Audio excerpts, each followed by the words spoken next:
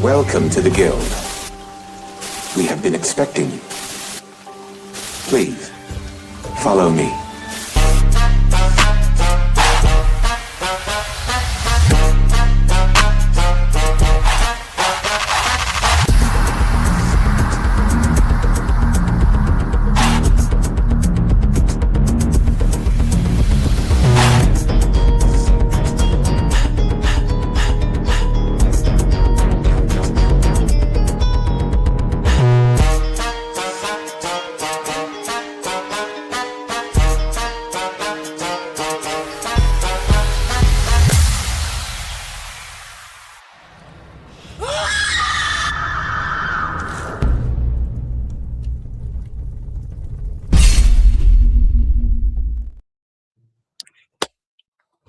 Hello, and welcome to our very latest episode of the OnPoint Gaming Podcast. I am CMoney, and I am joined by the always lovely Doodle. What's up, everyone? Happy Monday. Happy birthday. Let's go. I heard we have a birthday boy on the stream.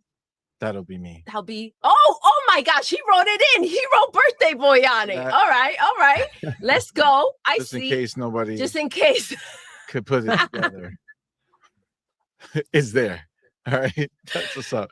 All right, guys. Thank you so much for rocking out with us tonight. Let's get it. Let's get it indeed. Let me see something. Because we have another guest that apparently is in a different place. Don't know how I did that. So let's see. See, you can make the impossible happen. I don't know how. You send our guest somewhere else. I don't know how. I don't even know how that's possible. But sure. Literally sent away game royalty. Yeah, it's really, really random. But that being said, it's all good. We'll figure it out. He'll get in. There's no other way to be. But guys, as you can see, there we go. I set the wrong link. Okay, I set the wrong link. We have another guest. I'm sitting there like, let me in, release me. That's right, guys. We have a stacked pedal. I don't know how. First of all, this is the craziest part. How I sent everybody else, all these other people, the right link, but somehow sent you the wrong one. That's what I get for being late. Don't worry about it. There you go. It's balanced. But of course, as you can see, we are stacked. So we'll just go right around like a clock. You know what I'm saying? You know me, you know Doodle. And of course, you've seen him many, many times already. It's our boy. It's our homie, Josh, Gameless Plus. Thank you for coming through again, man. Love having you on the show. Glad to be here, man. Appreciate you. Happy to be here. Absolutely. Awesome. Happy birthday. Awesome. Thank you, sir. Getting old. It's fun times. Stop using that. Stop using that word. See, it's like I understand. Like I can't use that here, and I get it. But still, internally, it's a feeling and a thought. Okay, it is what it is. But guys, not only do we have Josh here, but if you look below him, we have the homie. It's me, the broke boy, live in the building. Shout out to you, man. Thank you for being here, brother. Yep. Happy birthday. Everybody's going to say it, so happy birthday again. Oh, thank you, sir. Appreciate you. Thank you for being here, man. What are we going to say? Is there going to be songs? Because that's copyrighted, isn't it? Happy birthday to you. Happy birthday. That Trey Bone got it right. 13 years old today. Oh my God. Because of his height. That's wild. Wow. There you go. Now you got to do the turn up version. Turn up, twist. Now you just got copyrighted. Show's over. Show's over. I think it went out of its period of time. I think it's public domain now, isn't it? I think it is. I don't know. I could only hope. Because if I get that a message version sounded like it's public domain, I'm gonna be mad. You know what I'm saying? YouTube, what the fuck? Just erase it. Yeah, I know. I'm gonna have to click the erase button. That's right. Erase it and just have me just doing this for no reason. There you go. What's wrong with King? People would understand. They would get it. They would get it for sure. And then, of course, right next to Broke Boy, you know him well. He is the wise one, the author, the patriot, the pony slayer, and the pony bot tear maker. It's our boy, Hargeisha Nee. Welcome, man. Thank you for coming through, man. I know you're just here Friday, but F it. You know what I'm saying? Right? Time to live large, right? Don't tell like the present. Yeah. Well, happy birthday. Of course, we already did the song. So, and I don't know if we actually got too much news, but what the heck, right? Let's see what we missed. we got. Listen, we have news and people to talk about. You know what I'm saying? That's right, because we got that lawsuit, and that's gonna lead to all types of conversations. Oh, Hargy, why are the ponies still crying? I see them in your background. Is this still going on? Hashtag PlayStation 6. Take it away, King. Thank you. Well, speaking of hashtag no PlayStation 6, guys, you know him well. It is my brother, my homie, my boy, mother in King David. I'm gonna give him some points too. Look at that. Appreciate you, my dude. Thank you for being here, man. No. I want to say, well, thank you, Doodle, for having your camera on. I appreciate it. It's dope. It's dope. To the first family at Xbox, I just, I don't miss your birthdays. I don't miss any special events. You call, I show up, throw the bat signal in the air, and I'll reappear. I'm like Candyman, say my name 3 times, and I'll pop out. But I just got to say, it's your born day. It's not, you're not getting old. You're getting wiser. You're learning your craft, bro. So that old stuff is dead. You found out 40 is the new 20. So stop playing around. This is a time where you actually know what your money means. Like, you know exactly how to treat your woman. Like, you know things that 20-year-old you just did not know. Right? Facts. Like how to hold the controller properly, right? like I'm saying, that's right? crazy. I'm like, crazy. So with the knowledge and the wisdom and the years, you have grown wise gracefully, sir. And I cannot wait, because look at that. That guy did not know how to hold that controller, right? Jimmy Jim. Trust and believe, bro. There's reasons why I say these things. These are hard digs at the hashtag no PlayStation 6 posse that is outside because they're not getting it. 2030 looks like a bleak year for you, but 2027 is great for us because we got Project Helix that's about to drop on your forehead. And if it has a disk drive, finished, son. Those tears are gonna flow. Well, it's flowing now because they don't get E-Day. Petitions? They're the king of petitions, bro. Like every other week is a new petition. I changed my background. I changed my background for it. Are they going to get the petition out for Hiroki Totoki to buy back his stocks that he sold for the company that he works for? I mean, I'm just trying to figure out what the hell is going on with all the CEOs and all the upper echelon selling stock. It is pretty damning. Yeah. It is pretty damning that PlayStation CEOs they're like, you know what? It doesn't look like things are going to get better. Yeah. So let's sell. You know what I'm saying? Like, you think about this. This is the real crazy part when you talk about him selling, right? PlayStation 6 is on the horizon, and he doesn't believe that releasing that console is going to boost their stocks. You know what I'm saying? Like, it's a few years away. Really on the horizon now? I mean, like, I mean, that's like question. That's somebody that might know a thing or two, right? Like, I think about it this way. Let's put it this way, guys. Phil is no longer with Xbox, but you did not hear him come out selling his shares. No, he did not. I haven't heard any former Microsoft employee selling their shares. But as soon as Jim left, he sold. You got people that are actively on the board right now selling. But see, we got active CEOs part of the Federal Reserve. Like, I mean, they're making money by making money. These guys are making money by selling shares. I don't know. Somebody look like they're sinking. I mean, if I had a new console coming out, I would wait until the profits are maximized before I sell. Yes. I mean, it seems like they're dipping out before things hit the fan, right? And what came after Jimmy Boy sold was a disaster. So I think we should know what to expect if Hiroki is dipping out too. Facts. Damn. I mean, scary times. I mean, but they worried about Xbox firing 1,600 people. Now, I had some friends that lost their position, but I'm supremely confident in their abilities to make sure that they land in a great spot, you know.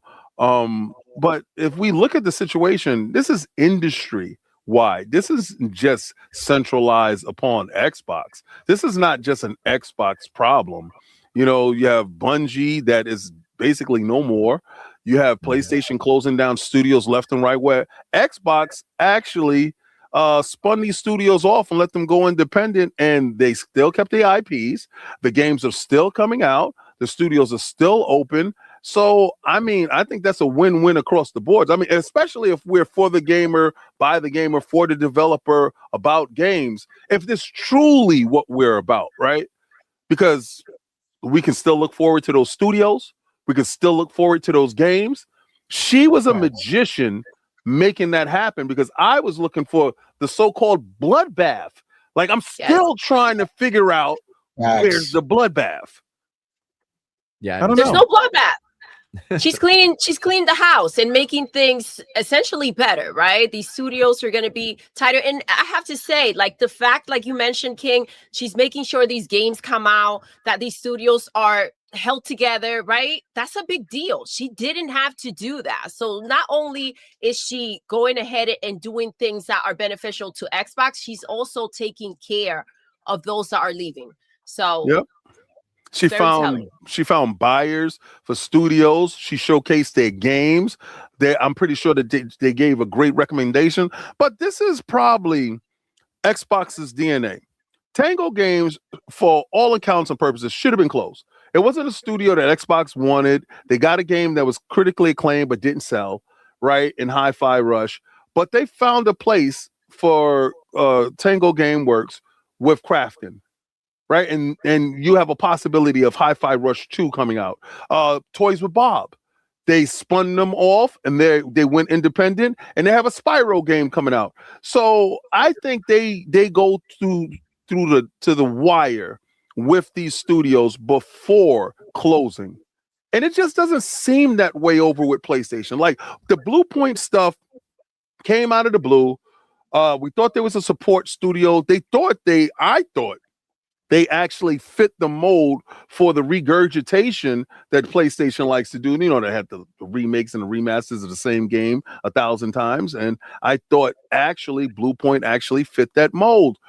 But they didn't give them a chance to make anything, right? And we see them stripping a Bungie for parts. So I like this way. I like the Xbox way a little bit better.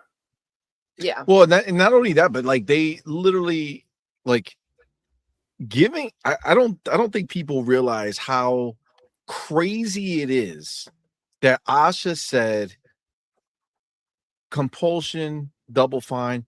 You get to keep your IP.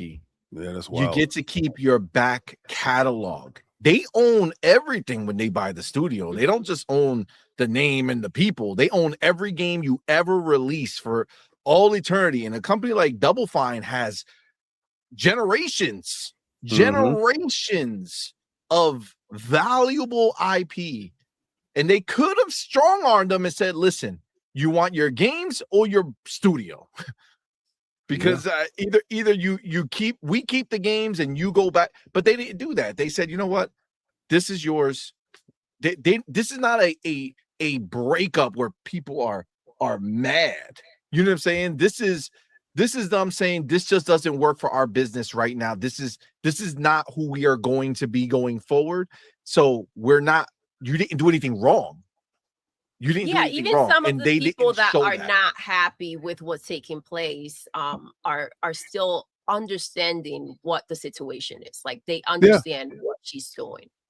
I mean, she was very clear with what she said. A lot of studios don't fit our direction, and it fit the direction of the previous regime.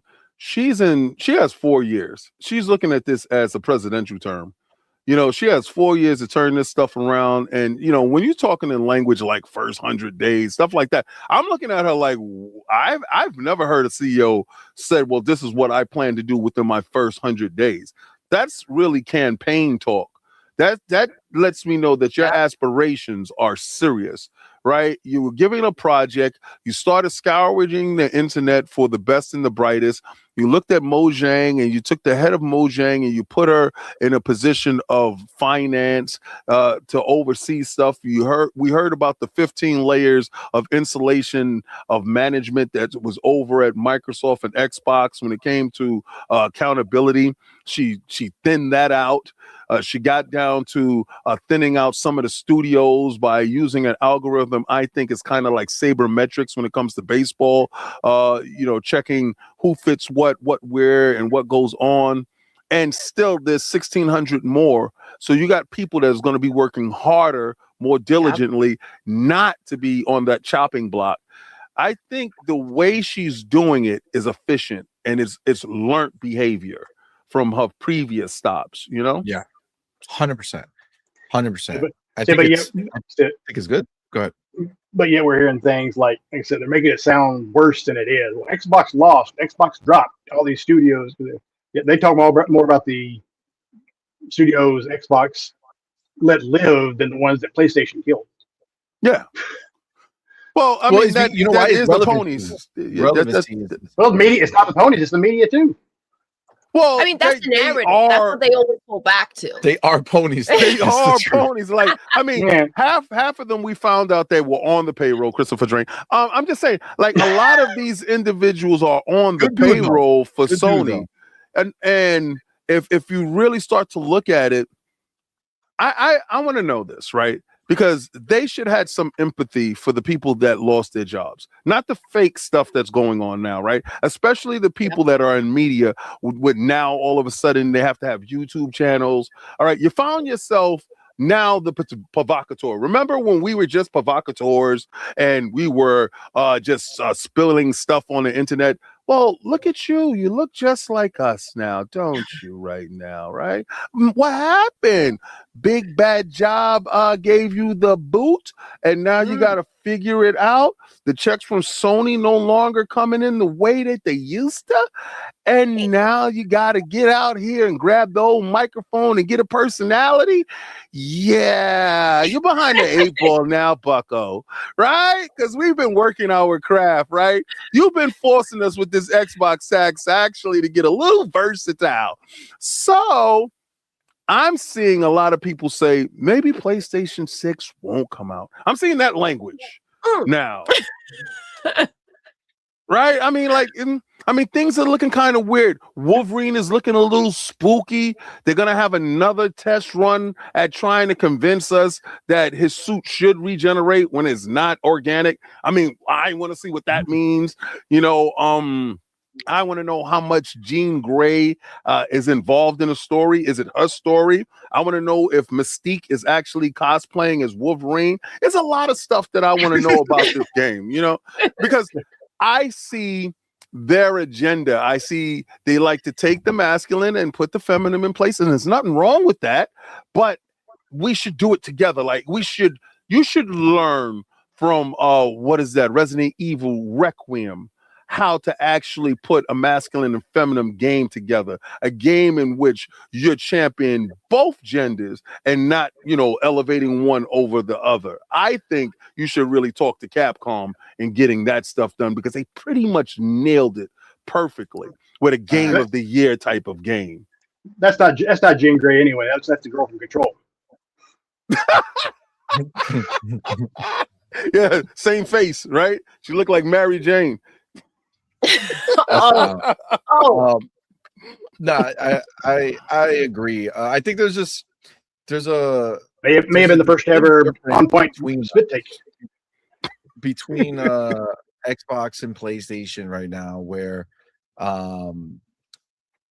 you brought it up, Broke Boy, but it's like relevancy, I think, is the biggest thing, because sadly, I don't know what it is. I don't know why it is. I mean, I know why, because it is the more exciting of the brands. It kind of is what it is. But it's like Xbox is the only thing that could be in headlines that gets clicks. You know what I'm saying? Like there's nothing happening on PlayStation that generates these clicks for these media outlets. You know what I'm saying? And if a bad thing happens, talking bad about PlayStation doesn't get them clicks either. I feel like all the clicks right now are negativity. It's like everything that's getting attention is all the bad news, the bad news, the bad news. It's kind of a bummer time right now. It's like, okay, what's the bad news this week? What's the bad news next week? What are we expecting the bad news to be soon? It's kind of a bummer, but I don't know. I feel like there are good things on the horizon, but it's like you were saying, though, the media is like just feeding that. That's the thing that's trying to, they want the clicks more than they want. Because bad news actually sells more than good news. But we're having probably one of the best years in gaming history. We're looking at 100%. Game of the year type of stuff. Like, listen, I like Pragmata, and Pragmata is 17 on the list of Metacritic, right? There's so many games, and we still have so many more to come yet. Exactly. Yeah. I'm super excited. This is the best year. So you know why they have to dogpile? They want stick to PlayStation though. True. Well, they can't do that because they love it too much. There's plenty of bad over there, that they can put out. Well, they are getting community noted. So the Xbox stuff, though, you have to understand it's been like 100 days of really, really good news, and they're like, "Where's the bad news? Why can't we talk about Xbox?" There was just pent up emotions. Oh my god! Emotional. They couldn't wait. It's so bad. It's so bad. They're screaming Reddit for bad news. Yeah, they see. The funny thing is, they thought the Steam machine was going to come out and kill the Xbox Project Helix. Yep. At $1,400, I think not, sir. Right? I beg to differ. All right, so take your little laptop, that's your little boxed up laptop, and just throw that over in the corner. That's not going to do it. All right, so what's next? Then PlayStation comes out and say, we ain't going to do no disc in 2028. Shit.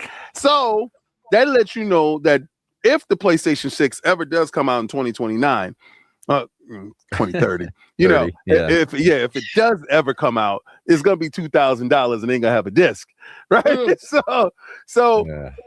They're scrambling right now. They're like, we don't like the fact that Asha's there cleaning up the place. They're going exclusive, and they said more to come. And she came out and said Project Latitude was a failure, so they're not gonna go back and do that. And what's up with Forza Horizon 6? That's will let me know if she's not messing around. If she says, you thinking not bringing that to PlayStation? It never had a date. It never had a date. Mm-hmm. And they said later on this year. And if they don't give a date, she could possibly be like, because, it's not in the store to pre-order. No, we decided that Project Latitude isn't working out for us, and we need our exclusive, because more exclusives is to come. And if because that's a guaranteed moneymaker. You made 5 million plus sales with 5. So you were pretty much looking at somewhere close to that with 6. Maybe even more on a brand new game. Especially since it's proven already. It's Japanese, it's in Japan. It's the lore of it. PlayStation's place. So the Steam page, I think they've got a place where it says estimated sales. I think it's around 5 or 6 million just on Steam. That's right. You don't Yeah, need the number's gonna PlayStation be when you crazy, got man. Steam, Right. right? You know, because Yeah. that's something that PlayStation didn't work out yet in their head. They don't know the Steam code. They're like, duh. Like, Not to they mention- Steam, they're like, ugh. Well, not to mention you Still can one use the table. controller. You can use the PS5 controller on your Steam games, and it does all the same stuff. So it's kind of like if you're holding on to PlayStation for that, which is honestly a reason that I've loved the PlayStation, because I CMoney, we've had this conversation. You don't like the DualSense, but I love that controller I don't for the like my sake of tips it. to touch. You know what I'm saying? the thumbs hurt. The thumbs hurt. Yeah. But the reality is, like, can't do it. now Can't that do the, it. there's no discs, I'm like, okay, well, I guess I'm just going to start shifting toward. I mean, truthfully, I don't have a digital library on PlayStation. Like, I just don't. I've always bought the discs, so I'm like, I have nothing to lose other than just switching over. If I'm going to go digital, I'm just going to go somewhere else. And I think they are underestimating the number of players who have the money to buy games. How many of us are like, nah, I'm not going to go with PlayStation. Like they are digging a hole for themselves right now that I think they don't grasp. They're like, it's fine. There are plenty of people who are buying the games, and maybe, but they are going to take a hit that is beyond what they're expecting, I think. And that's why they're selling those stocks. They're just like some people who actually realize, they're like, I'm out of here. This is not going to go well. This is a sinking ship.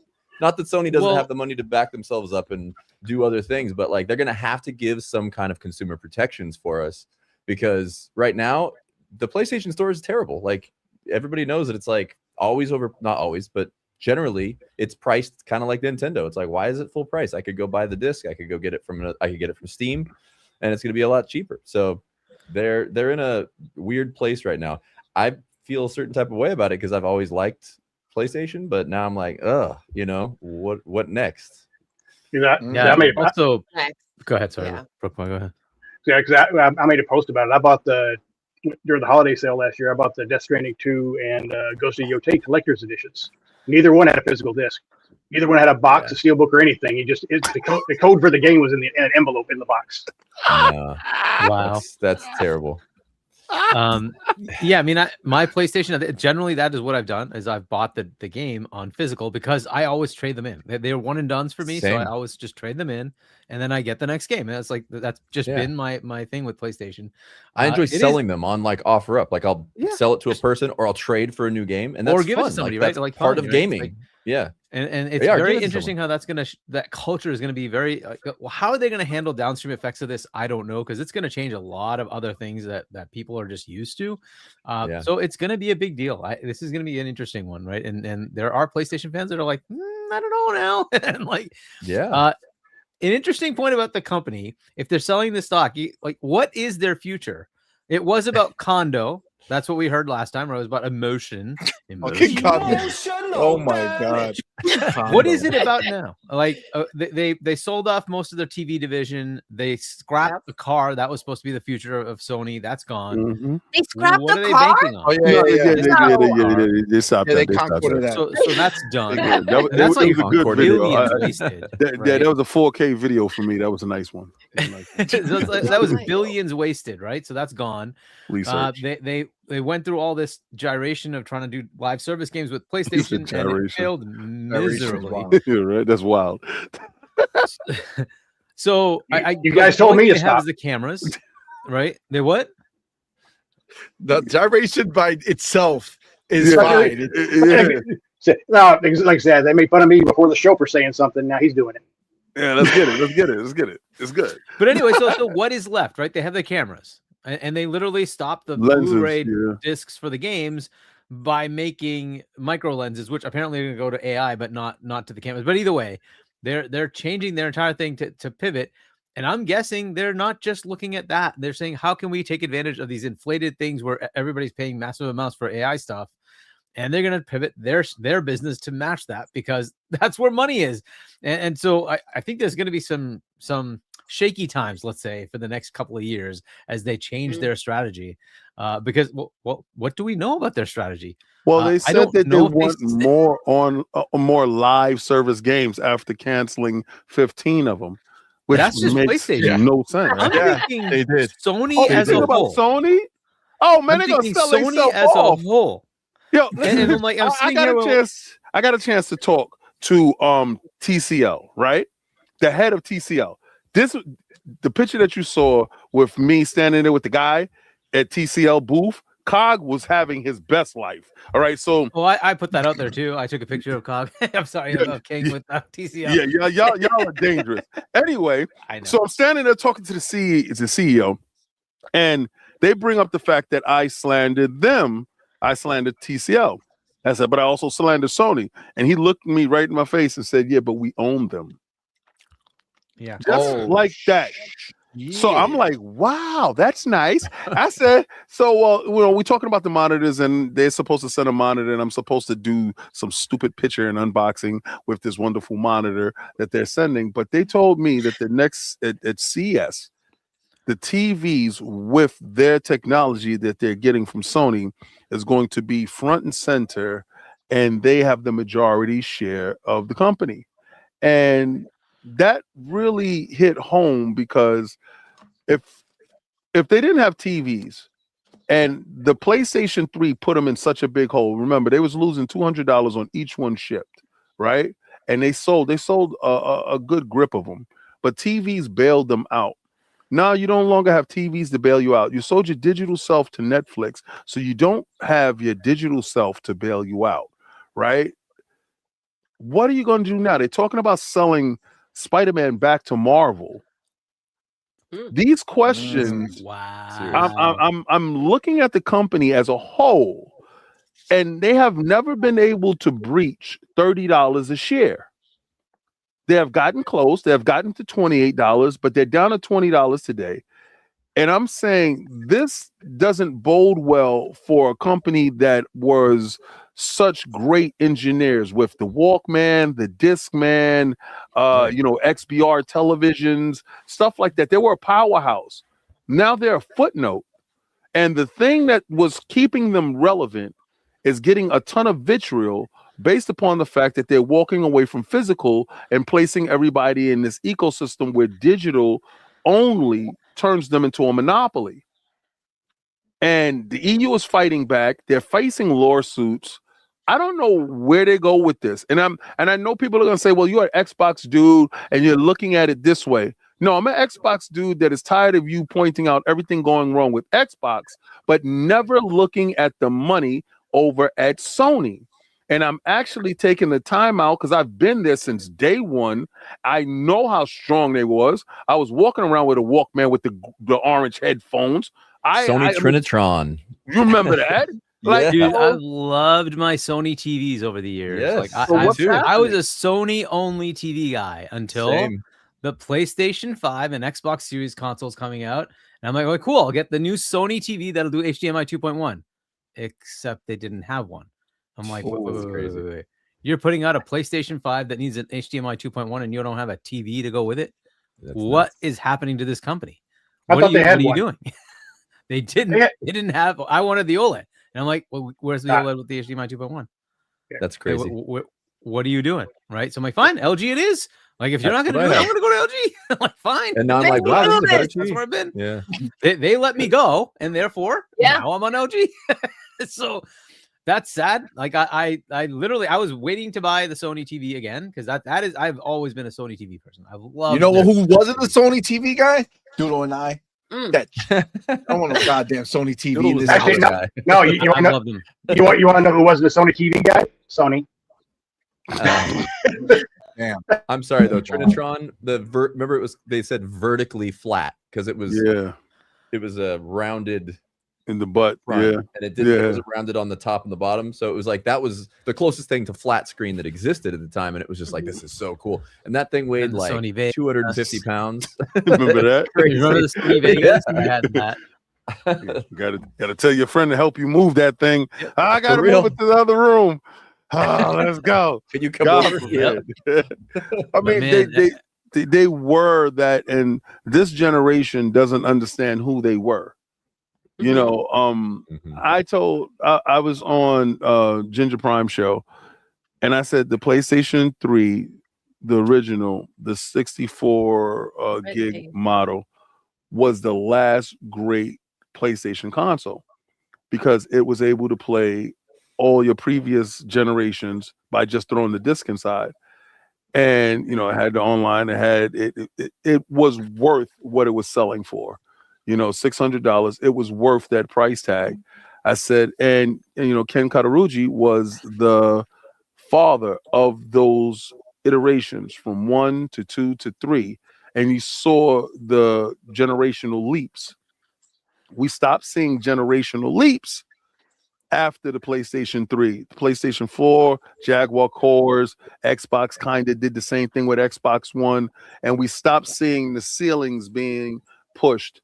And they keep telling us we having diminishing returns. No, we have corporations that aren't betting on the consumer any longer. They are betting on themselves. And I have hope for Project Helix based upon what Sarah Bond said before, you know, she was unceremoniously booted, that it's going to be a premium device. And a premium curated device means that you're going to give me the best in class performance. And that's what I'm looking for. I'm looking for games to punch above their weight. I'm looking for consoles to give you those throughputs that instantaneous transfers from room to room, not that stupid crawling through a wall stuff, acting like, you know, we don't see the loading. I do a champion innovation, and I think stagnation in this space has formed this fake ceiling that people keep making excuses for. And I'm eagerly anticipating the Project Helix, because I understand for true innovation to happen is Xbox to take the leap forward like they've always done. And next year is going to be a magical year in that happening, you know. So, I mean, are you guys looking forward, and what are you looking for when it comes to Project Helix?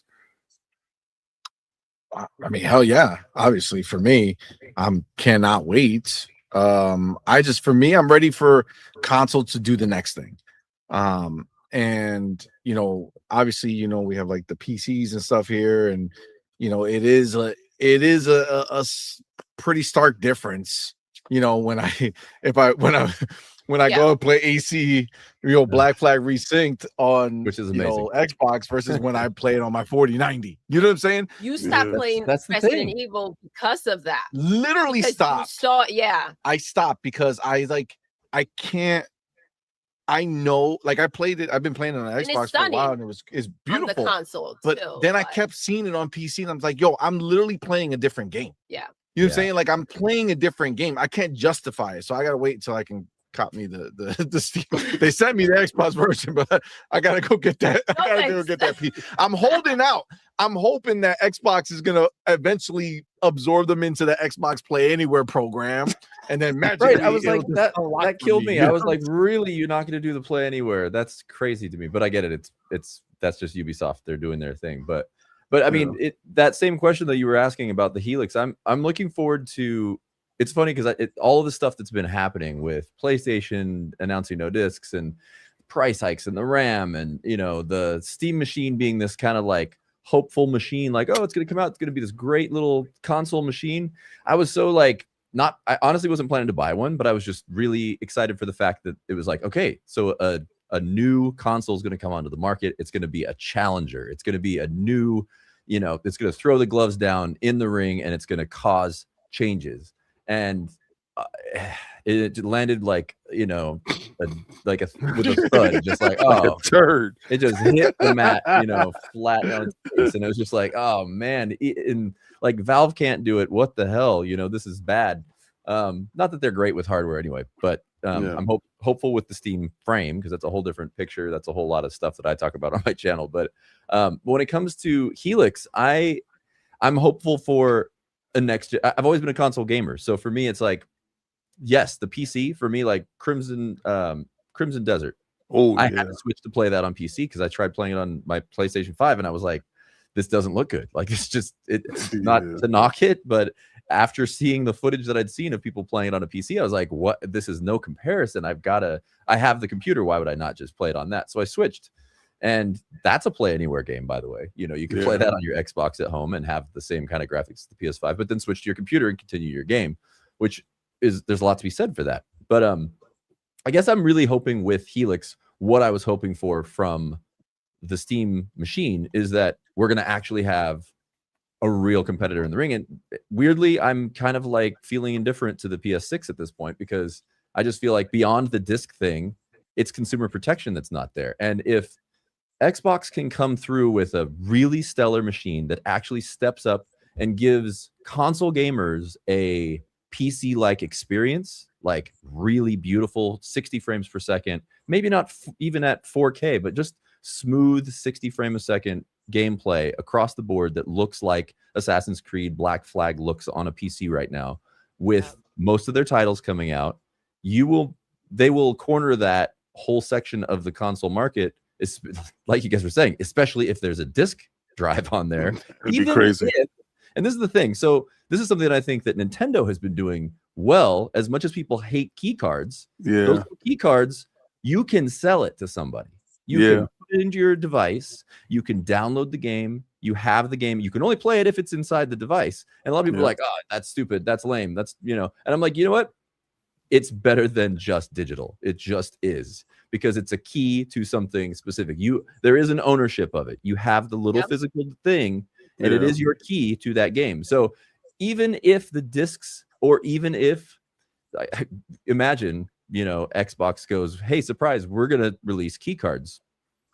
I think that would be a huge thing all by itself, because that's all you need. Yeah. Little tiny. How nostalgic would it be to have little cards that you stick in like an old memory card on? That'd be crazy. Actually, and then they can sell it in a small box. And, I just think that there's so much potential that even with Sony, if they were to do something like that, they would redeem themselves in a huge way. Maybe it's not discs. I'm okay with moving on to a different thing. And I'm okay even with it being digital if consumers are protected in the aspect of being able to keep their games. Like, that's governmental. And that's one of the big things is we have to fight for that. People have, like, there was legislature in California that just sadly failed just this week, where they were trying to give people some protections on like Minecraft and stuff. And then they were doing this fear mongering thing to get it to be to collapse the whole thing before it passed. It didn't pass. But it's because it got convoluted. It went through too many layers and too many people had their hands on it. And it ended up it's not that it failed, it just didn't get enough votes. So apparently Stop Killing Games is involved with it, and they are planning to come back around next year to continue on with that. But we have to get people aware of the fact that the only way we're going to have kind of those kinds of protections, if it goes digital only, which it looks like it's going to become across the board, we won't have access. I mean, there's so many games that are just disappearing, and it's going to continue. You saw PlayStation cut out 551 movies based upon them losing their license with the said company that gave you the movies. One of the movies that I like the most is Die Hard. I think it's the greatest Terminator. It's the greatest Christmas movie ever. But it's just the fact that to wake up that you pay for something and you thought you had an insurance and own it. And I mean, and this is the narrative that I hear in the background. I mean, because I'm in these Twitter streets and they say, well, you don't own, you don't buy. And you're just renting, you Game Pass and you're just renting. Well, obviously you renting too, bro. You just renting at a higher stake. You playing at the big boy table. Like you putting up $70 to rent. I'm getting like 500 games with my little $20. I'm just trying to figure out. And you're aware of what you're doing, King. Like you're aware this is a subscription service. I'm aware of what I'm doing, and that's why, honestly, we do month by month, right? See, we are like people stack, and that's great, and you save some money. But then when they make a decision, like we're taking Call of Duty out, and everybody's upset, it's like, well, should have thought about it. They can make any changes they want, and that's not on. That's just what happens. But you're aware of what's taking place. These people are buying things that could just be taken away. It's a difference. Facts. And the truth is, it's like, it doesn't matter if the technicality and that little I agree button is there. You take someone's game away that they paid $80 for, they're going to be pissed off.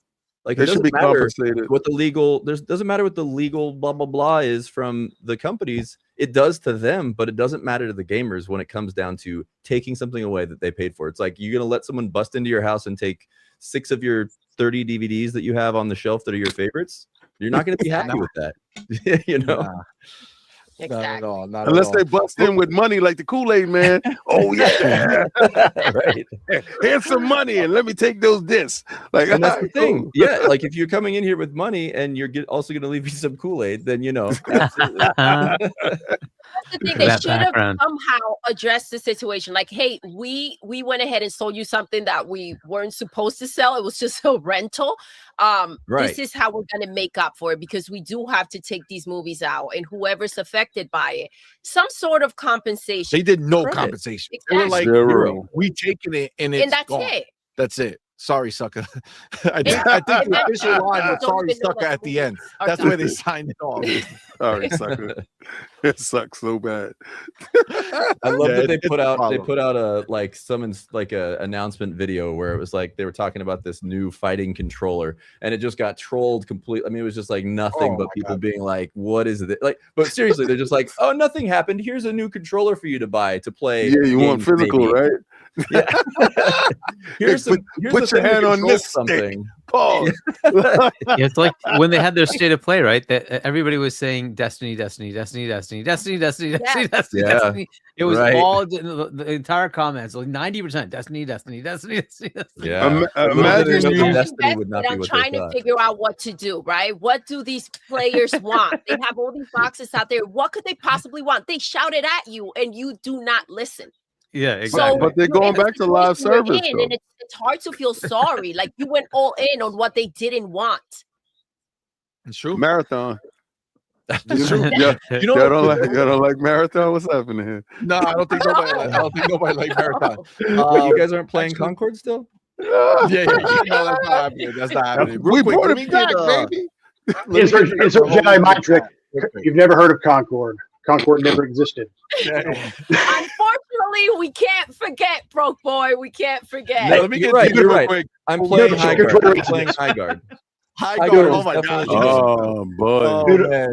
Doodle, You check your guys aren't Twitter playing messages. high guard? You guys aren't playing high guard anymore? Jeff is No, I still think playing it's high been a guard. while. He brought Oh, stocks. yeah. He brought stocks Alone. in those Damn. crypto. That crypto went wild, baby. Oh, That's real wild. man. Babe, look at his I background. don't want to see I it. know. Look It's at nuts. No, I refuse. Hey, I hey, Doodle, refuse. Doodle, look at it. I sent you. I'm kind of blocking it. Look at your. I sent you a message. I sent it to you in message. No, Doodle, no. Doodle is not in the pressing buttons game right now.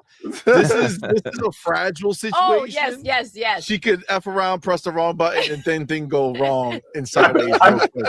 I put it in the Discord under the show announcement too. So All right, she can look on her phone. and it's on. All right, real quick. We got the homie Dark Angelic in the building. Yo. Member for 31 mother Thank effing months, you. man. Appreciate you, my brother. Says, let's celebrate CMoney finally getting on Medicare. That's real wild. Hey, yo. Wow. Real wild. Wow. I'm not old like that, guys. Okay. He said, wait a second. I'm not dead yet. Unlike this picture over here of Concord. Oh, Oh, yeah, man. that's Gone. gone. Too soon. We got the homie broke boy with that super chat says first question mark. Yes. Yes, that's what you were. Thank you, sir. Shout out to Spartans going ahead and becoming a Good. member. But not only did he become a member, but the homie Spartan 661 went ahead and gifted 20 all point for your membership. Man. Yes. Shout out to the homie Spartan 661. Y'all know what to Tell do. them, baby. Put the mother effing welcome to the family emoji in the chat. Welcome our newest members, man. We appreciate each and every one of y'all for Thank rocking you. out with us tonight on this great birthday celebration. Mm. Appreciate y'all. Of course, our boy Spartan 661. Thank you, my brother. You the man with the master plan. Appreciate you, homie. Go in the chat right now. Shout out to our boy. Put some emojis in there. Let him know you feel good about what he done did right now. Appreciate y'all so much. Thank you so much. You know what's real crazy about this conversation with PlayStation? Yeah. Is, it's easy to look at this, and when you hear about what's happening, what they're planning to do, right? Oh, wait, before I even get into it, let me put this over here. I was just about to do it, broke boy. You had it up for 2 seconds.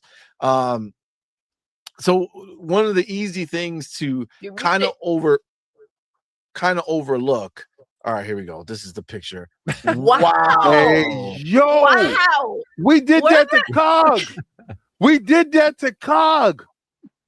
Yo, you did that for That's real? wild. No, I didn't do that. No. Well, That's we not did me. no, but Cog did it for real. I got it on video. No, I got on the ant. You know what I'm saying? I got on the ant. Oh, and he took you from the ant. Oh, you talking I about the don't know ant what when he- we I was don't know out what in he did. California? Yeah. I don't know what he did. Yeah. I Oh, don't that's know. what's up. That's dope. That's dope. I'm That's not- a I'm good. not That's a feeling good that switch picture. around. I did that to Cog. I told him that it was his birthday, and I made sure that he got on that little saddle they brought. That's Yo, wild. it's your birthday. Get on the saddle, homie. Yo, That's what's wild. wild about it is the song they sing Go ride. is crazy. My son sat on my son's birthday was last month. He sat on it for his 18th.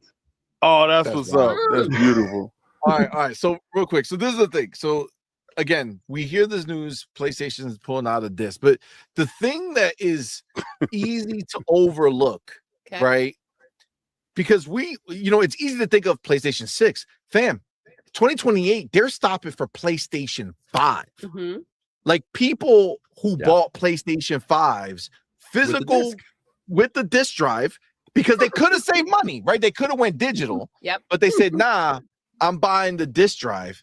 In 2028, Sony said, thanks for the cash. Your disc drive is dead to the They're still future. selling the Okay, you disc can drives, live by in the the way. past. But say that Yeah. again? They're still selling the disc drives for the PS5 Yeah, Pro that Like, you can that add didn't on. stop. Like you should immediately stop selling the disc drive version, right? If you're serious about this and you're gonna just screw people at the end. But it's like, yo, they're literally 90 million people. Let's say half. Okay, I would imagine it's more than half, but let's just It's say half. You're still 7%. like 70. 7% of people that own digital PlayStation purchase the disc drive, and that's 100% of the disc drives that were sold to PlayStation 5 Pro people purchased it based on that. So it's at 7%, and I think So they it's sold a somewhere. lot of people. Yeah, they sold a lot. Who bought a disc drive PS5 because they wanted to be able to buy physical disc, and come the time when they swap over, that's it. Your disc drive is now relegated to the past, and that's a crazy thing to do. So what is 7% of $136 billion in sales? Because that's how much Sony has sold in PlayStation 5. Wow. Oh, they're $136 billion. unless they So- changed it in the PlayStation Store, they limited it to one per customer, one per order. Yeah, Order one per and customer. so you know exactly that it wasn't going to scalpers; these were going to individuals. And the wildest part about this is, see, you're looking at it from the macro. I'm going to go to the micro and look at it as their handheld is coming out next year. That's going to be a completely digital machine. And this is the reason why they put out this language that they're going to have no disc, right? Because they want you to know that we're going to an all physical, all digital future. The handheld is the doom bringer. It's going to launch with their store. They want their whole digital storefront. That's the reason why they took the PlayStation 3 storefront off and the Vita storefront off, because they're going to roll these up into one. And everybody's saying they're pulling back from PC, but they put out a monitor, they put out speakers, they put out the controller, they put out the link cable. They're doing these things. They put out a chair, They're done. right? They're going PC. Everything. So they're doing everything to set up the PC area. But the thing is, they hated giving Steam 30%.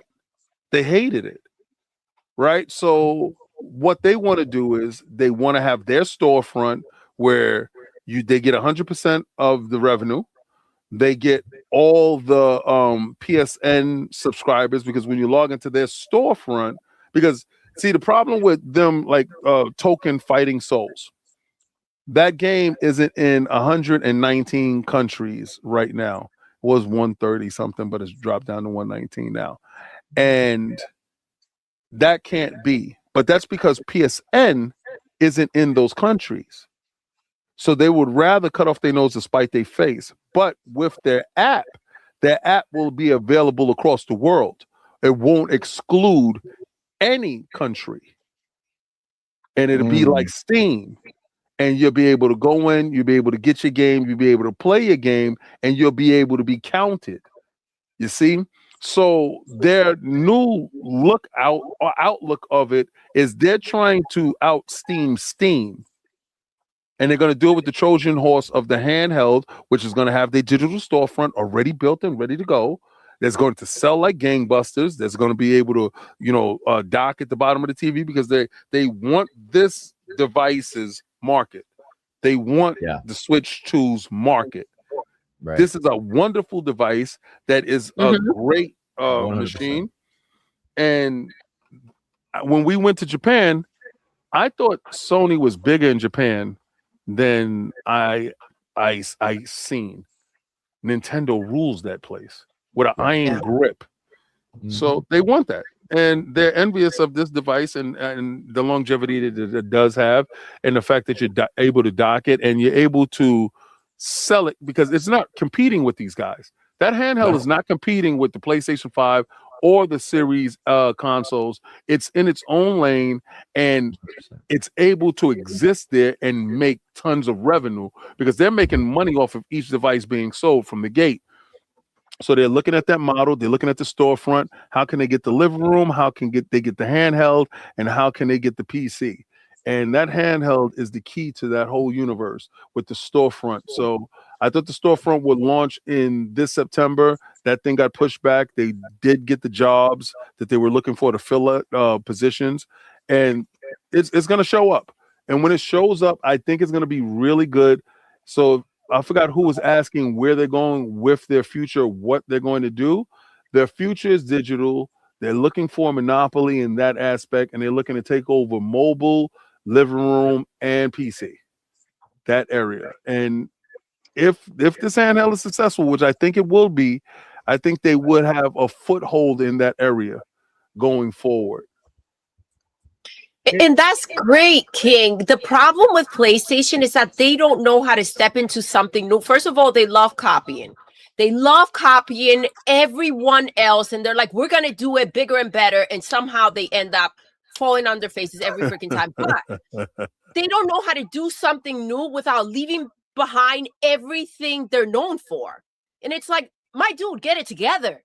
You have to step into something new while still maintaining what you've built.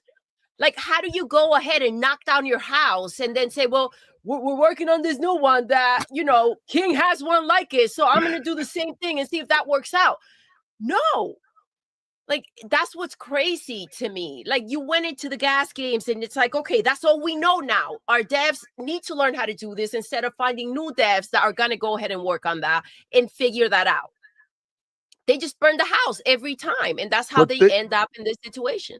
I think they should have just saw all those games through, because the return off investment is not going to be there on the canceled game, right? You have to see your projects through. You have to have the balls, the cojones, to if you're going through with these projects, because we heard that Factions 2 got canceled in the 24-hour. It was down to the 24-hour for the presentation.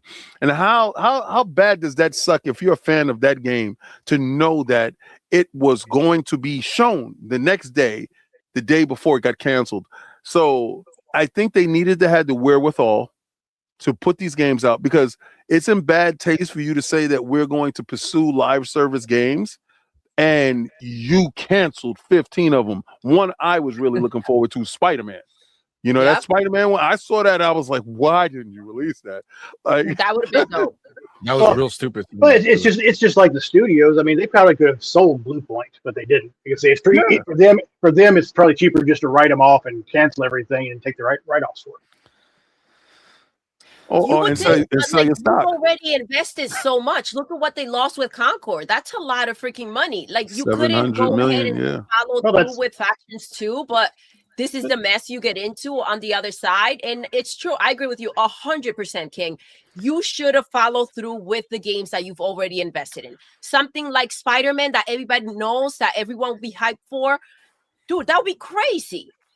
Factions, everyone's waiting for it. I saw so many gallopers just lost their mind. They lost their mind. Where's my factions? And it's like, dude, come on, man. You keep effing them over, and you're at a point that it's like, why don't they show up for the games? And you're the reason. You're doing it. It's like Concord. They could have easily put it on PS Plus as a free monthly game or something, or made it free to play. But for them, it was just easier to say, nope, cancel it. Just write all that money off that we spent. Oh, before I get out of here, I'm definitely going to say Happy Born Day again. But thank you, sir. I'm looking at the Xbox Series consoles, and that is the greatest machine that Xbox has put out. And the reason why it's the greatest machine that Xbox has put out, or any console for that matter, is it plays all the generations. You're able to put in Xbox OG disc in there, 360 disc, Xbox One disc, and a Series disc. So I think they should be smart enough to realize that they need to keep that lineage going forward. I think Xbox needs to use their brain right now, because this is a moment that's a teachable moment that you can burn Sony to the ground. Especially if you're going to do the whole digital disc to digital. You do that now with this generation, and then you come with your key cards that Josh was talking about that actually makes a hell of a lot of sense.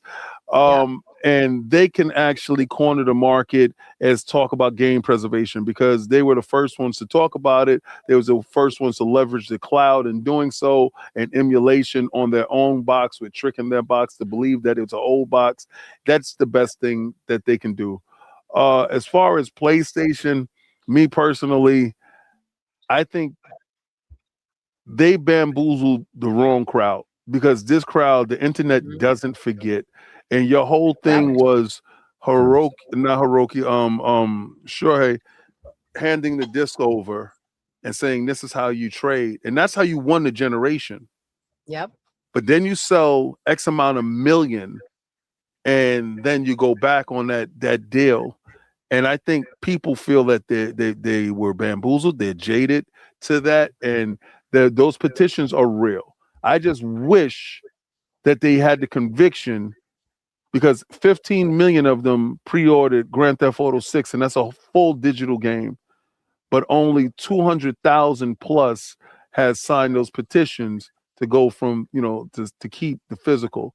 And the ratio is not being heard, especially with the marketing partner being PlayStation. They see it loud and clear. They understand that digital is where they're going to go. And if nobody puts up a fight, it's going to go that way. Legislation needs to be more keen. We need to go to our congressmen. We need to go to our assemblymen, and not just look at the president and everybody else. You got to go to your local. Districts, and you got to put up these awareness, because they will fight for you, because they need to keep their office. Their office rotate, right? They're on the job all the time. So if you give them a cause to fight behind, you go to your local legislation. I mean, we can make a thing out of it, but we got to be together when we do it. We can't talk out of both sides of our head. I'm not paying a nickel for Grand Theft Auto 6. I'm getting it with reward points from Xbox, as Xbox plays better. So, I mean, I'm going to do it. I'm going to give my time to Game Pass. I'm going to get these points, and I'm not going to pay for it. That's my solidarity there. They're not going to have any physical, but again, I'm a digital baby. But if I'm going to stand with you, I'm going to stand with you all the way and just give my time. But I want to thank you guys for inviting me over. I appreciate you guys. Hard Geek with the greatest beard. God bless. Throat. That's kind of crazy. Josh, great to meet you, bro. You too. And listen, remember, you didn't get older. You just got wiser. All right? And I see you out there moving, bro. I see you out there moving, bro. Like, listen, Doodle, I'm telling you, your man be out there on his grind. And it's something beautiful to see, to look over, and he hustling. And I love it, because I love the hustle, and I will always support 100%, guys. Thank you. Appreciate that, my brother. See you Quick soon. question, King. Yes. Quick question. Yes, ma'am. The Project Helix, before you go. Yes. We spoke about pricing, I think, not the last time you were here, the time before. $14.99. With everything that Asha has discussed, and everything that's going on behind the scenes that now we're aware of, did that price tag change for you? Because I remember, I think no $14.99. $14.99. All right. Yeah, $14.99, and it's gonna be the 1 tera edition. I think that's the price that they're gonna have to stay on to show value, because the Steam machine shot themselves in the foot, because I think they max one is $14.48, and $14.99. And if you're able to deliver the premium experience, like you said, and I know they will, because the Series X destroys the Steam machine right now. So if you 3 times the Series X and you do the wizardry with AMD, I'm pretty sure that you can give a capable device with the MPU in the box, utilize the AI, and just really sell out. You got to sell out. You got to go for it, because I don't think we get a console after this if this thing doesn't be a success. Facts. Agree. Well, thank you, brother. Appreciate you, Thank man. you, Thank you for King. coming through. Blessings, guys. See y'all soon. Good man. Yes, we are going to even though we've been talking a lot about it, we are gonna dive into the specific topic of it. And we will do that for sure. But before we do that, when we got our homie on, we only have a certain amount of time, so we want to make sure that we maximize the amount of time we got our boy in here. But I do want to shout out the homies who are live in the building. All right, got to really quick do that, because we always keep track of this stuff, man. We have this scroller. We know who's the people who show up, and you have the stroller. Is that what you said? The scroller. Oh, on the bottom. My bad. My bad. I heard something else. That's all. We ain't got no strollers no more. We're done with that stroller. Let me put those words out there like that, babe. Your stroller, babe. Your stroller. My stroller. Oh, wow. That's wild. Within your own home. Within Josh is seeing it now. You didn't know, but now you know. Is King frozen? Is he still there? Looks like he's still there. I'll just text him. I think he was still. But yes, I don't have a stroller. That would be crazy. But we do want to shout out very quickly the homies who came in the building. He's got a walker. No, I don't got no walker. Okay. So now it's stroller, walker, high chair. Well, you guys are loose. Cups. Listen, I just got to shout out best spot of the night and follow it too, right? So our top 3, right? Top 3. Number 3, the building. Got to get our boy right here. Bam. Pow, Xbox Let's for go. life. All right. Shout out to you, man. Thank you, my brother, for being here. Appreciate you.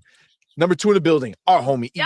E-Rang. Shout out to him. He ain't messing around. Thank you, sir. Appreciate you. And number 1 in the building, best spot of the night, was our boy, Dark. Let's get it. Angelic. So shout out to him. So fast, no whoos. Whoo. It was fast. So Broke fast. boy. All right. So fast and so quick. I think those are the same words, but that's okay. That's all right. So let's hop into the actual conversation here, the actual topic, right? So I do have it here, and it's pretty damning, right? Like this is, we had talked about it before, and it's like PlayStation finally did something that people are not letting go of, right? They shouldn't. And the whole thing, like Xbox came out, talked about the whole, letting people go and what they were doing, and that backfired on PlayStation, because PlayStation thought that they'll go out first and then Xbox will deliver this news, and then the world was going to turn on Xbox and forget about what PlayStation had going on. They had a shield, but they did not have no shield. There's no shield. This is a serious problem for PlayStation, because these people are not letting up. And as you can hear from people like, Josh and, other like King, when he was saying like how he's going to handle it, like just because you are not just because you don't do physical, doesn't mean you feel secure with PlayStation. For them to do something like this is crazy in my mind. And I think a lot of people are feeling that. It's not just a little thing. So I do want to bring up here the Josh, you're muted. Sorry, the fact that they did it right after pulling all those movies, it That was like was literally so just strange. like it was like throwing someone on the ground and kicking him in the face. It was like, really? And then you want us to trust you? Okay, all right. And That's shut what's down the like, they're PS3 and normally- Vita store. Yes. Yep.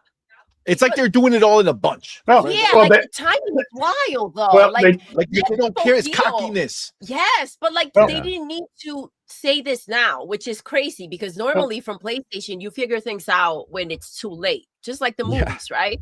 They Well, didn't even they- say anything. When PlayStation Plus, when they hire the prices, you just boom, you got some hours to figure this out. But like they just went ahead and in 2028, this is what we're doing. Like that was insane. And to do it, like you said, Josh, right after you take the movies out, what are you doing? Like, Well, are look, they? it's Sometimes I wonder, are they trying to like just get out of the gaming industry and they're just being as ridiculous as possible? Well, that's the That- thing. It's like that's Yes, where their we love money you, comes Pierre. from, though. So I'm like, what are you doing, guys? Like, Yeah. what is Yeah. it you're trying to do? It's like, I what's the think that- point of it? I think they made all the announcements as quick as they did because they were hoping with Xbox doing what it was doing, it was going to overshadow everything.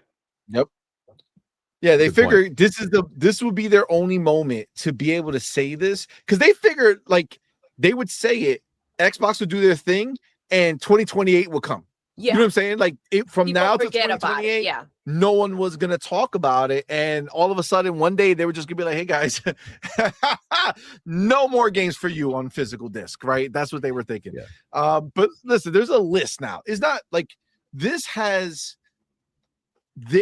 I feel like Sony has kind of put a target on their back because like King was talking about and Josh was talking about how you got to go to your local legislation, right? You got to kind of go out there and make noise. A lot of people are looking for this moment right here to make noise. yeah. Right. They want to make examples out of people, and PlayStation and Sony are putting this in a way that it's almost too easy. So somebody on Twitter, Frosty, there's a lot of us, so I don't want to keep moving us over because it's going to make us so tiny, but I'll just read the stuff here. So this guy, Frosty, on Twitter, he put this together here. He puts 12 days since Sony announced the end of physical disc, 12 days of silence towards players. Meanwhile, in courtrooms and regulators' offices, okay? And just to be clear, what he's saying is been 12 days, PlayStation has not made a comment on this situation. They're just ignoring it and waiting for it to blow over. In Brazil, a federal deputy is demanding an official investigation, and Congress is weighing a digital ownership bill. Okay. Netherlands, which is the one who we have the thumbnail for, a consumer group is suing for $457 million. Good. On behalf of 1.7 million players. And that has now escalated its case because of the no disc decision. Okay. So this was a previous thing, and we could dive into it after separately. I'm gonna list them here, but that was a lawsuit that was there because of the prices in the PlayStation store, okay, being so crazy high over there.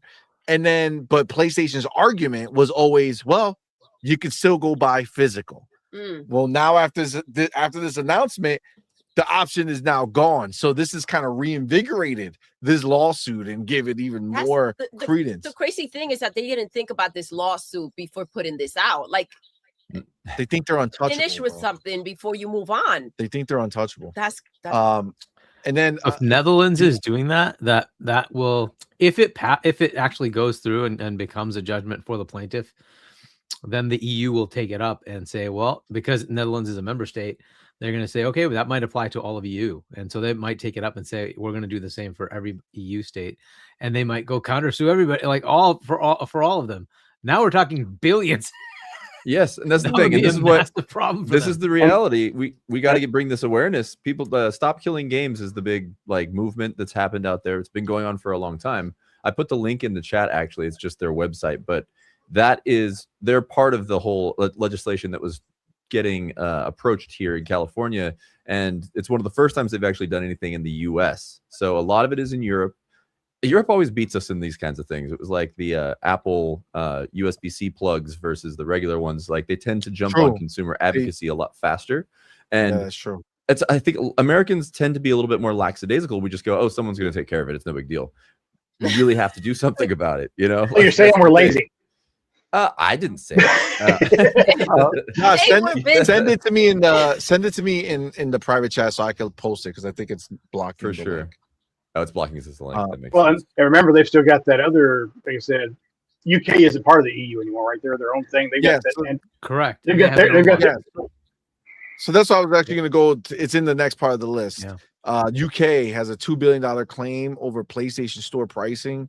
Has already been argued in court. Closing arguments are done, and a ruling is expected within months. Oh, so $2 billion. This is the problem, though. $2 you billion. see how people are having an issue with their prices, and they want to have full control of that. Yeah. What if that's a lot. Hiroki and the others know what the outcome is? True. I mean, they just What do you sold mean? off all this Elaborate. stuff. He 'cause they're just gonna be cashed losing. out. Right. They're gonna lose money, and it's gonna take their stock. They're gonna the second- lose. They know they're gonna lose, so they were cutting now. I mean, that makes He sense. cracked the Because you code. can just Damn. sometimes you can just tell where things are going, right? From the case. Yep. We're not very Yeah. privy to it, but I'm sure they are. Well, that's the whole thing about legal stuff is we're not going to hear much about it. That's why, in the sense of what we're doing, everything legal takes so long to happen. So it's like, this is the time. You look at the timeline, putting out legal things now here in mid 2026. The only way it's going to make a difference by 2028 is if we make noise now, you know? And but that's what they're kind of, I think, hoping for, is that not enough people will make enough noise in time for it to make a difference before they cut off the digital thing and they have all their, you know, all their ducks in order. Obviously, they've been planning this for a while, but I think it is a good point. It's like maybe they already know, and that's why these numbers they're dropping out, because they're like, okay, we're going to lose for a while, but then the plan, whatever that plan is, if it is for a handheld system and it becoming digital only as the, you know, Trojan horse, like King was talking about, it makes sense, because then they're just like, okay, cool. Most people will just be fine with it. Like a lot of people, like, because they're looking at other models, like they're looking at the fact that a lot of people who play Switch 2 in this same example, they're paying for digital games because it's just easier, and they're young, like the younger kids. So they're trying to just go to the next generation, and they're expecting it. I asked my nephews specifically. I sat and played poker with my nephews over the 4th of July weekend, and I asked the youngest nephews, 18, like about that whole subject. The two older nephews, who are 22 and 25, were both like, yeah, that sucks. That's ridiculous. They shouldn't get rid of these. And that's still a young demographic. But the 18-year-old, he's like, I don't care. Like, who cares? Yep. Like, whatever. I just buy all my games digitally. I don't care. And that's what they're banking on. Like, that's a huge chunk of the younger gaming demographic. They really don't care. So Yeah. that's the thing. We have to care enough to raise enough ruckus to at least keep something going. And I think that's the same kind of ruckus that's been raised in the past with, like, you can still buy VHS copies of things. You can still buy CDs. You can still buy, obviously, records, because that's a whole different thing. But, like, all of a sudden, we're just not going to be able to have any way to get an actual disc for PlayStation, you know, or for any other thing. I don't know. It's just. Well, and didn't China, because this isn't, I don't think this is really is specific to PlayStation, but didn't China also just rule that a person can actually leave their, if they die, they can leave their game collection to an heir?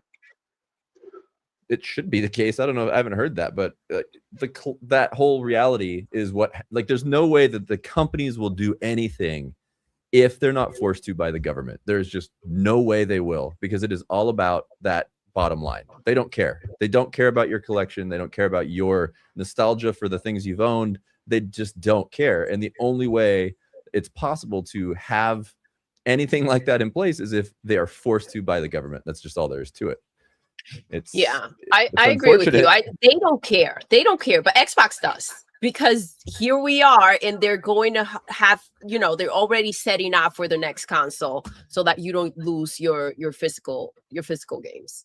That's And the bummer. Steam- I was Steam is the really example, hoping too. that today we were going to get that news. You know what I'm saying? Yeah.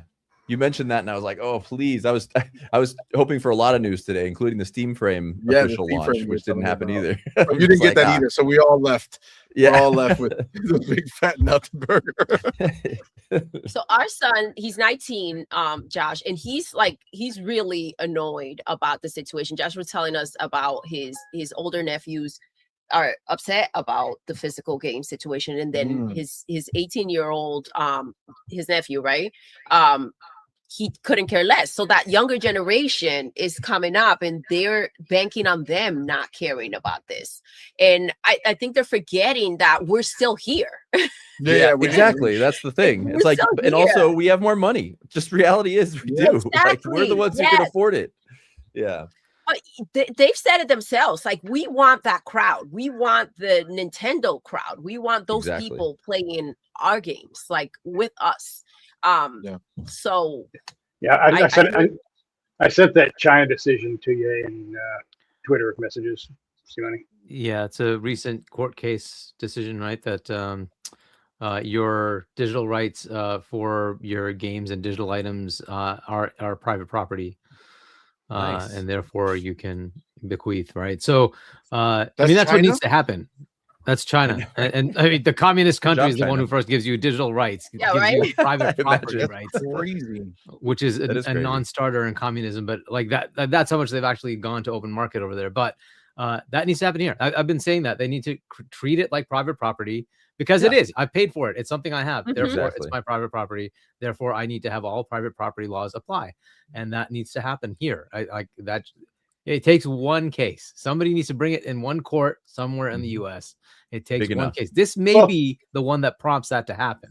I was saying, Right, and if then- US looks at, if US sees that and says, "Hey, China did this. How come we didn't?" I don't think it's gonna. It's likely to happen by courts, just like it happened there. And it like a perfect example, Colin Moriarty, right? He lost his account. Somebody like using phishing techniques with Sony got his account, right? And it's like, well, he just lost his entire catalog of games that he's been buying on PlayStation for years and years and years, right? Thankfully, he's calling and he's able to call in and call a favor and get his account back. Cool. Not everybody gets that. He could have sued and said, "Hey, you can't do that to me. I bought this stuff." So can't the take it. crazy thing Sorry. is currently protection-wise within the wording of all the legal jargon within the current Sony contracts for your account, if you don't use your account for 36 months, Yeah, Sony can delete it. send you a notification. They'll send you a notification that your account is at risk of being deleted. And if you don't reply within 6 more months, they can delete your account outright.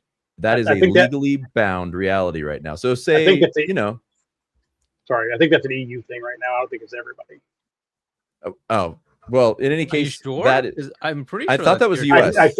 I think, I'm not sure, because that's one of the things that's what I'm reading on Twitter. You know how accurate Twitter can be sometimes. You Right, can't right. you can't use Twitter people as your source, bro. Use Wikipedia. No, I'm kidding. Just kidding. Only Pete. But in any case, those types of clauses are built into those agreements. And that's the thing. Like, I think about it. Like, I went through a period of time in my 20s where I didn't play games for a chunk of time. Like, I'd play here and there, but I would play like one system for a while, and I would not touch, the Xbox for 2 years, 3 years, whatever. The fact that that's a reality, that the potential to completely lose your entire library that you have that's purely digital, that should be concerning for anybody who pays for any digital product. Like, you should care about the fact that if they decide, because you didn't pay attention to an email, that they can delete everything you have, that shouldn't be legal. And it is. Yeah, that's By the way, It shouldn't. it's And the bigger confirmed globally. concern is like the fact that you think you can do whatever you want with what I already paid for. That's Exactly. insane to me. Like, I don't want the email. I shouldn't receive an email. I already paid for this and this is mine. Right? This is Yeah. a way of trying to kind of just strong arm the idea of engagement and making sure that these people are going ahead and using what they already paid for that belongs to them. Hargi brings up such an important point with this stuff, that games are so expensive. It's not a cheap hobby, right? And so if he wants to have his games for his nephew, his niece, his kids, like whoever he wants to pass that down to, or we want to pass it down to, we should be able to do that. On a situation like that, what are we supposed to do? Like, they should never have that type of control over something that is yours. Well, I mean, while we're in the 100% agreed, while we're in the world of changing this type of stuff, 100%, when we go to buy a game, we shouldn't buy a game, put it on, and then get introduced to terms and conditions. Yep. Okay. After we already purchased the game, that you have to accept, or the game won't go. You already paid for it. Then what? Like that you makes opened it. No sense. Like, what are you GameStop? talking You can't about? return it. You're just out of luck. It if you should open a be game, you can't before return you it. buy. Yeah, Right? and even then, because there's no reasonable way to expect a consumer at a store to have a lawyer present to read through all your 48 pages of bull crap. Or on your There couch. should be, I mean, there literally should not be any terms and conditions outside of straight, I bought it, I own it. Yep. Now, if you're gonna, it needs to be streamlined to like 3 bullet point lines that are right there before when you hit buy, this pops up and says, hey, you don't own this license, or you don't, whatever the hell. You have to be able to accept that before you do it, but it has to be in plain language, and it has to be like very, very easy to understand and see. 100%. Because they bury it under like all these pages of shit that nobody does, bro. How many times have you just scrolled to the bottom? What it says, that it says whatever, right? Because you don't read it, I don't read it. Most people, and that's me being kind of generous with my verbiage, most people don't read it. I can't imagine who would go ahead and start going through all of this, especially since you've already made the decision. Like, what are you going to do?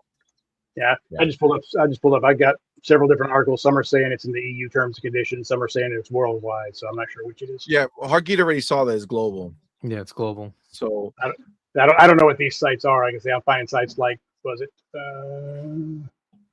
Notebook Check says it's only EU. So just either way, it still sucks. It's been in the EU longer, but in April of this year, they've amended the universal ones that are globally applicable. So now it's the same everywhere. Okay. So in that exact vein, in that thought process of it, like, okay, of course it sucks. It's messed up. And also, buying the games, unless you're buying it from GOG, there are, where there are no digital rights management, you get to actually have the physical, not the physical, but the digital version of it and put it anywhere and all that. It's just, sorry, I'm totally losing my train of thought.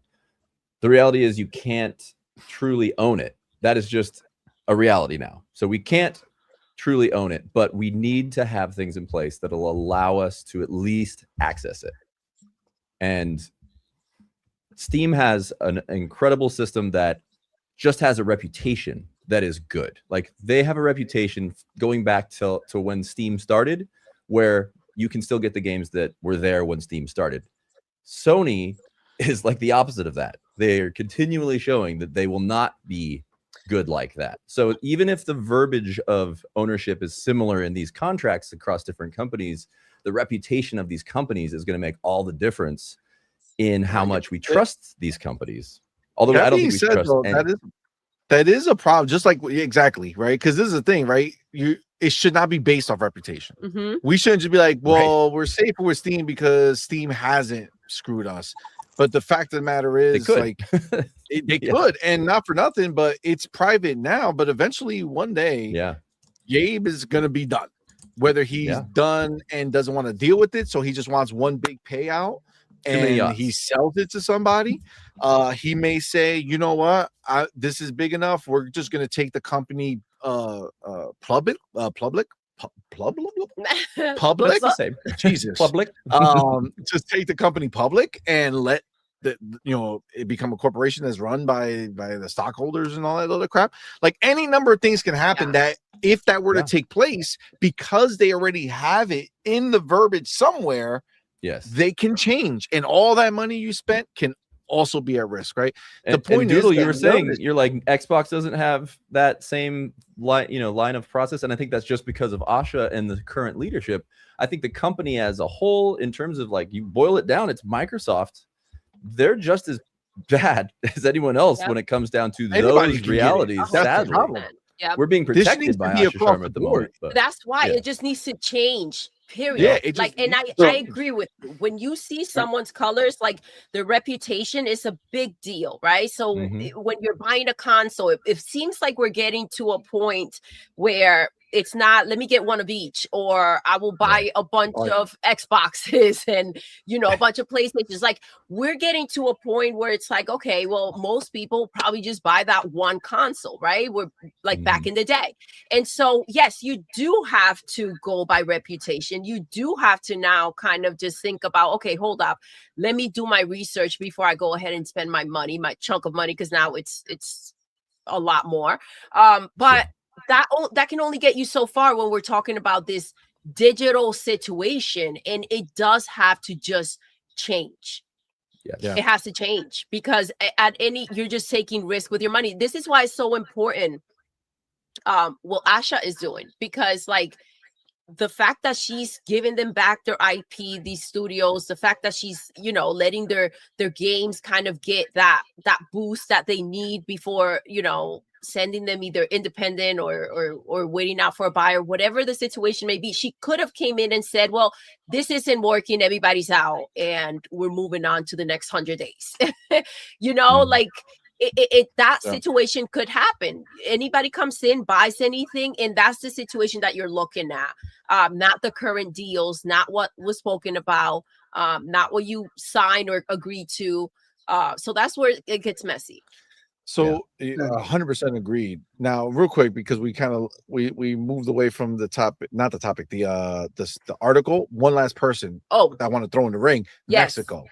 Mexico is also involved here. Okay, good. Says 2 federal lawmakers are preparing an antitrust complaint against Sony as the sole seller and sole price setter on its platform.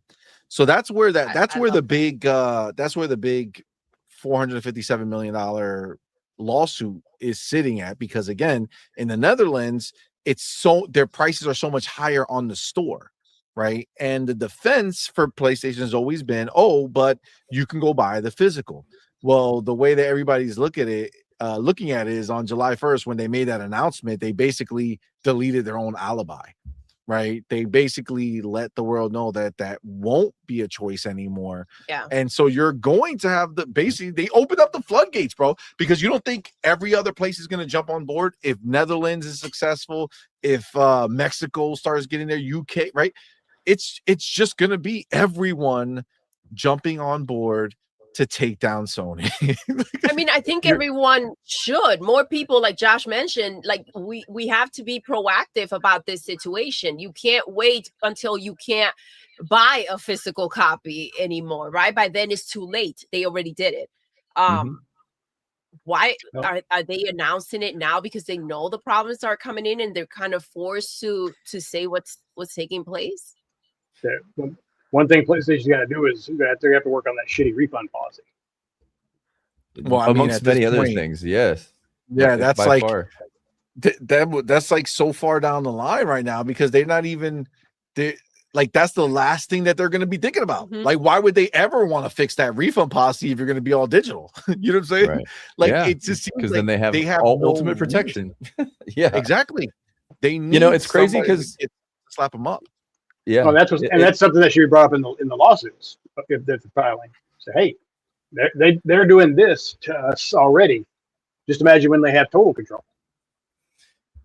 And the crazy thing is, I think the first time I realized how much control they actually have was recently, because the disc thing is a catalyst to a lot of other elements, and it's one of those things that I think will lead to hopefully one of those big lawsuits, like you were saying, that'll actually cause a change. But the first time I noticed that things really truly changed is when I used a disc recently. I bought Crimson Desert on PS5 originally. I was saying this earlier, and then I ended up switching to PC. But I was so glad. I was like, okay, cool. I went and picked it up in the morning on the West Coast in California, picked up the disc, put it in the hard drive, and I was like, great, I'm going to start a live stream, and I'm going to stream Crimson Desert for the first time. And it doesn't look like anyone else is streaming it yet, but that's weird, So I just loaded it up, downloaded and loaded the game because you had to do updates, of course. So it's like you're already bound to the internet with it. And then I start the live stream. I'm ready to start playing, and you can actually watch the live stream. It actually got a ton of hits because of the fact that it was an absolute failure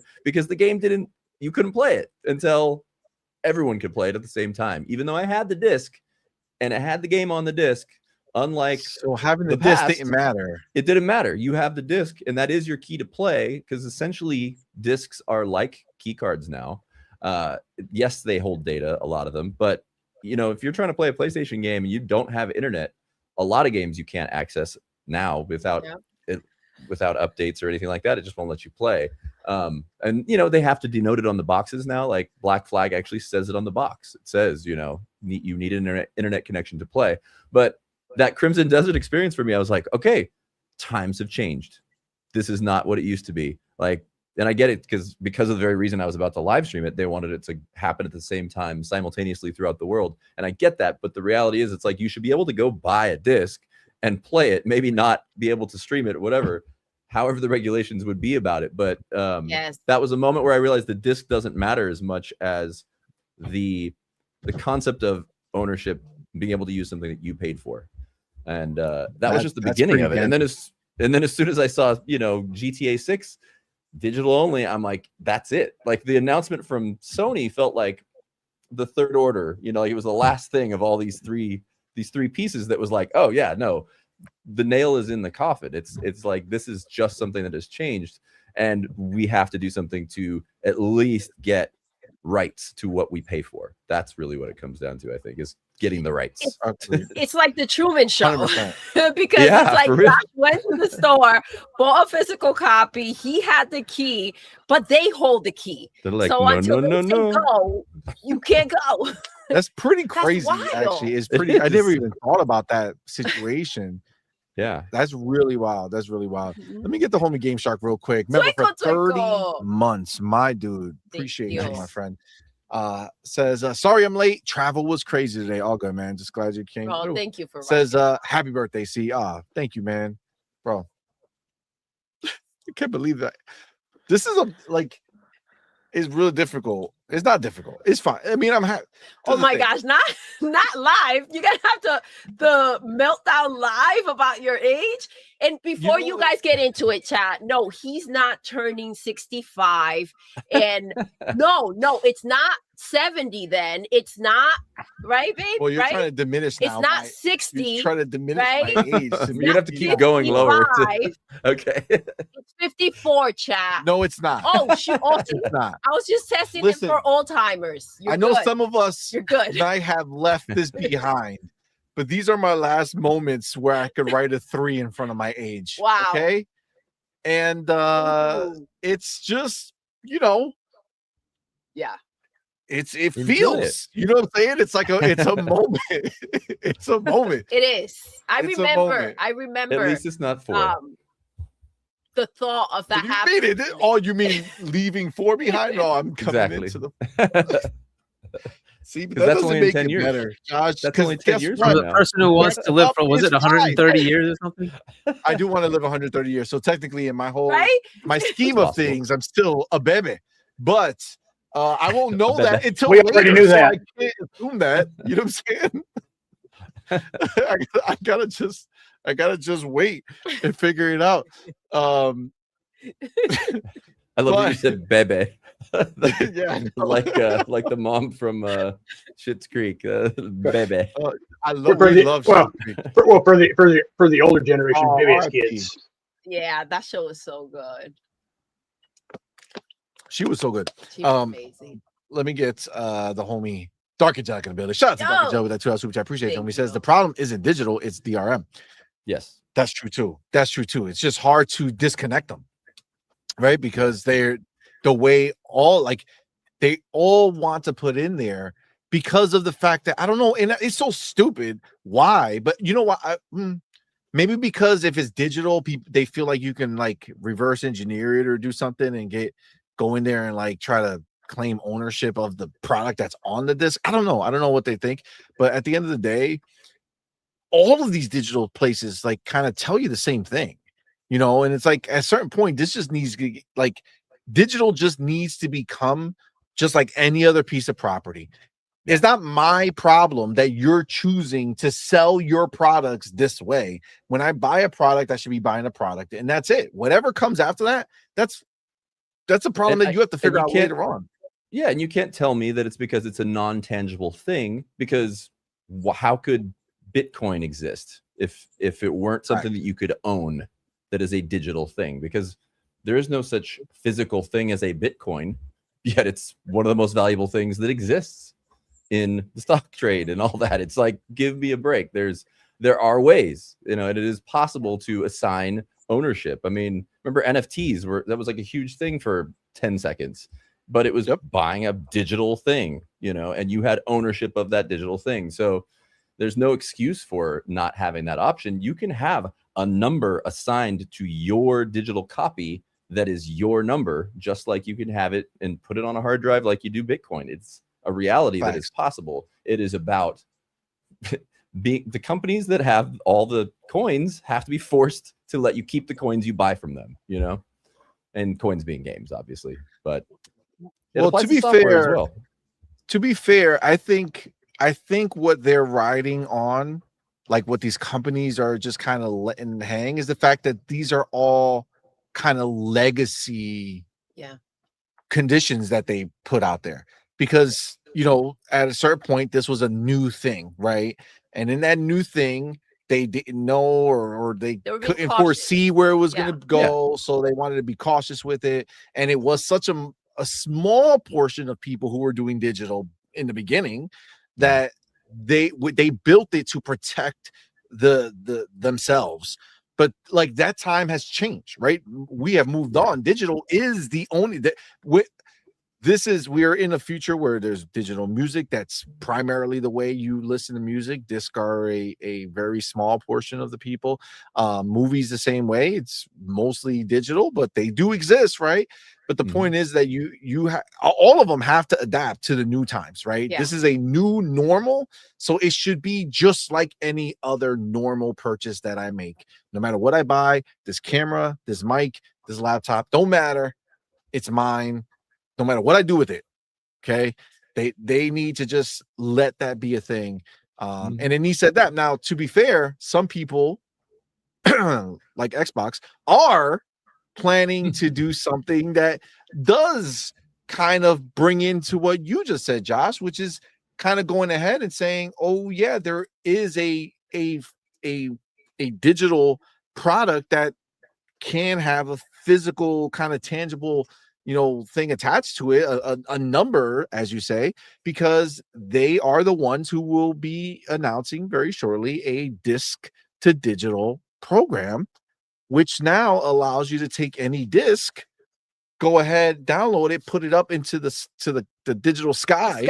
You have your digital game that you don't need to put your disc in anymore because that key was unlocked. You own that digital game, but guess what?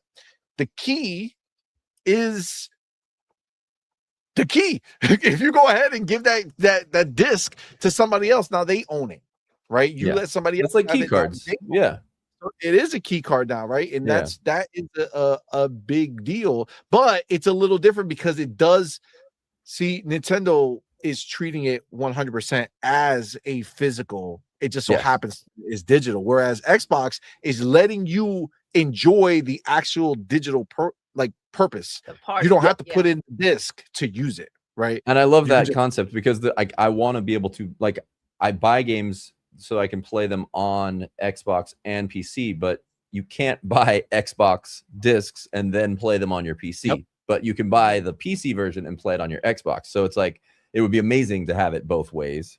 And if that's the way that they're talking about doing it, that's ideal. The play anywhere just makes sense, you know. And I have a feeling that, like, King was talking about earlier with PlayStation talking about doing a portable version, that would be the way forward as well, is to have, but to also have some kind of key card, some kind of thing that allows you to, okay, I own this game, I can use it on these things.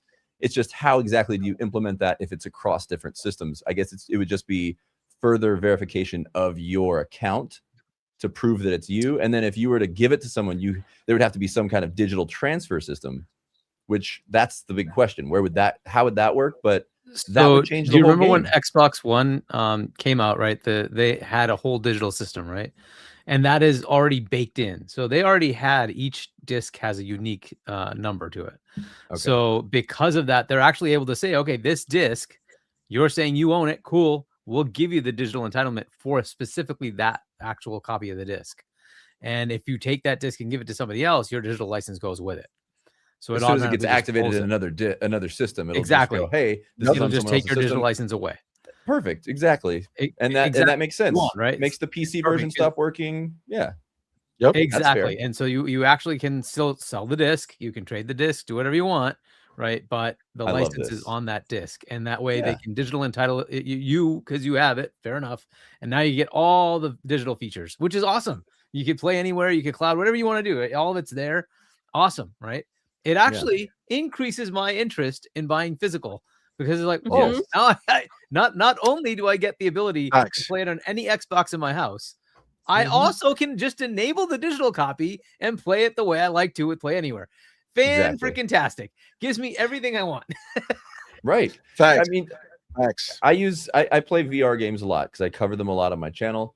I have a PSVR 2. I have the Quest 3, and I'm soon going to have a Steam frame. And it's like, you have to make decisions based on, because it's such a smaller ecosystem, and some of the games in VR are only on specific systems, just like in the rest of gaming, and they don't cross over. Like you can use the Quest 3 to play PC VR games, and you can use a PSVR 2 to play PC VR games as well with an adapter, but you can't play Batman Arkham Shadow on anything but a Quest 3 standalone, and you can't play Lone Echo on anything but through the Meta ecosystem, but you can play it on a PC. So there's like ways to work around it, but you actually have to genuinely think about how you're going to, like what you're going to buy it for. And this kind of a system that we're talking about would allow more of an open, that's the thing that people love about Steam, is the reality that it's like, okay, so you buy the Steam game, you can just play it on whatever you have. You plug it into the computer and it'll work. So it's such a vastly, the whole VR world is, that whole situation is confusing. That's why a lot of people are excited about the Steam frame, because it's going to be the first time that people can actually be like, oh, I have a VR game console that I can play VR games on now, you know?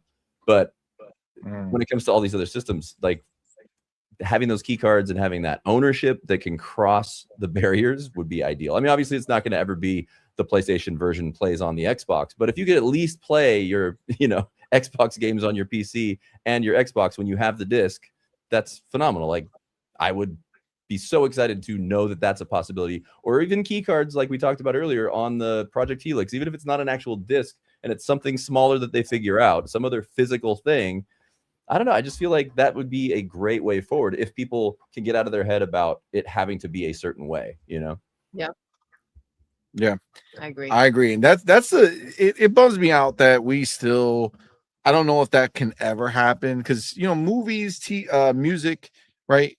You buy it wherever you buy it, and you just they have like this movies anywhere platform, right? Or play anywhere, whatever it is, platform that they call it, movies play anywhere. And then you could just buy it, and then boom, it goes there, and then you could use it anywhere.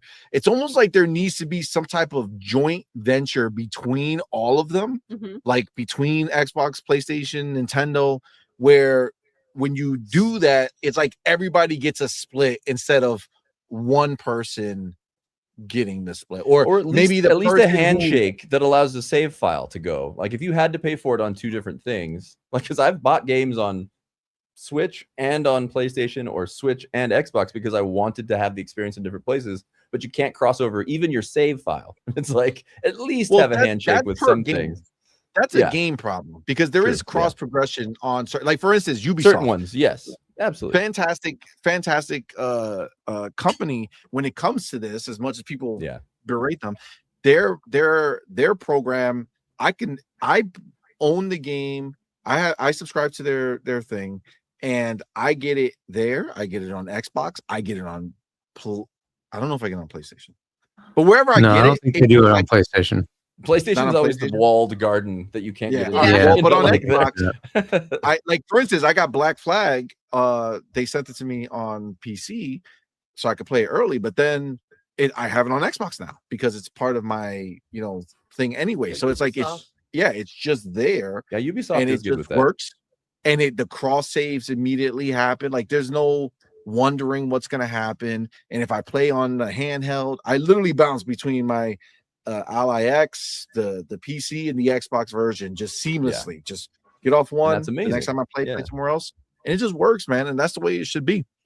Yes, it's really the thing. Now, there's a question that I thought let's ask it here. It's from David. Shout out to David. Thank you for being here, brother. Says, I got a question for y'all. What if Xbox does a digital only next generation too? Will you support that decision?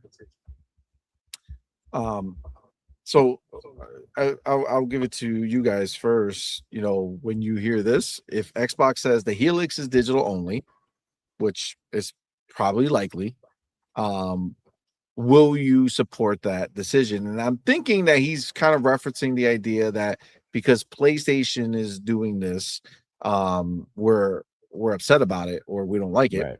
Will it piss us off the same amount? Will it piss us off the same amount? Yeah.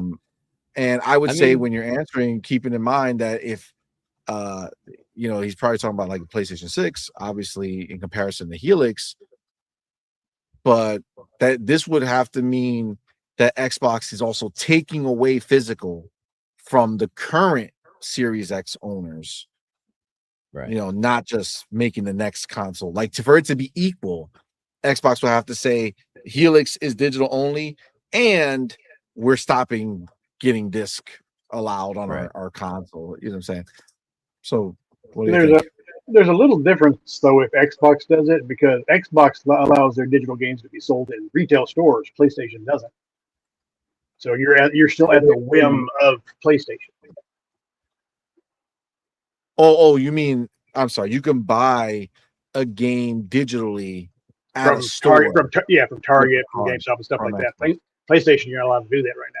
Now they're that goes into your decision. So will you be okay if the Helix is digital only? No, not really. As long as I have a way to play my disc games. Granted, I don't have a lot of them. If he can play like how we were talking about, I believe on you mean on our Friday show? Game. Yes, the disc to digital. Then if they give me a way to access my disc games. But to Hargeet's point, last time, not today, but last time we talked about this, he brought up the idea. Well, if you just buy the Helix, if it's digital only, and you don't have an Xbox Series X, you just buy a Helix. How do you get? Yeah, it's your first system with Xbox. Function? Yeah. Well, to me, it comes down to the same thing. It's like, no, it's not okay. Like they need to have an answer to digital ownership, like they just do. And I will feel just the same. I will just be a PC gamer because if I'm gonna only have the digital option, I can use my Xbox controller and and the truth is, like, from the way it sounds, at least Xbox is in the vein of being like, okay, well, we know people are going to play on their PCs anyway, so I'll just buy the Xbox version on that. And if I do get a Helix, at least I can cross play between those two. But I don't see why I would, unless there's some kind of like this disc system that you're talking about that potentially will be announced. That'd be ideal. And even if the Helix doesn't have that disc drive, if you have a way to get it on there, then at least there's that. But it's the same as PlayStation in the case of if it's just straight up, like you can't do anything but buy it through them, you know? But it's like built in, it's like baked into Xbox that Microsoft has PCs. So it's kind of like there's automatically more option. I don't know if you saw, it came out earlier today. There was I don't know where the lawsuit was, but somebody sued Xbox because their account got hacked and they lost all their all their stuff. And I guess the Xbox response was just buy it all again. And the courts didn't agree with that. Sure, which is crazy. Yeah, no big deal. wild. Which is a crazy answer.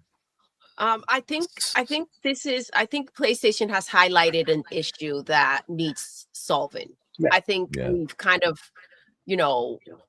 roll through with the whole digital situation and not really being like clicking to the I agree nonsense. And I do think that this just needs to get fixed throughout, like for every console. This idea that we own something, but we kind of don't, and it could be taken away at any moment. Like that doesn't sit right with me. They are doing something on their own. I'm not sure. Yeah. And I do think that Project Helix is going to be also just digital. It's not going to have a disk drive. But this is a problem that they highlighted.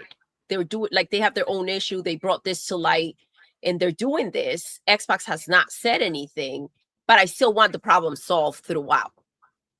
Excuse me. All right. So would I support the decision? No. Will I still potentially buy one? I don't know. We'll see. But it's still likely that I'd get one. But I think so far Asha has been really good about reading the room. Yeah, and if you tickle, do you have a recall? If you sorry, Arcade. I gotta take care of my girl. When you were trying to give me the water, I thought you muted the mic. Yeah, I didn't, but I should have. Go ahead. Sorry, bro. So if she sees what's happening here, the thing she should not do is look at this and say, well, I mean, they're going to take the heat and we'll just, ride along on their coattails and do the same thing. No, they're the challenger at this point. She's outright admitted that. They need to come in and say, let's slap them, right? Do everything they did and do it in reverse. Literally what they did with the Xbox One to PS4, right? They delayed the PS4 announcement because they saw the reaction of the Xbox One and said, we can't announce the same thing, because they were going to. It was going to be dead, like exactly bullet for bullet, the same exact thing. And they're like, yo, that went really bad. We're not doing that. Let's change it all. And they literally had like a slide to slide of everything that Xbox said and said the opposite, right? And that's what they need to do at Xbox and say, yeah, they just got the entire world against them. Now's our opportunity to say, no, we're not going to do that. So I agree. I would be surprised if they aren't looking at this and saying, I don't want this mess at all, right? Like they don't need this egg on their face at all. Like, yes, it might be that like PlayStation takes the lead in getting the hit, but those lawsuits though, who has the bigger bankroll? Who do you think most of the regulators in the world are like itching to go after? It's not Sony. It's going to be Microsoft because they already hate them. It's just the way it is. And you have to just say, I want none of this. I want none of. What is it going to cost me to just keep this? Even if it's a small percent of your user base, it's like, what is it going to take to say, I don't care. I want that disk drive. Doesn't have to be, a part of the system. It just has to be an accessory that's available, and we will continue to support physical releases, whatever that cost is, right? That it can't be worth it to take the egg. It's just not. So that rake hit is going to be terrible for them. So I would not support this decision. And I hope they're reading the room and saying, no way. So. I want none of this. I don't want any of this noise. In fact, let's take the opportunity to slap Sony and say, well, you guys did this. Remember this nice little video? And I was joking that like they should go get Shuhei and boys. That would be great. How you share an Xbox. Hire them. Bring them in. That would be epic, Huggy. That would be epic. Awesome. I just said the only thing you have to do is you have to have Asha with Sam Boys, so Asha's the one slapping them up. But Sam or maybe Boys you do it like Asha and Major Nelson or something, right? Here you go. Yes. Get an Xbox game.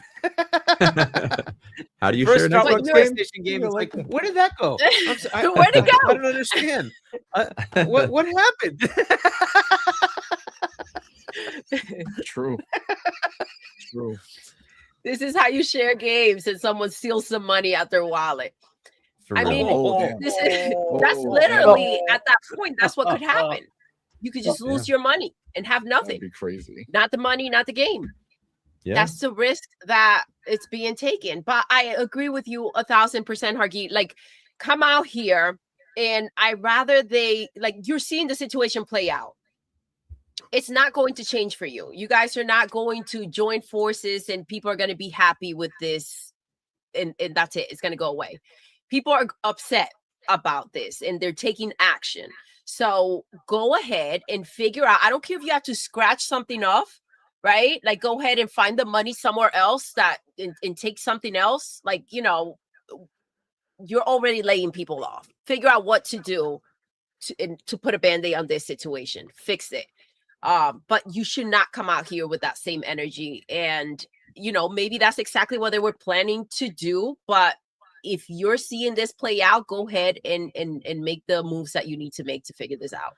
It also makes me Obviously, wonder if people don't all want of this is why we haven't heard anything yet officially about the disc to digital announcement, because they're probably figuring out all the little details to make sure that just like all that legal stuff that we don't want to, the little, you know, I agree, that protects them. They're probably figuring out all of that in all the ways that they have to. I bet it's more of a legal thing than a logistical thing. They're just like, okay, we got to make sure that we have this buttoned up tight to where we are still protected, but it'll allow people to have some kind of freedom, because it really is the perfect way right now for Xbox to, like you said, slap Sony. Like, it needs to happen in terms of where they are, and how Asha was talking about how the company is behind. And what was the number she said? She wants to have like 1 billion people, you know, regularly logging in. And it's like, how are you going to do that unless you have the whole gaming community on board? And the way to do that is to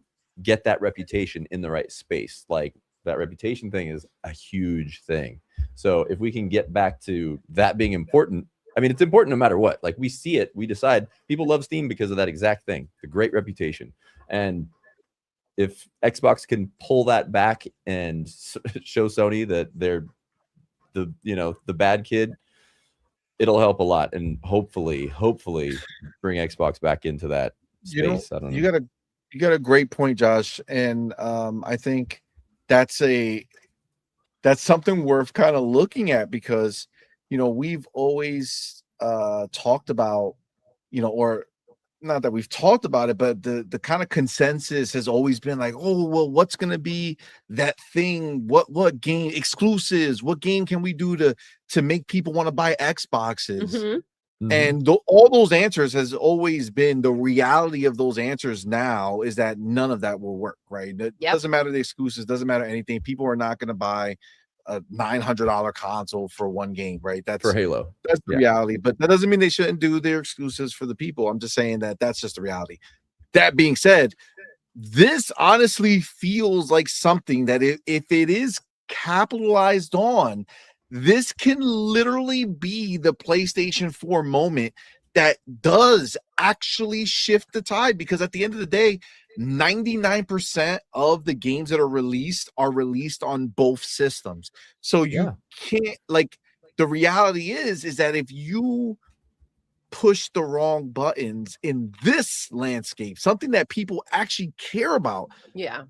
Because honestly, think about it. Like, I don't care about physical games. The moment I could, not Xbox 360, because I didn't go digital while they were still like testing it out. Like, I didn't want, like, if I was buying disc for that generation, I didn't want to all of a sudden swap to digital, because that'd just be stupid. Like, some games I play, I'll be like, oh, I could just switch over. Some games I got to get up and swap.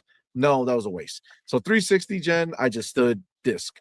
But Xbox One, since Xbox One, I've been fully, digital. So to me, none of this really matters in that landscape of like the actual act of physical versus digital. But the all the things that this has exposed does matter to me as a digital owner, because all the digital rights need to be sorted out 100%. But that being said, like, people, when they're seeing this, if you are a physical owner, if it does matter to you to own these boxes, that means way more than my lack of caring. Yeah. You know what I'm saying? 100%. Like the fact that you care enough to go buy these boxes, to when you play your games, you rather get up and go change that disc. Like that means And something even more. Absolutely. And even if you're more of a digital person, if Xbox decides to really capitalize on being the good guy in the situation, it's really easy to make a decision to buy a game. So if it's like you're saying, CMoney, it was like it's being released on all the systems. It's coming out for PS6. It's coming out for Project Helix. But you know what? I like Xbox because they respect me. I'm going to buy it on Xbox.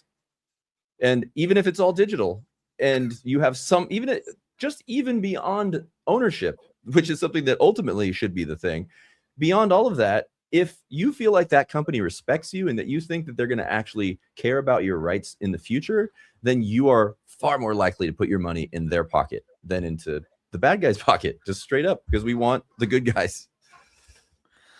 100%. I think, this is a unicorns are real moment, right? This is a unicorn where we've talked about what do you do, right? To outsell consoles, right? When it comes to PlayStation, to outsell them. This is the perfect opportunity. You take advantage, you capitalize on this situation. The fact that you are going to have that disk drive, even if it's like, how we were talking about Hargi, CMoney, even if you have to buy it on the side, you make more money. The console price stays on the lower end, right? Because it is going to be an expensive console anyways. But yes, go ahead as soon as you can put this out there, because this is the moment. Strike while it's hot. Let people know so that they can be eager and ready. Like with all these lawsuits, this flame's not going to die out. This is that moment that could change things. This is that Eminem one shot. Yep. Okay. This is literally, honestly, Mom spaghetti. Asha. Yo, dead ass. Yeah. Asha, if you're listening, bro, don't mess this up. I hope they do it right. Yeah. So you're saying don't miss your chance to blow. There's no other chance. This is the fumble. Yeah. This is the fumble. This is the 100%. fumble. The end zone's right there. If they recover the fumble, they're scoring. You're done. They're You're scoring. done. Yeah. It's you're back done. to the This was same the only place. shot. Yep. Yeah, so as I've been saying, I think they have a couple of things they need to do with this announcement. Disc to Digital, announce the accessory drive with it. Say we're launching it this fall, and it will hook up to your Series S, Series X, PC, and Helix.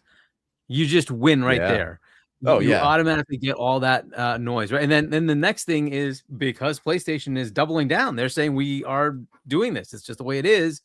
All those Europe has a larger physical gamer their choice is physical versus way bigger, digital. yeah. It's not 50-50, but it's still much more over there than it is in other territories. Europe has no market share for Xbox. This is the chance for those retailers to say, well, gee, they're keeping me alive. You are saying I'm going away. Screw you, PlayStation. I'm recommending the console that is going to keep me alive. So it's going to be Nintendo and Xbox. You can go. All right. And so you're right. Bringing the corporations into it makes, Hargeet, I agree with you 100%.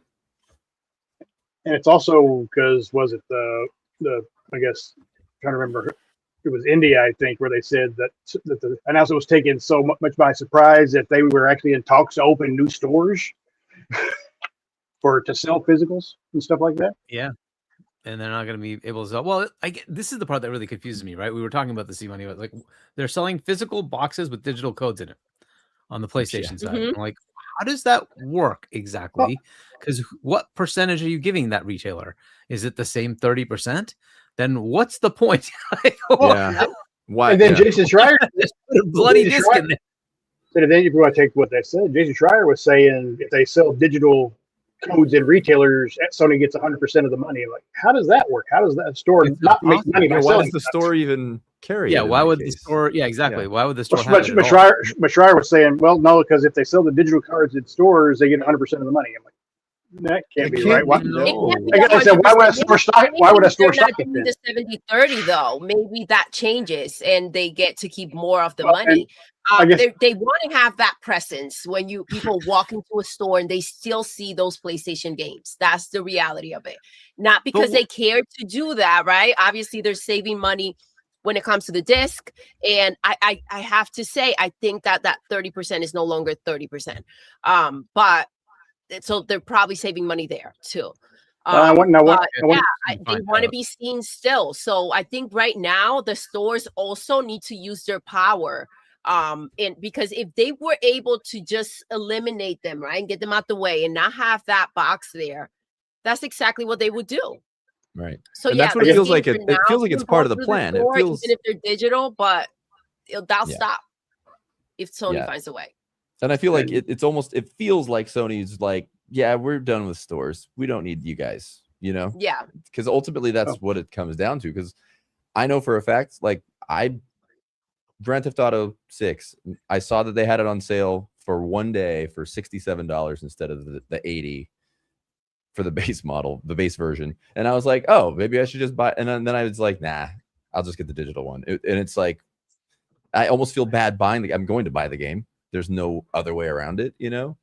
But I don't have enough points accumulated in whatever pocket to make it happen, but it does feel like the end. Like it's game stores will, unless Hargeet, like your idea about them dropping an actual drive, like we need a saving grace of some kind like that. And what a 1-2 punch would that be to Sony? Like when they're backed into the corner right now, you know, like that would be incredible. It would change, sorry, but change the game 100%, because we would be in a whole new realm, a whole new territory of options, you know, and feeling like ownership matters, you know, and whether people buy the drive or not is almost irrelevant. They could get the digital version. Or if they just have will be there. Another drive, they don't have to buy that drive and they can use whatever drive. But if a lot of people don't have any kind of disk drive, you know, like the reality is a lot of people, unless they have a console, they don't have a disk drive, or they have a PlayStation 5 and that's it. They can't use their PlayStation 5 because obviously Sony will block that as a disk drive to transfer your ownership. But yeah, to have that as an option and it's $70 or something and it looks cool. Yeah, the two parts of that are interesting is when do you announce it, right? It could be this digital gets announced sometime this week. That's cool. But wouldn't it be a bigger announcement if there's an audience that could just go, hell yeah, just like we have with Sony, right? Convert all the Sony PlayStation people. Wild. Literally. Yeah. And the place I think that happens is, you might not like it, but Keeley's, right? The Game Awards at the end of the year. Yeah, but that's way too long, my dude. It's way too long. I agree. That's the problem. It's way too far out, but it would be a hell of an announcement to have. You could do that Helix. Gamescom. I was gonna say Gamescom and Tokyo Game Show are coming up, but Tokyo Game Show Gamescom's a possibility. It's because that's also a Keeley show, right? There's a Keeley show at Gamescom, so you could announce it there. Big crowd, all fans. In Europe, the place that has the most physical purchases, right? Like, that could be a killer announcement. Are they ready enough to add a Helix to it, right? And say, Helix is coming next year. Here's what it's going to have. And oh, by the way, physical is still on the menu. What an announcement would that be, right? And like that just guarantees at least the next 10, 15 years, you're going to get physical on Xbox, right? Because Helix is likely to last 10 years at least, right? So that would be a hella announcement, right? That'd be interesting. The other thing I think, and this came up because I think was it Bunty who put that chat in last on Friday, where what if the convert PlayStation games to digital copies, and I countered that with no, you work with the retailers and say, go ahead and trade your PlayStation physicals for the equivalent Xbox physicals, and retailers will cover the cost differential. Because really, what is that really going to cost? Not a lot. It costs the retailer nothing. If it's a use this for a use this, it may cost a few bucks, right? And you say, you know what? We'll cover that cost differential. Overall, it might cost Xbox a couple of $100 million, maybe $1 billion at most. And like Microsoft, for $1 billion for Microsoft, whatever. The market share gain, and the PR value of doing that, saying we'll convert you entirely. Let's go. Can you imagine how many How big PlayStation would that be? gamers right now would drop PlayStation and move to Xbox if they did that, like at Gamescom? I mean, that really would be the ideal way to do it, right? Well, music that's 72 why in a the chat. Sony show would be like perfect. Yeah. That's why it would be perfect. Or imagine for the Game Awards showing the Project Helix with a disc drive. That would be crazy. right? Well, The music 72, actual system. music 72 brought it up in the chat. You remember, there's still more Xbox Fan Fest events coming too. Which includes Gamescom. But yeah, no, I like the idea of Gamescom. Why I want it to be something like that is it's not a Yeah, couple you're- of hundred people. It's thousands, Millions of people. right? And you want that big reaction from a mixed console, mixed, PC and Yeah. console crowd to come in and say, "Oh my God, that's a huge moment for gaming," right? Not just fans of Xbox already, right? Because they're all the people are going to FanFest are likely to buy the next console anyway, right? So let's just be honest, right? They want to attract the customers that are pissed off, right? And it's like, okay, I'm disavowed from this, but I'm a fan of gaming. What do you got to show me, Xbox? And they say something like that. That would be crazy. And that's why I want a lot of eyeballs. And as you said too, Gamescom is mainly European PlayStation audience. Xbox does something like that there. Well, the Could be nice thing is fantastic. they can come out this week, announce the disc to digital program. They can announce the disc drive and say, hey, we also want to go ahead and allow the people who have secondary Series S consoles, or just people who own Series S consoles in general, to be able to go ahead and purchase disc, that they can then return and share. So we're going to allow the disc drive to work on the Series S. So just those two announcements right now would be huge. And then you wait to August to drop the Helix. That would be And crazy. go ahead I have a and, question for you guys. yeah. That concept that I was bringing up earlier of if it weren't discs, I'm curious what each of you think about the concept of an alternate, like a memory card, that actually has data on it or not, similar to the plate, like what Nintendo's done. What do you think about that being something that they bring in instead of discs? Like instead of an actual disc drive with discs that you buy with the box, it's still a box. Are you talking about for the next console?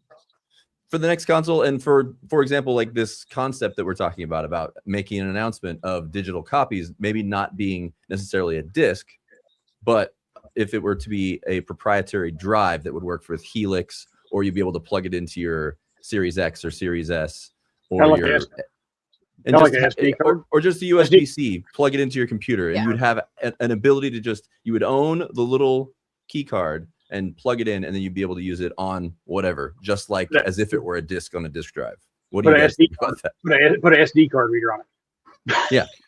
Yeah, so I guess it just depends, because it would have to be just like a USB drive of some sort, because there'd be nothing else for them to plug it into on an Xbox, right? Like if you're not doing a disc, then you have to do that. The other thing is it doesn't really solve the problem for current physical Like fans. the Like ones you that's already have. that's like a future physical scenario where it's like, okay, we don't want to make disc anymore, cost so much money or whatever. We're gonna put your code on a cheap little thumb drive and call it a day. But Don't break it.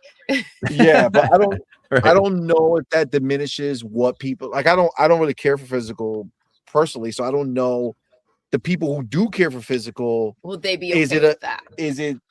Is the little thumbnail, would that just be equivalent to a card for them, like a piece of paper for them? Like, is it the disc? Is it the shiny disc that they want? There's something about a shiny disc. It smells good. A brand new one. I mean, the problem with theory is you know what I'm talking about. You open a brand new game, it's got like a smell, like that. It's like a brand book. new smell. True. Yeah, you're opening this little freshly. It's all the particles from the Chemicals. factory that you're smelling when you open it. Yeah. That's just me. That's just me. They pay me to pass gas in boxes before they see them. That's wild. That's Coco. wild. Again, not that type Wild. of show. I mean, look, Yeah. so because we already have a standard with, at least with the Xbox and PlayStation, of always having digital, physical discs, right? What the actual CDs, DVDs, and whatnot. I think it's better to stick with that. With Nintendo, they kind of went through an evolution, so I can't take a N64 cart and put it on my Switch, right? So that's kind of an annoyance. It's kind of stuck to that thing, right? And so now you would have to say, okay, well, whatever you do to increase that going forward, you'd have to keep that kind of physical slot that you're going to use for this thing, which is what they've kind of done with Switch and Switch 2, right? I kind of just like keeping the disc because drives exist for everything. I literally have 4 drives on my computer, right? So you can get a Blu-ray player and just read the disc. I think sticking to that format just makes it convenient because my original OG Xbox games are on that format. My 360 games are on that format, and those will not work with the disc to digital program because those were pre the Xbox One capability. But then the same with Xbox One and Series games, they're also on the same format. It just keeps it clean to just keep doing that. Now that doesn't mean they can just basically say that disc is a DVD with very little on it except the encryption key to tell you that you own the copy. Like you pointed out, most of the game is still coming from the internet anyway. So so it doesn't matter. That can just be a very cheap disc that just has the digital key that allows you to own that copy, right? And then the rest of it all the bits come from the internet anyway. I think that's the thing that drives me crazy about all of it. That's fine. Exactly. And I feel like the discs are so cheap. Like, why don't they just keep making them? It drives me nuts. I'm like, all right. Well, this is just the key that's card. the problem for them, obviously, for Sony, because Sony wants to use that space to make something else. Yeah, it's not the disc cost, strategy it's the issue. real estate. But when you think of when Josh brought up like not having the disc and just having a small cartridge or whatever we end up with, if they took that route, you can't scratch the disc, right? No more problems with that, no scratchies, and then it will take up less space. The one thing, it's like if they put it in a smaller box or whatever, it would be a space saver. A lot of people go digital because of the space situation, right? It's like, okay, what am I going to do with all these boxes? But they would probably still feel that way with the smaller box too. I think it's more, what does the physical collector actually want to collect? And the truth is, Ray Chi in the chat earlier, and I meant to click it, but I forgot.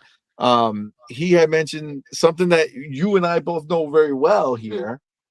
Those cards get lost, my dude. They do. They get lost. There's something different about a disc. Like a disc, you feel like I took it out. I gotta put it in the box. In another case, they just take it out and they're like, whatever. What are all these whatever Switch games doing here? Like, why they open the box and they're all empty. And see, the way I am, I'm more careful because they're so small. I'm really careful. I'm like, I put them in their tiny little sleeves in the tiny little thing, and I'm like, oh, okay, that's where that one is. Okay, and then when I actually put them in the little cases. His little glasses that zoom in, and he's like, let me place this perfectly with my Mario hat. And there you go. That's wild. Real quick before we keep going, I got the shout out to homies. Mac 22 TH54 the builder that $2 super chat says, "See, happy D-Day, bruh." D-Day. D-Day. Whoa. That's crazy. Whoa. That's crazy. That's says you don't look a day over 52. That's even crazy. Wow. Just take it as a compliment. Not getting punched. That is not nice. Wow. That's not nice. Crazy. Damn it, Mac. And then we have Ryan. You are in the building. My dude, that $2 super chat says, "Happy 60." They're just handing you money to insult you. They're like, "Here's $2." This is how they do here. This is the only reason they would hand me money. They don't want to say, like, "Hey, let me give you this cool comment to talk about." They're like, no. How can I slander C-Money and make him say it to the world? Great. They're Thanks. so nice to me, though. A little bit. Happy 60th B-Day, C-Money. Don't look at the Black Ops 2 emblems or BO2 emblems. I don't know what that means. Emblem creator of Black Ops, they're kind of going back to their old faiths. I don't think I know what that is. It's me and Bro with that $2 super chat says, "Thanks, OG maybe," from #BrokeWinBoy. Wow. Okay. Well, okay. Man, you guys and your messages are killing it today. I do have a quick question. Did anybody buy Death Stranding 2 or Ghost of Yote? Who would buy those things? I didn't. Well, this is my question. If you bought the standard version at say GameStop or whatever and got the disc in there, Why can't the collector's editions I bought come with a disc, box, or even a box? It came a digital code in an envelope. That's crazy because I bought Ghost of Yotei on PS5. I played it, beat it, and sold it. Yeah, and because that's the collector's editions don't just not have at all digital codes in an envelope. They didn't even give you a steelbook or a box. Did that God of War that we got the collector's edition for? Did that come with a digital? I don't know. And what about the Spider-Man? I think Well, Spider-Man also came with digital. My Horizon Forbidden West one came with the physical. With what? Oh yeah, physical? we have the with a disc. Yeah, but now even if you get the steelbook, it's like, you know, when you get a collector's edition, it's just empty. Yeah. Yeah. Well, I'm just saying you could have with the price of the collector's edition, they could have at least given that. Yeah. I mean, look, it's I don't know. Music 72 in the middle with that $2 which I appreciate you, my brother. It says, "Happy 40th birthday, CMoney. How do you look younger?" Wow. Oh, there you go. Wow. That's a nice message. A beautiful message. That's a nice message. Thank you, sir. That sounds like a loving birthday message. Look at that. Gets the right age. Says I look younger. These are all the nice things that should be said. Thank you, music. Wait, CMoney, I'm actually not sure what is it your 40th, really? It is 40th. Oh, amazing. Wow. Happy 40th. I didn't realize it. I thought you were Oh, he changed his tone. He was like, oh shit. You want me to make you want me to make you feel young, C-Money? You want me to make you feel young, C-Money? Of course you're younger than me. Did he say I'm younger? He did. No, I said I'm older. You said you're older? No, he's older, right? Yeah. I was like, you're older than me? I am I'm the older than you. baby. I'm not going to say how old, but it's not much older. Jeez. Money, this will make you feel a lot better.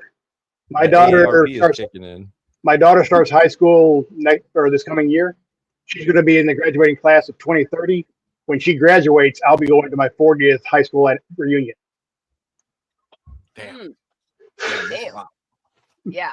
Well, listen. I'll put it this way: I worked in a video store. I've been out of high school. Listen, I worked at KB Toys. Okay, but listen, that makes me feel really good. That you made his night, Josh. This is the routine that happens in my life, Josh. Now, everybody, for what I don't know what it is, but every time I'm ever somewhere, and I look at somebody, and I'm like, damn, that motherfucker's old. That's rough.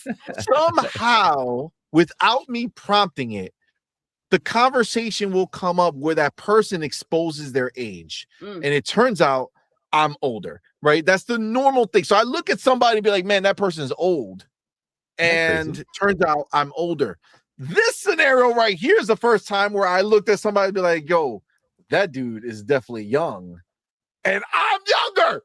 Look at us both making each other feel good. I love it. See, that was the double happiness. See, that's where it's supposed to be. Right, you are. Yes. Okay, that's the way it's supposed to be. Okay, that's a lot of love in this room. In these rooms. Oh God. Oh man, I love it. Wild. I'd be really happy when he gets his uppies later. Moonlight graduated in 2016. Goddamn. Oh, I am going to get uppies. I mean, I'll take the types of uppies that I'm going to get. Dark and Jelly says if CMoney is 40, did he marry Doodle when she was 10? Wow. So they'll kiss her ass. Arranged marriage. The fuck? God damn it. That's crazy. That's crazy wild. The abuse is insane. I forgot what we were talking about because all the abuse. We were talking about it was video games, right? Yeah, it's video games. Pretty sure. not the depressing. I love how music and Josh lift you up, and then the chat is like, "No, hold up." Let me continue. We got Trey Bone in the building. This is son. I'm younger than Doodle. Just saying. He is younger than me. So just in case. I remember when I turned 40 years ago. Me too. Many moons ago. Wow. Okay. Wow. What the fuck? I'm not Mother Gothel and shit. many moons ago? You Moon. out? No uppies for you. too. No, moons are days, baby. Moons are days, okay? We don't get, it's not one moon a year, okay? We get many, many moons. That's what I said. I just said moons, okay? Wow. Oh my God, Max says we like Doodle Oh, with thank that you, $2. baby. Damn. Thank you. Wow. These are my homies. That's crazy talk. That's okay. All right. That's okay. They love you, see. They love you. Oh, yeah. That's what I feel. They That's love what I you. feel. Non-stop Yes. feelings of the loves. Okay. Now let me ask you this, because we talked about the hypotheticals of, oh man, they could. I'm gonna switch the question. And this is what I want. I want to hear from each of you. Will Xbox capitalize on this situation?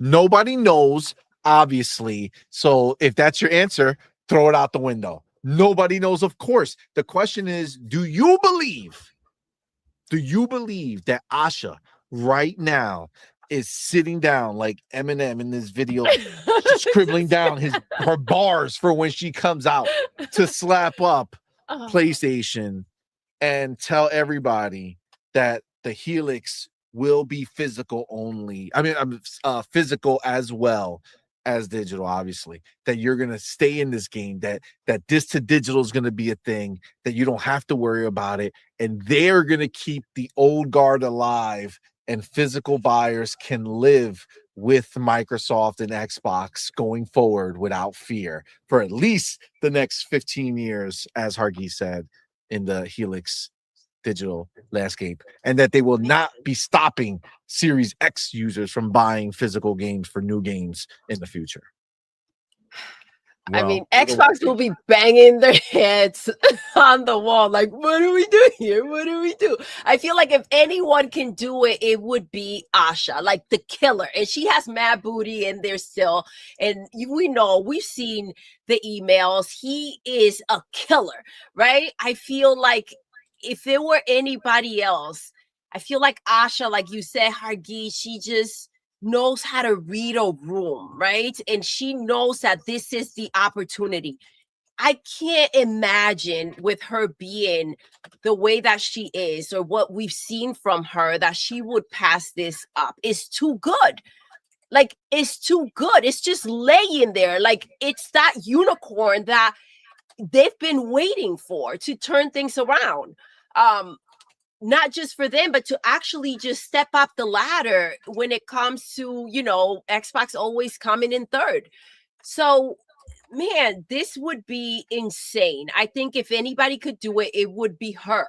I don't think anybody else will be able to take advantage of this opportunity in the way that she could. Okay, so your answer is yes or no? That's wild. Doodle thinks I don't know my Doodle, don't know, right?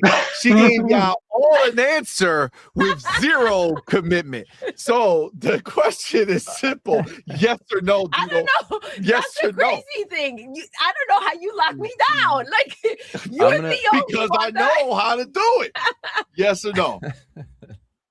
That's crazy. In the chat, guys, I put the poll up. Put a 1 Man. if yes, 2 if no. If you think that Asha's going to do it, baby, what do you think? Yes or no? I'm gonna put my trust in Asha and say that she can do it. Yes, she should do it. Okay. All right. I'm gonna jump in and I'm gonna. Now wait a minute. Is that the right answer? She said yes, should do it. She didn't say they will do it. No. She said no. She said yes. What you guys are getting from me? Locked in. All right, go ahead, Josh. I mean, it's mostly just agreeing. I think yes, and it's also like she has to. Like, what? There's no other option at this point. And even just in what she was saying about how they're behind and they have to make big decisions.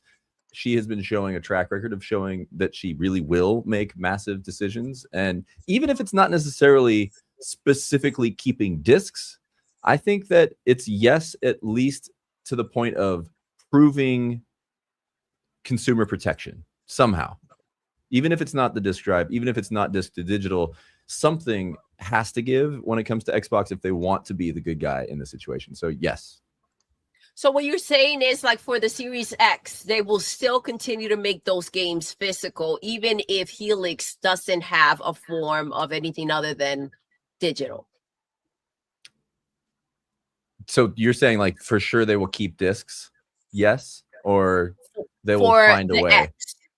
I that's tough. So that's where that changes it up a little bit for me, because I'm like, if they're gonna move forward and if they can find a way to keep digital rights possible, even if it's not physical discs, like if you like the code of the box thing is annoying, but like we had been talking about earlier about a code being assigned to you.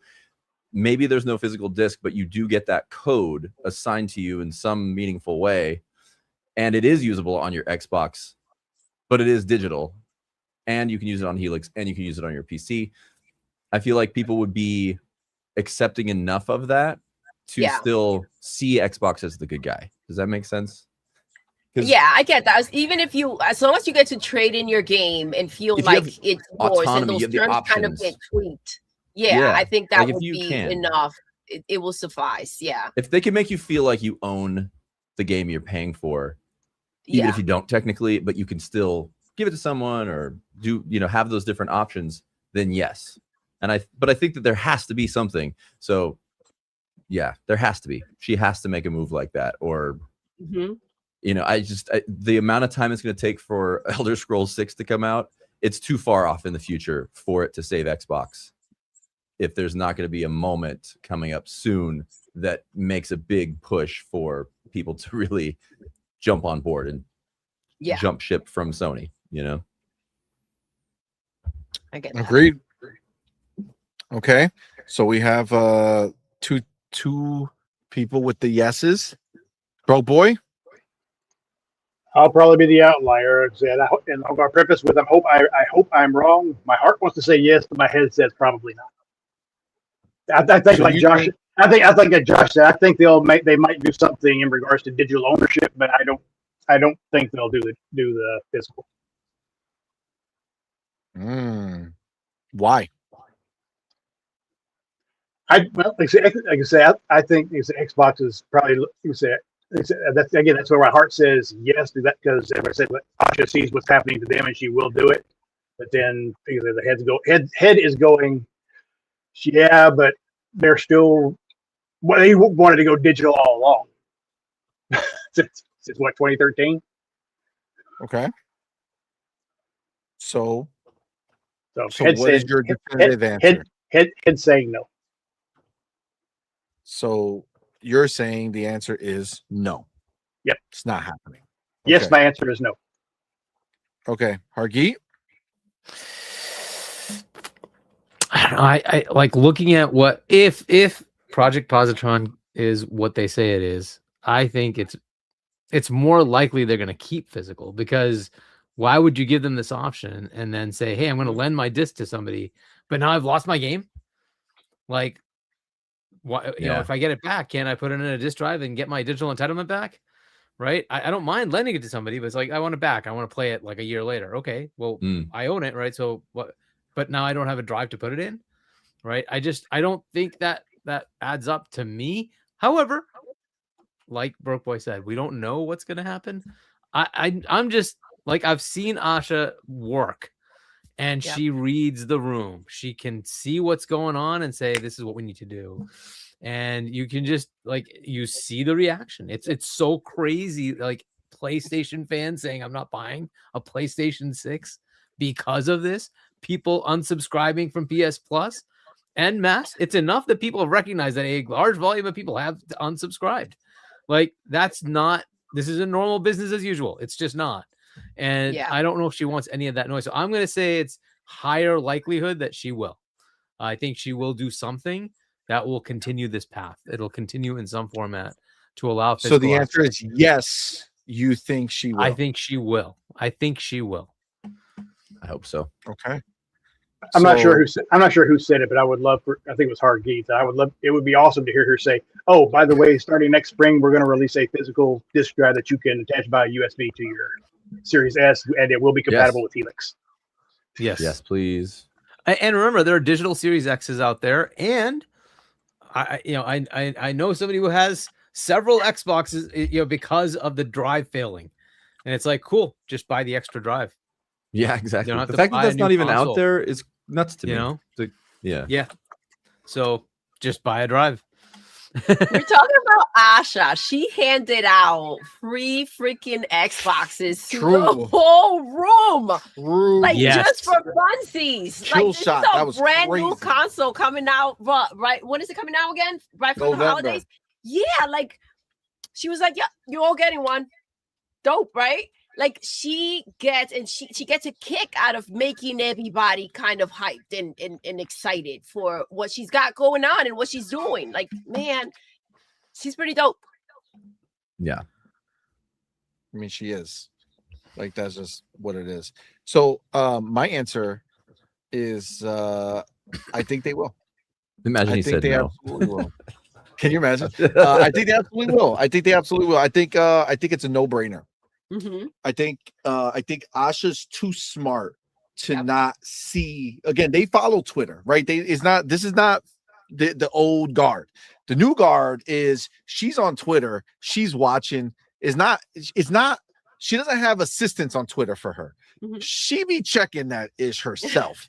She's like, what this motherfucker? All right, hold on, let me handle this real quick. Like, she's checking. So everybody's talking about this is how you trade games for PlayStation 4. And she's smart enough to know that is the moment that changed the trajectory of PlayStation, because this is how big of a moment that was. Everyone forgets that in that moment right there, that moment in time, Xbox was the leader. Yeah. Xbox was the big dog coming off of Xbox 360. Yo, this is a 360 when you get to do back to them the way that they got you, yo. Like, they got you. And this is like a perfect opportunity to do the same damn thing. You gonna let that go? Absolutely not. Shoot, Asha, shoot. There's just there's no answer. It has to be. She can't. It would be the biggest blunder. The biggest missed opportunity ever when you have the one like you claim that your exclusives, all this stuff. That's you coming out here saying we're getting back into it, right? We're getting back into the war. There's no way you let this ship sail and you don't. Facts. X mile. There's no way. You have to. You have to. That's the only answer. You have to absolutely do it. That would make PlayStation excommunicado. You have to. Listen, if people are talking about I'm not buying a PlayStation 6, I mean, come on, man. That's like a dream come true. Golden opportunity. It is. Yeah. Golden goose. What if they do this sharing thing with Keely? Oh my God. Oh, wow. Keely converts. Can you imagine? Keely has officially converted. That would be awesome. Crazy. Jeff, you got to do it, man. It'd be so awesome. I don't think it could be Asha, cool. it could be Major Nelson. I don't care, but it would be freaking awesome to go on stage at Gamescom and do that. Yo, that would be crazy. And then like have the disc drive like in glass, like next to him, and have like a little curtain come off. Oh my God. Yes. I mean, what happened to moments like that? What happened? That's they don't do live shows. I complained about that when we like this June, right? I was talking to Tina Meany and team, right? And they're there, and they're the ones who do the shows. And I'm like, you have to bring back live shows. And it's like, no, it's too much because there's too many things that could go wrong. But I'm like, but like that Keanu moment, you don't get that unless it's live. You need it a also live costs show. a lot of money for them in comparison to just. I don't care.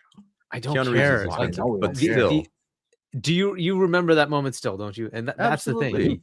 It's just one of those and things. You can't make that happen outside. And of I bought Cyberpunk on PS4 when it came out, and it was total garbage, terrible game at the time. And I still played it and beat it, and actually enjoyed it. And now it's way better. But like one of the reasons I did is because of that moment of Keanu Reeves walking out on that stage, like what, a year and a half before that. That was iconic. Like those moments, just it feels like they don't exist anymore. Iconic, something that makes you not even look. You didn't even care. you still played it. Like you just want that moment and you want to be a part of that time, right? So I feel like those iconic, legendary moments do need to come back somehow. Yes. Yeah. I feel like everything is so like level. Do something that it's so like when she gave out those Xboxes, that had to be crazy. Like it would have been so dope. Like, wait, hold on. Did I find out when you told me, or was that? I found out when I told you. Yes. No. Like that moment wasn't live, right? No, that was after the end. So I did record it. Yeah, it wasn't live. Make everyone want to be there. You know what I mean? I did record it and put it up. There. But that's exactly it, though, Doodle. It's exactly it. Like every reaction, I record the reactions because they don't do that. They should. They don't. And for all of the showcase, I like every single thing. Here's the reaction. Here's the reaction.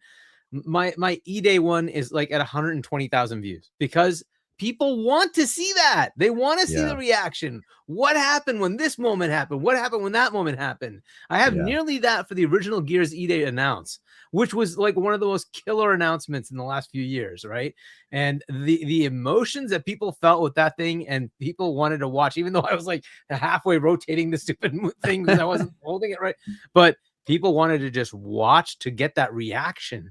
And I'm surprised that they don't see the obvious nature of that and like how cool it is to see that. Like people want to also feel it together, right? Especially if you're at home, you want to feel that, like the energy. It's so good to be there because of the energy, but like not everybody can be there, right? It's like this is a way to share that energy.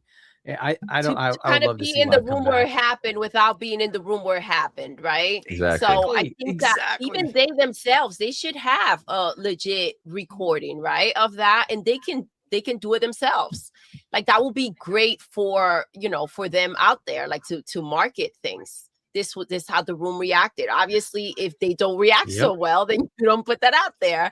But yeah, that would be great. People want to feel included, and it makes them want to push to be there the next time this happens. Mm-hmm. Or at least watch the next time it happens. You know, you hear about a moment you missed, and you get that like, oh man, I missed it. I should start watching these shows again. You know? Yeah.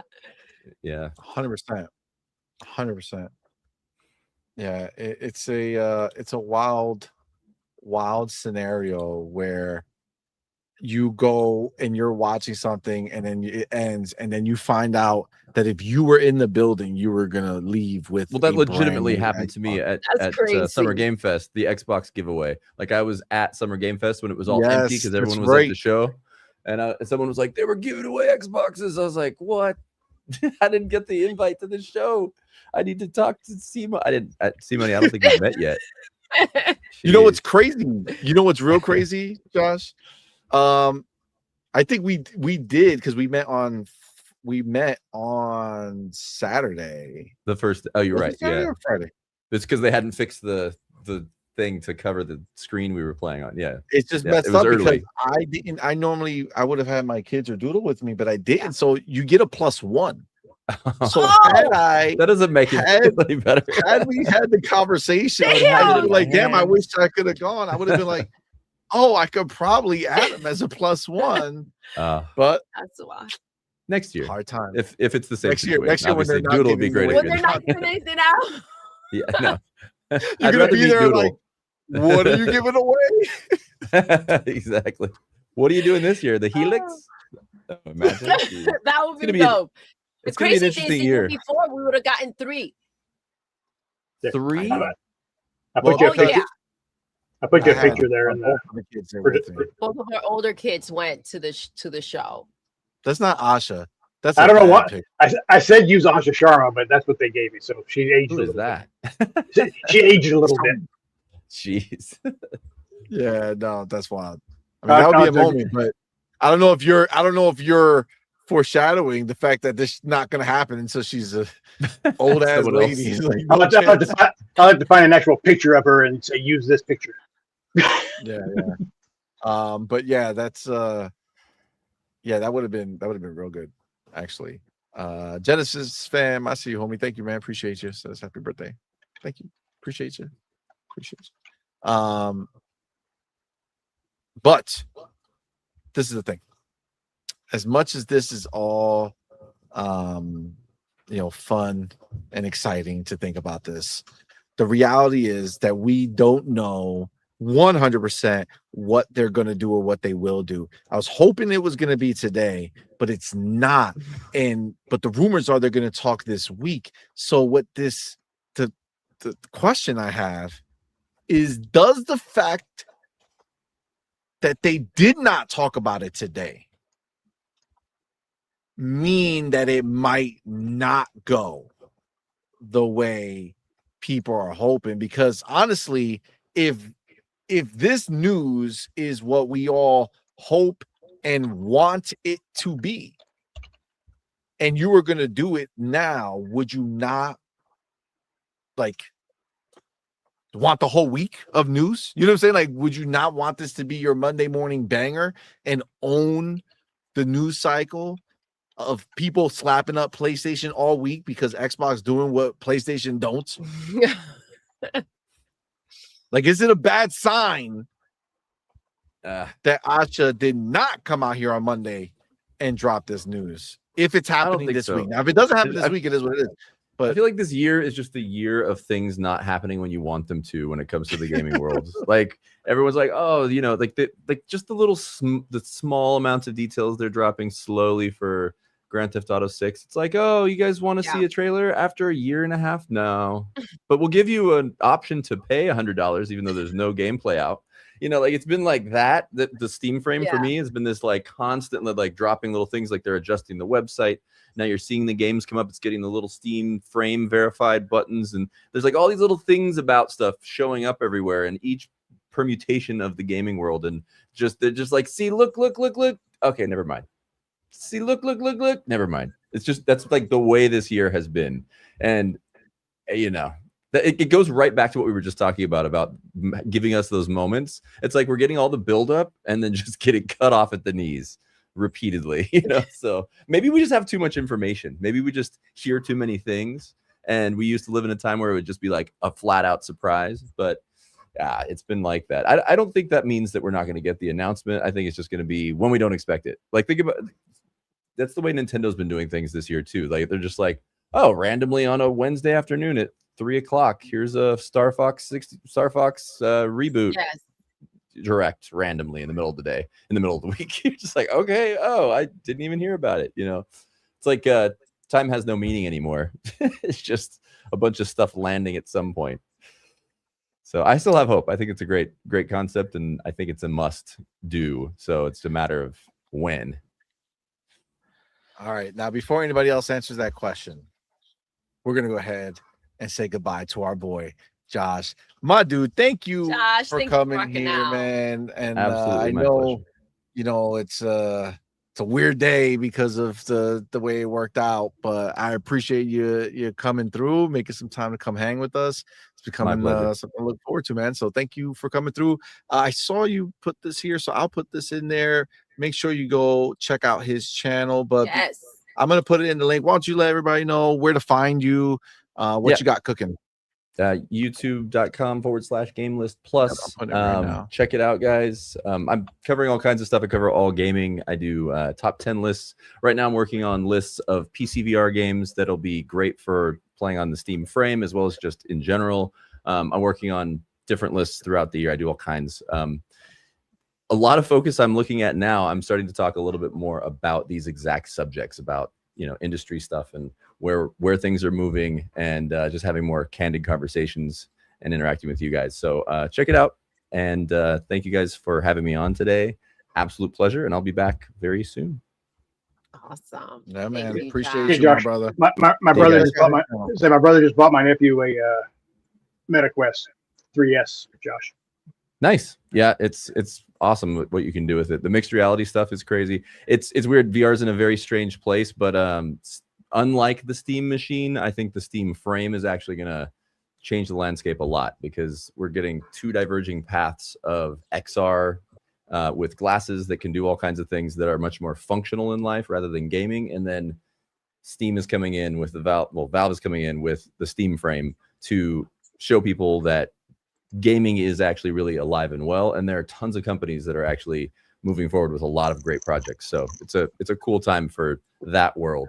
And then next year, there's all kinds of stuff coming from Meta. Meta's confirmed they're going to do a Quest 4 and yada, yada. There's a lot coming up with all of that. That's really interesting. But the whole gaming world is in a strange place. And with the cost of all the hardware, it's going to be a lot of change over the next few months that I'm excited to share and talk about with you guys, as well as my audience and everybody. So looking forward to it, guys. Thank you so much. See you, Josh. See you. Awesome, brother. Thank you, Josh. Appreciate you, man. Take care. See you. All right, now. Here, I gave you an updated picture, CMoney, with the actual Asha Sharma. Oh, there you go. Now she announces, hey, listen, we'll see, man. Hopefully it happens. Hopefully it happens. All right. So what about you, Pro Boy? Wait, what was it? Already did mine.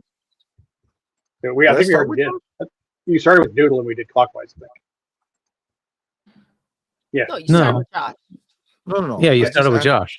Yeah. You went Josh, me, Hargeet, and then.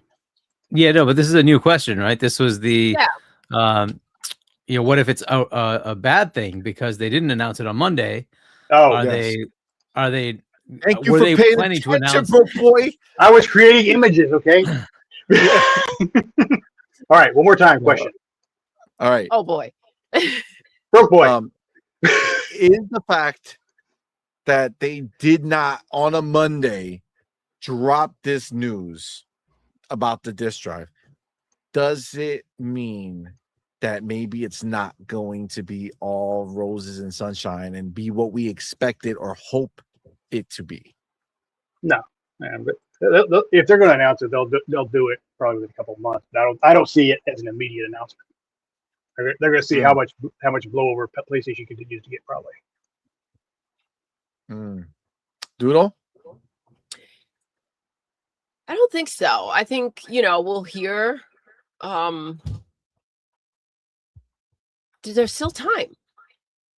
You know what I mean? Well, of course there's still time, but Yeah. only the day they tell you the news reflects what type of news it is. Now, that being said, some people might have looked at last week's news and thought that the layoffs were bad news. But I think overall, Asha knew that it wasn't really bad news. So that's why she needed that week so that the news could circulate correctly. Yeah. Yeah. So I don't know. So you're saying you don't think that I'm looking too deep into it? Yeah. Okay. Hargeet, am I thinking too deep into it? What do you think? Well, I don't. Do they usually announce things on Mondays? They literally just. I think they generally. I think they do get a lot of Mondays because I've done a lot of breaking news Monday because our show's on Tuesday, and I've done a lot of breaking news Monday stream. So yes, I would say that they normally do. Okay, well then maybe they're not ready. Sorry, go ahead, Bropo. What are you saying? Go ahead. I'll wait and see what you say, and I'll jump in afterwards.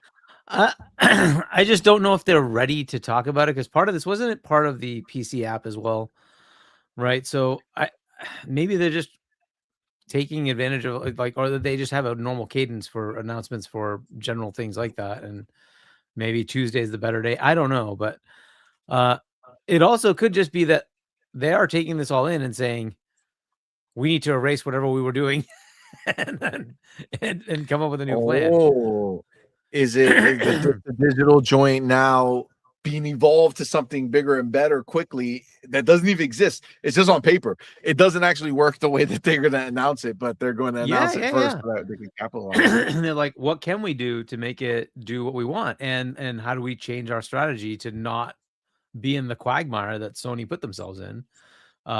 So it could just be that. And, maybe it's a bit more challenging to figure out how to do what they want to here versus that the PS4, Xbox One gen was like, how difficult is it really to just revert to what we used to have?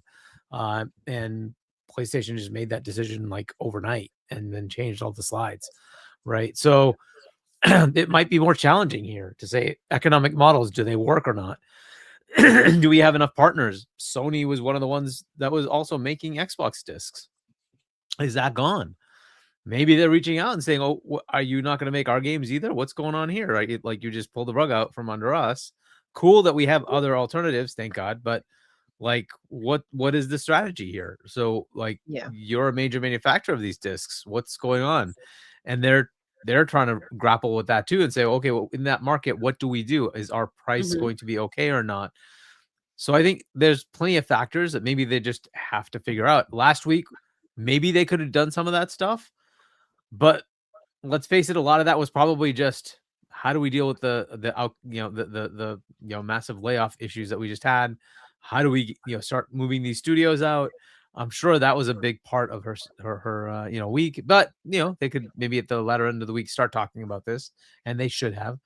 But maybe it's like, okay, hold off, give me a week or two because I want to now create a strategy that works and get Matthew Ball working on it. Hey, go figure this out. Let's see and give me a presentation in a week, right? And then I can make a decision as to what makes sense, right?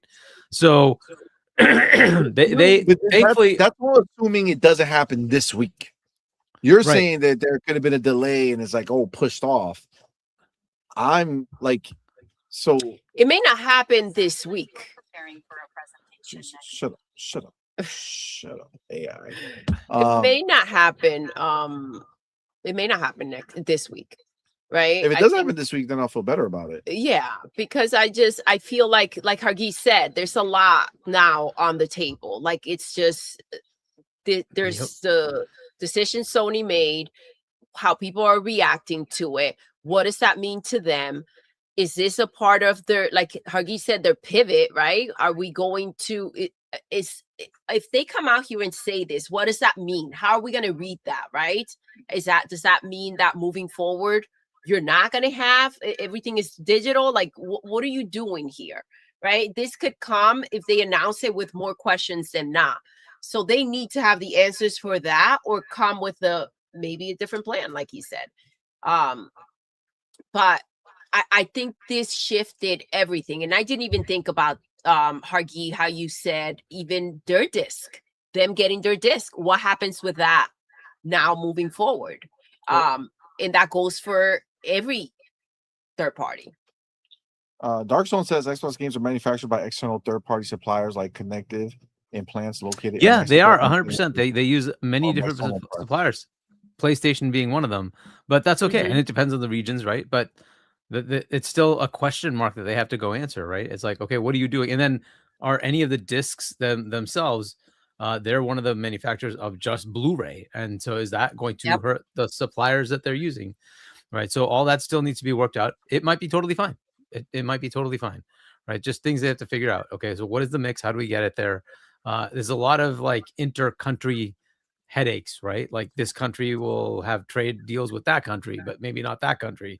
And so you have to just work those things because of the USMCA creating in Mexico supplies US and Canada. That's great.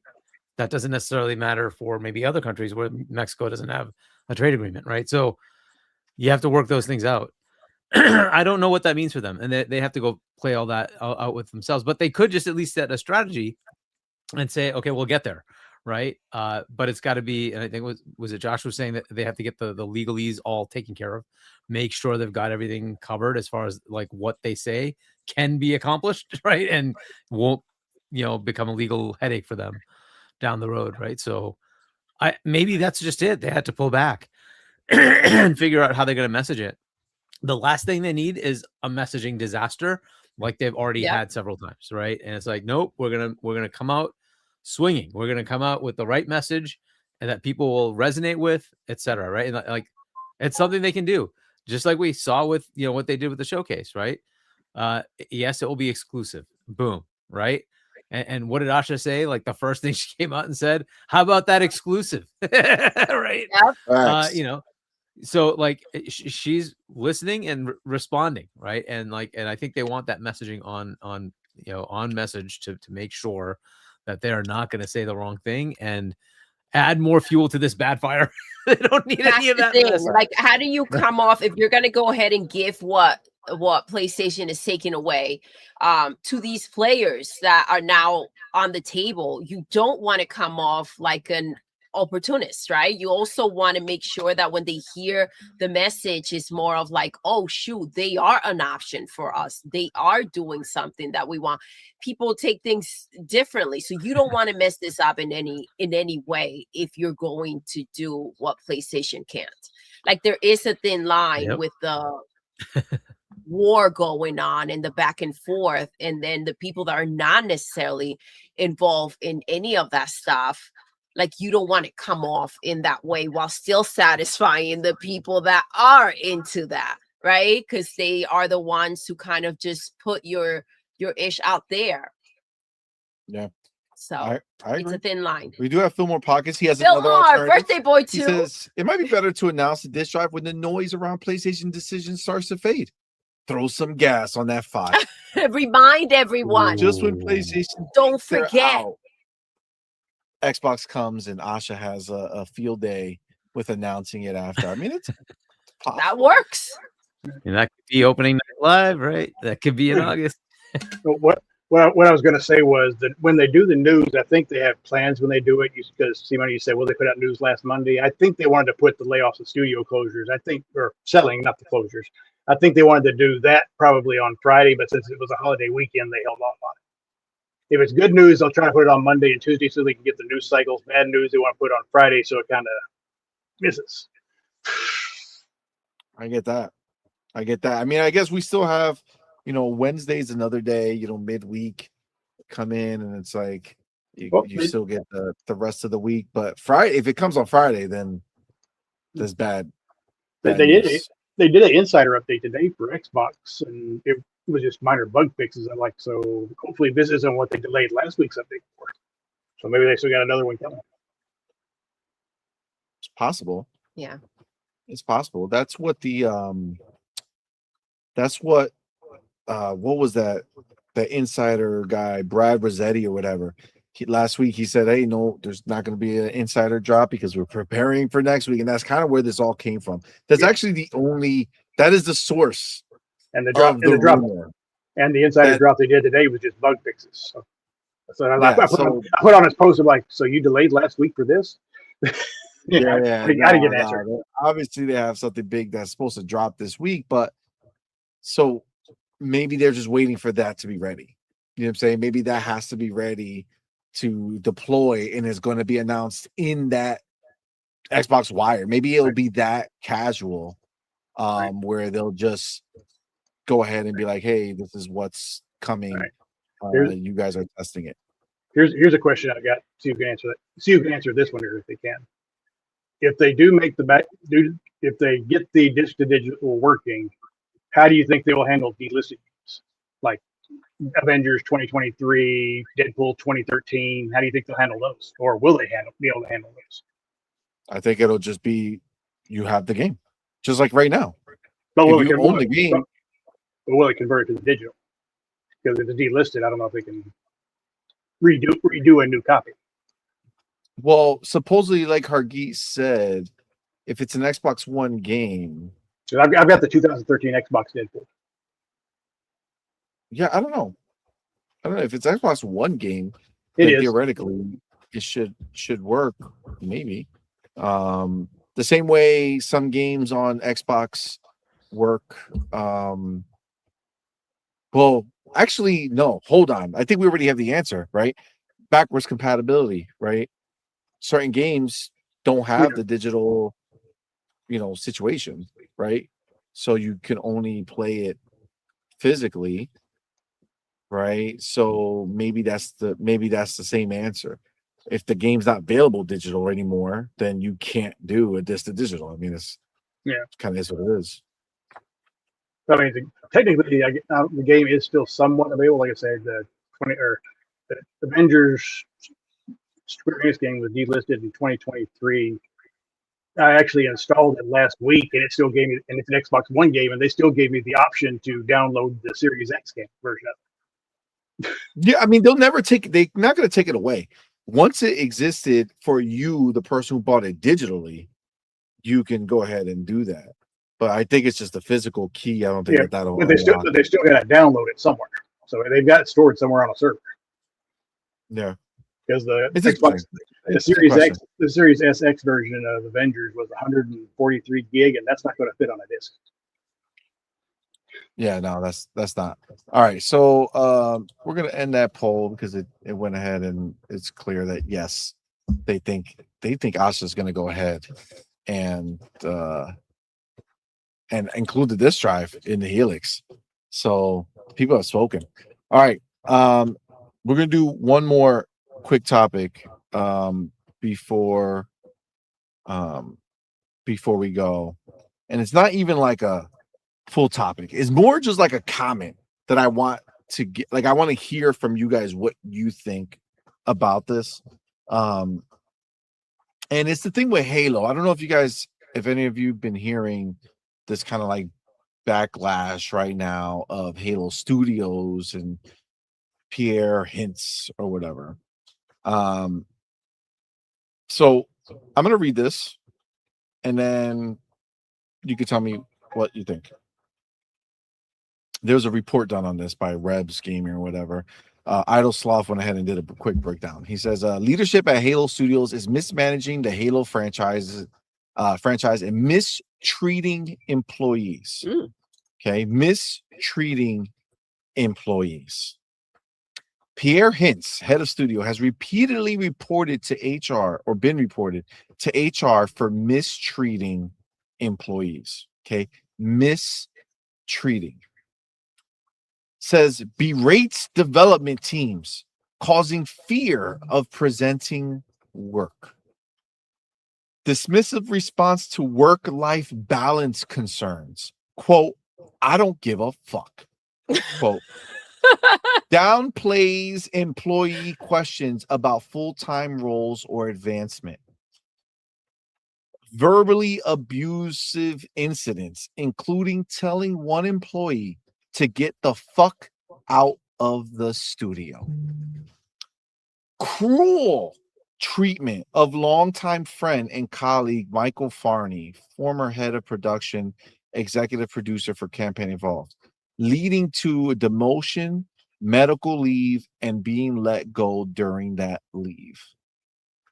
Poor project management on Campaign Evolve, constant priority changes, lack of roadmap planning, then blaming the team despite their efforts to salvage it. And then there's added ones here. Other leadership issues. Chris Matthews, studio art director, accused of chronism. This is the guy I spoke to, by the way, at the event. Okay. When I played Halo at Xbox Showcase. Seems like a nice guy to me. Hiring friends over qualified candidates. Oh, he hires friends over qualified candidates? Maybe go give him a call. Like, yo, let me go. I want to work at Halo. Thank you. Inappropriate comments to coworkers, HR intervention required, and other complaints. Elizabeth Van Wyck, chief operating officer, criticized for focusing on personal activities. Hold on. So Pierre is bad for not giving a fuck about work-life balance.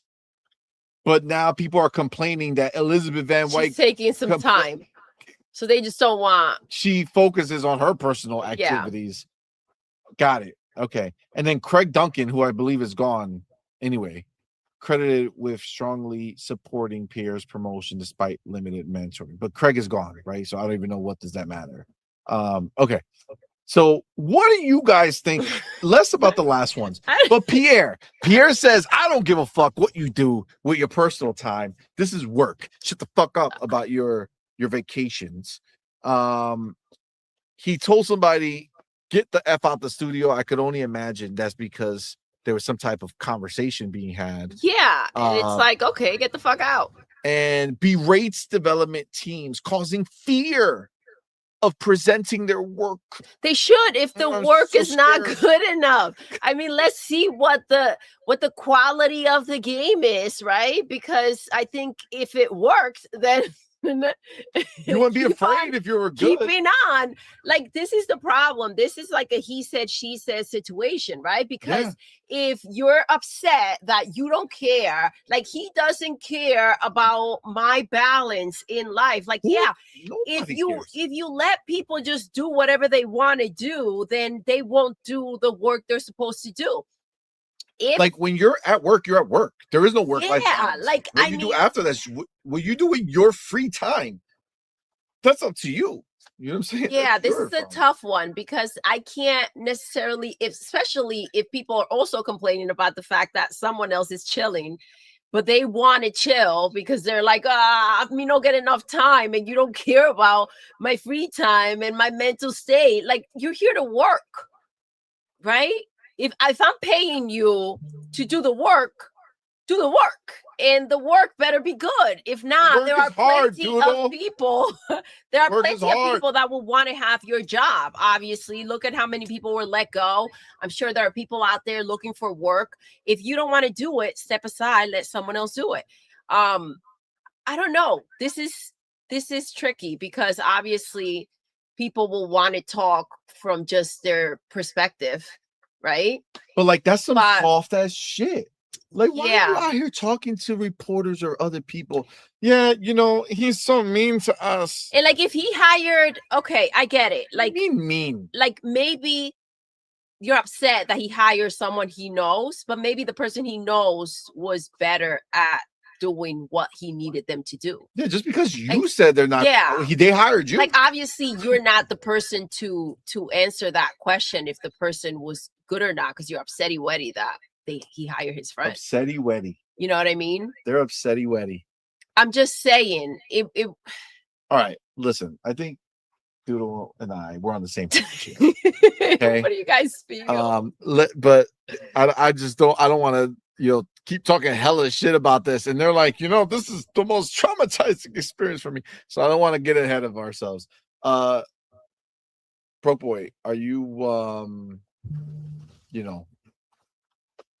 are you with or against or for or against? Are you pissed at Pierre Hintz that he's treating people by demanding work to be done?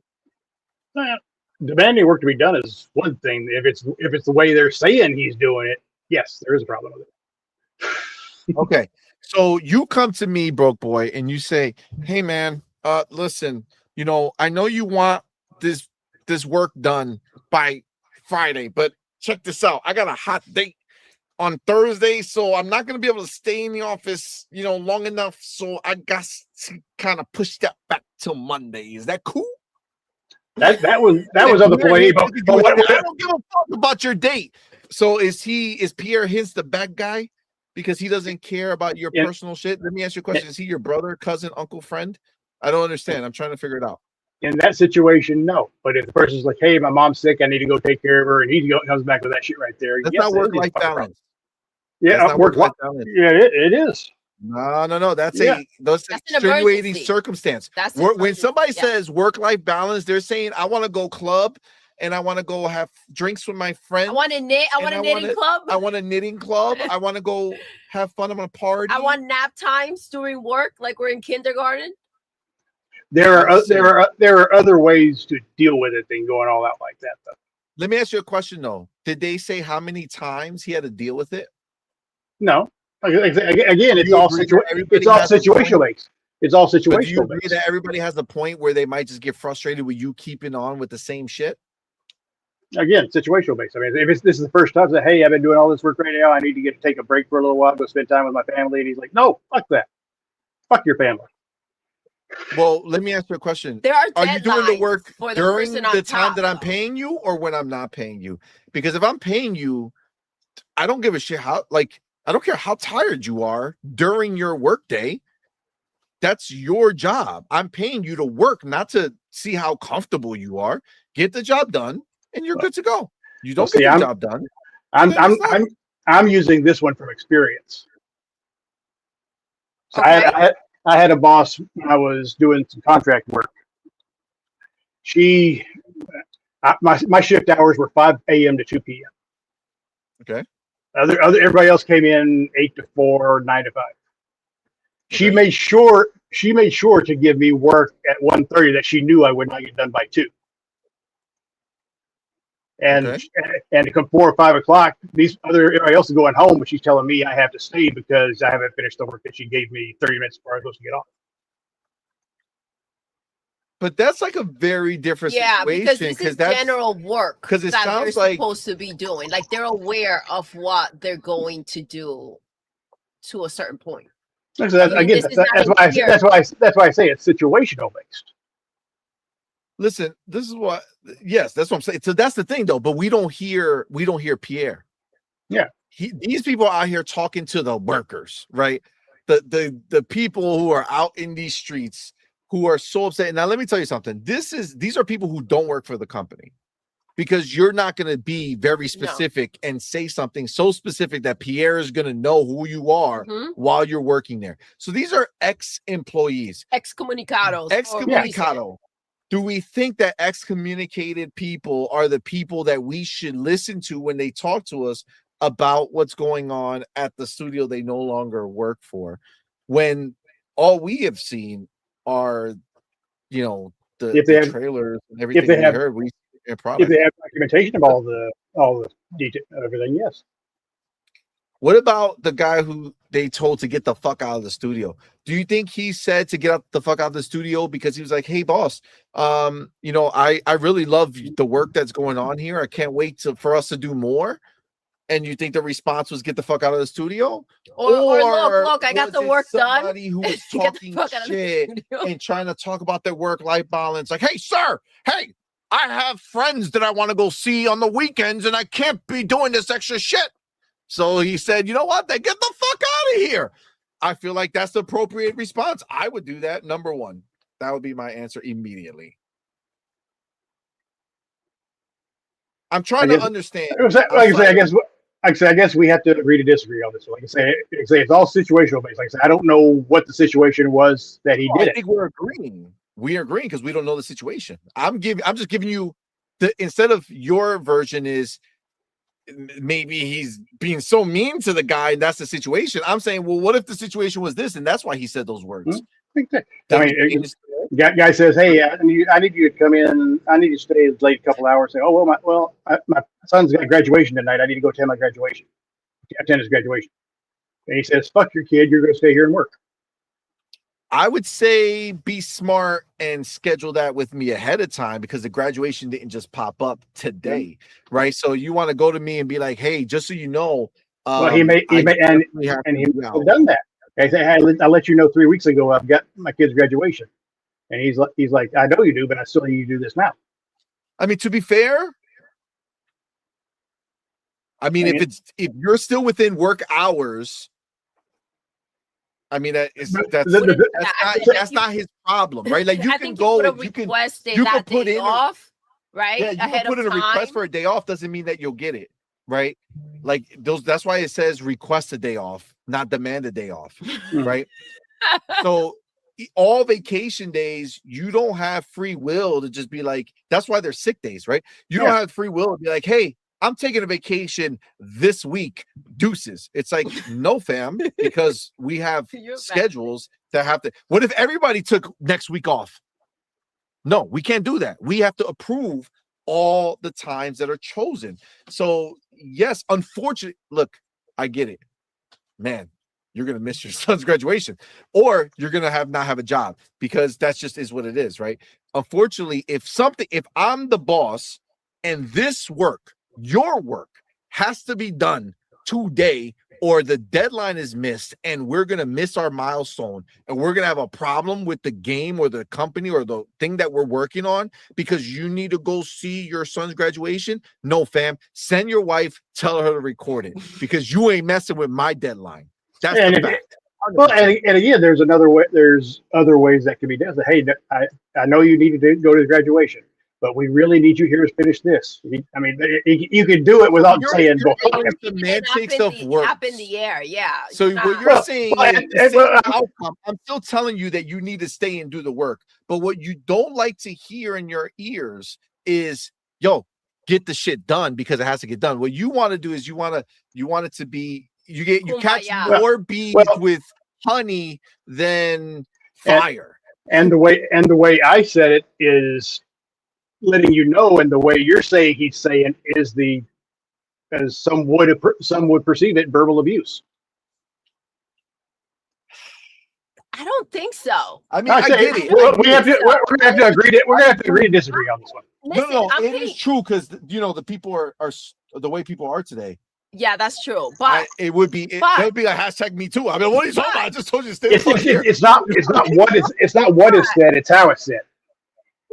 The idea of requesting the time off ahead of time, if there is a deadline, if you're getting paid and this is a clean freaking cut, I mean, get out. If you can't be here to work when I need you, get out. I'm just saying, there's another side to this story. Yeah, well, we don't know all sides. So. Here to say his end. Yeah, what this sounds is like a scorned ex-girlfriend type deal. And I will agree, there are people like that out there who will badmouth just because they lost their jobs or whatever. I mean, I won't deny that. Like I say, but until I know the situation, I can only go by what, not what I think happened with them. I'm just saying in my head, based on prior things that have happened to me. Yeah.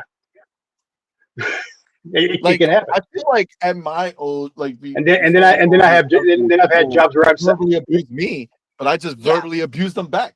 Yeah. And then I've had jobs where I'm salaried and I don't get overtime. And then they have hourly employees. Well, let's say, yeah, but it's an hourly employee's job. We'll say, well, don't have the salaried guy stay and do it because we don't have to pay him extra. I mean, but that's what happens when you take salary. That's the terms and conditions, right, Hargeet? That they hide down below. You taking that salary. I worked for a company. I got 30 grand a year, salaried. And there was a 6 months period where I worked every day during that 6 months. See, but that's the problem where you needed to kind of discuss the situation. Yeah, I'm on salary, but you guys are abusing my hours. I think you're coming from a different perspective. That's just saying. I've got my perspectives from what I've seen. They're affected in a different way with wherever you were working, and so it hits different. So it's not being looked at from this could be a he says, she says situation. And by the way, it is what it is. If this is what you think, I personally think we haven't heard from the dude. Yeah. And to go ahead and go at someone like that, like it would be different if it were more of a he did this, he touched that. Like that's a slap me in the face and call me a bitch. Yes, but that and look at the scratch, or look at the bruise, or look at that's physical abuse. That's physical. Or they were recorded. No. That's verbal abuse. No, the slap is what allows the words to be abuse. Okay. They just go ahead hand in hand. Real quick, we got Lord Ruffus in the building. Thank you for rocking. He says, "Who are likely to treat staff well, Xbox or Sony?" Yeah, I would say Xbox is more likely. And Lord Ruffus, thank you, brother. Back to back with another two. Says more Xbox is bad. So shocked. I gotta sit down. I mean, yeah, bro. It is what it is. No, I mean, I understand. There's levels to this. You know what I'm saying? But I don't think if somebody tells you to get the fuck out, that's not verbal abuse. That's telling you to leave expeditiously. Okay, get the fuck out. You're done. All right. And I tell people before get out of my office. I'm doing something right now. I mean, that's verbal abuse, bro, boy. No, that's verbal abuse. How dare you tell me to get out of your office? I can say it's not what it said; it's how it said. Now, I don't give a fuck. That's also not verbal abuse. I'm not even talking to you. I'm just telling you I don't give a fuck. I don't give two fucks. I don't give three fucks. No, I've had my say something bad to you. I've had my say. We'll let Hargeet. I've had my say. We'll let Hargeet have his. Hargeet, how many fucks do you give? Yeah, this is not easy to determine unless you have all the facts. No, and what I do know is that Halo Studios. These are just words. Yeah. There's so much disarray in that studio. It's very hard to know what's true and not. There's a lot of layers of stupidity that happen in that studio at various teams doing things and then other teams doing competing things. And you're like, why were both of these greenlit? And so it's just that studio needs quite a bit of cleanup. Part of that might be this is what he's doing. is saying, well, I'm not going to tolerate that kind of crap. You were told to do this, you didn't. Why did you go off and do this other thing? If that's the case, then some of it's just it was due to happen. So again, I don't know. I agree with some of the things you're saying as well, Broke Boy, that like there's ways to deal with things, especially in a corporate culture like that. You probably have to be nicer about how you approach these things. That's fair. Work-life balance. I've seen issues like that. Here, I'll give you an example, right? This is in the 90s. We had a guy come in. He was kind of the head of a certain area for IT, for doing their stuff, right? He was in our team, right? He wasn't the top, like we were there to help him back, but he had to go out on paternity.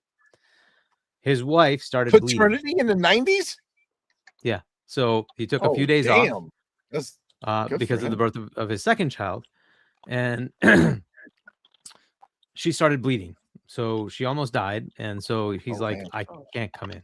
I can't come in. I can't come back. I got to take a week and take care of the newborn while they fix my wife. Right? Yeah. He got reprimanded for that.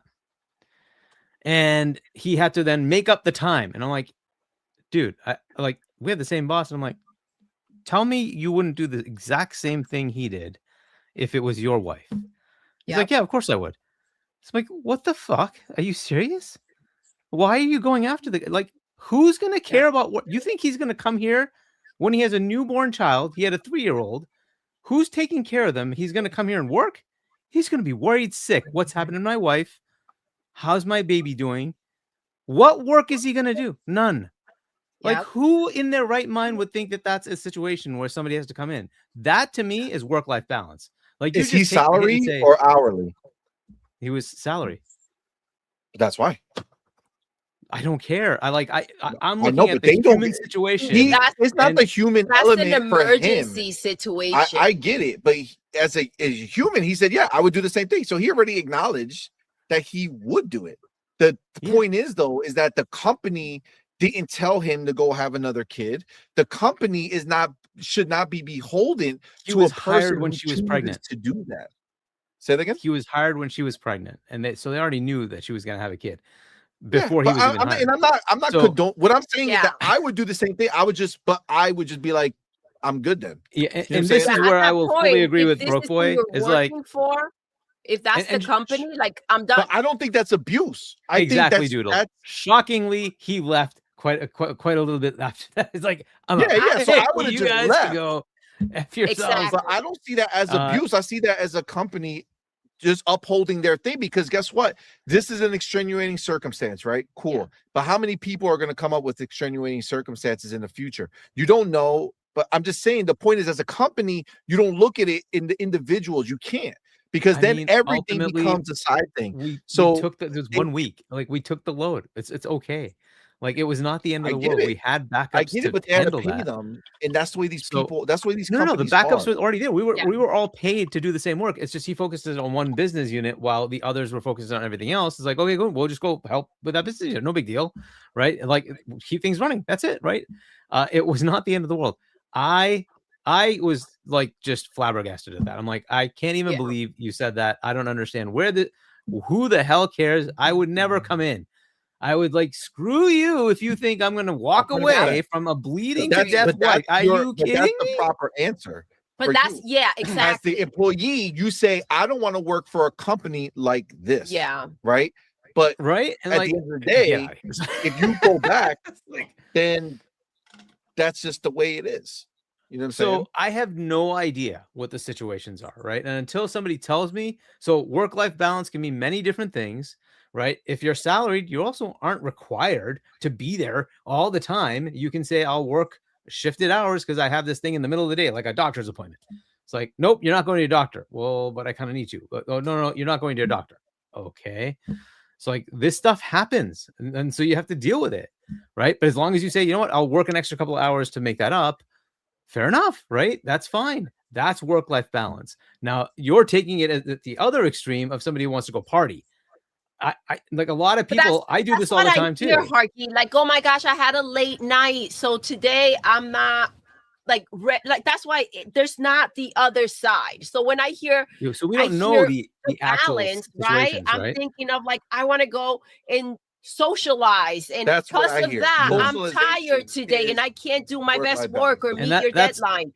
So that's I one need side of it. insight on this thing. So but we don't know the answer here, and that's what it is. So if this is a social thing, and he says, I don't give a fuck, that's one thing. If she says, hey, I can't come in because my wife is bleeding and I have to stay home, and he says, I don't give a fuck, that's a different scenario, that's an right? emergency. But we don't know.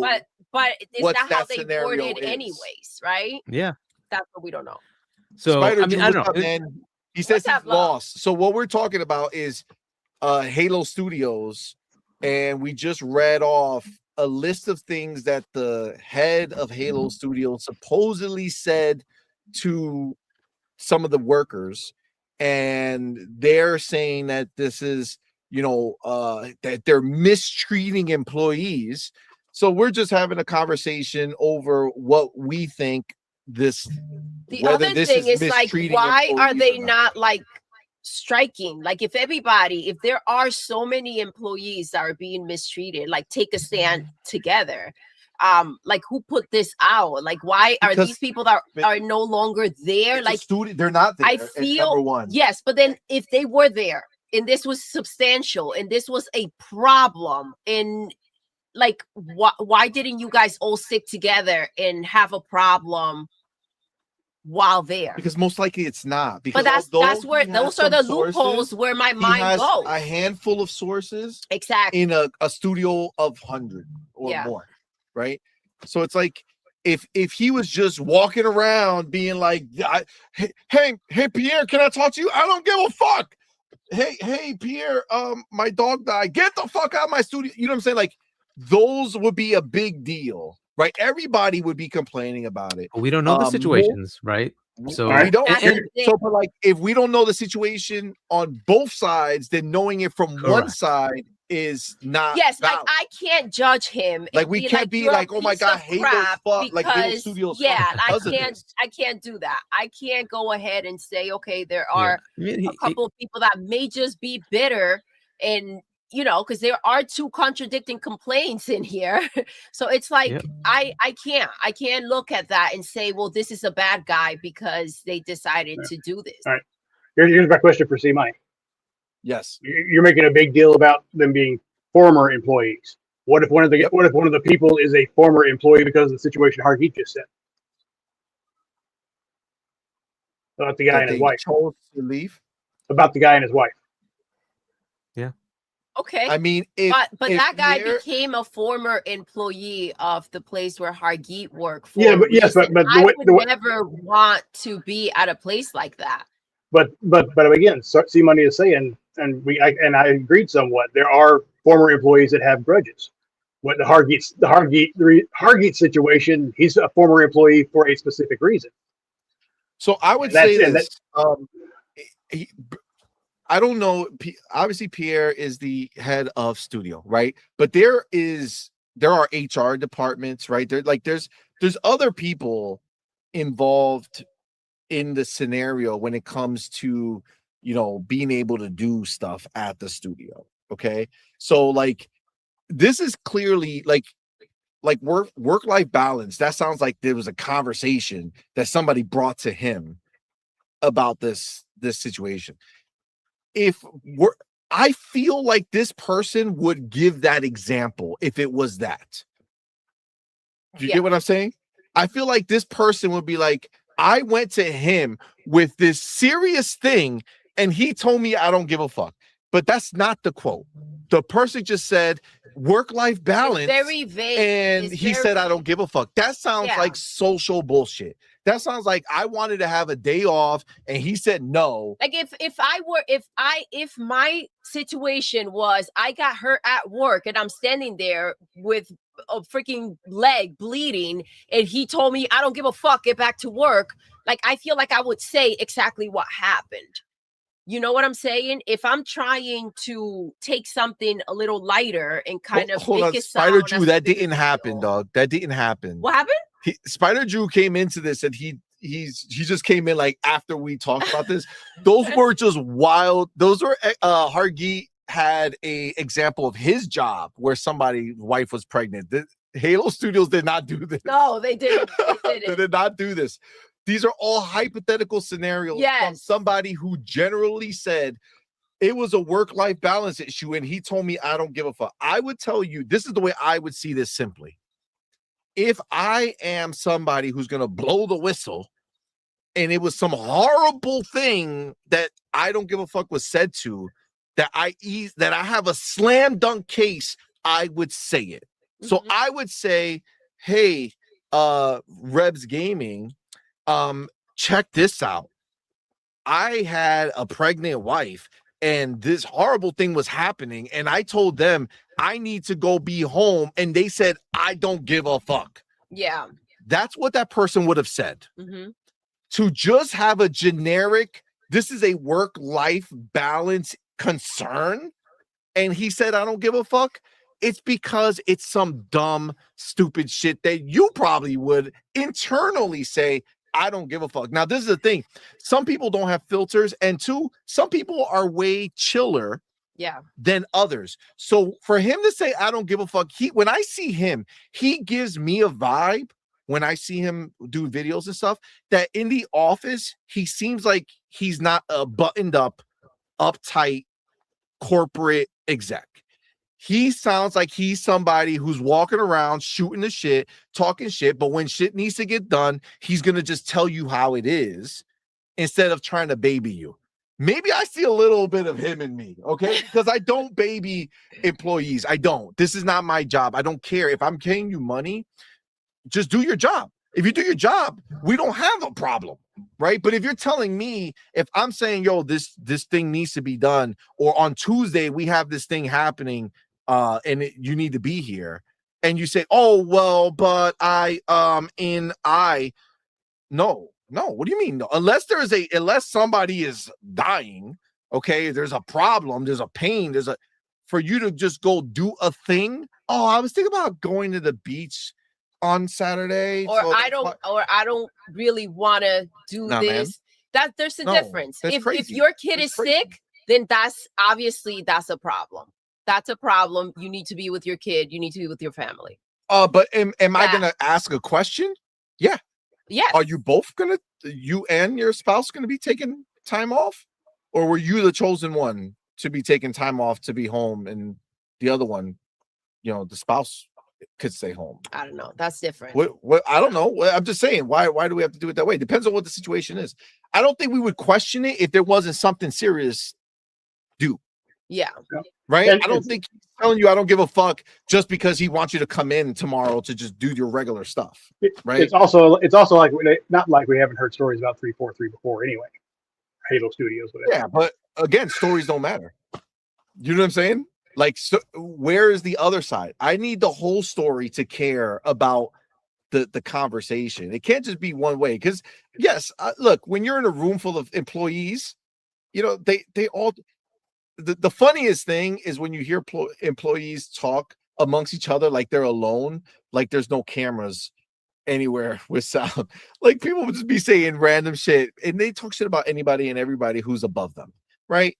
And that's fine. True. I understand, right? Your employees, you're annoyed at the higher ups because there's a boss and you don't like it, and that annoys you, and you wish you can have every freedom to do whatever you want, but unfortunately, that's not the way stuff works. You know what I'm saying? It's just not. Look, this is what I'm going to judge Pierre on, okay? And this is and just being honest.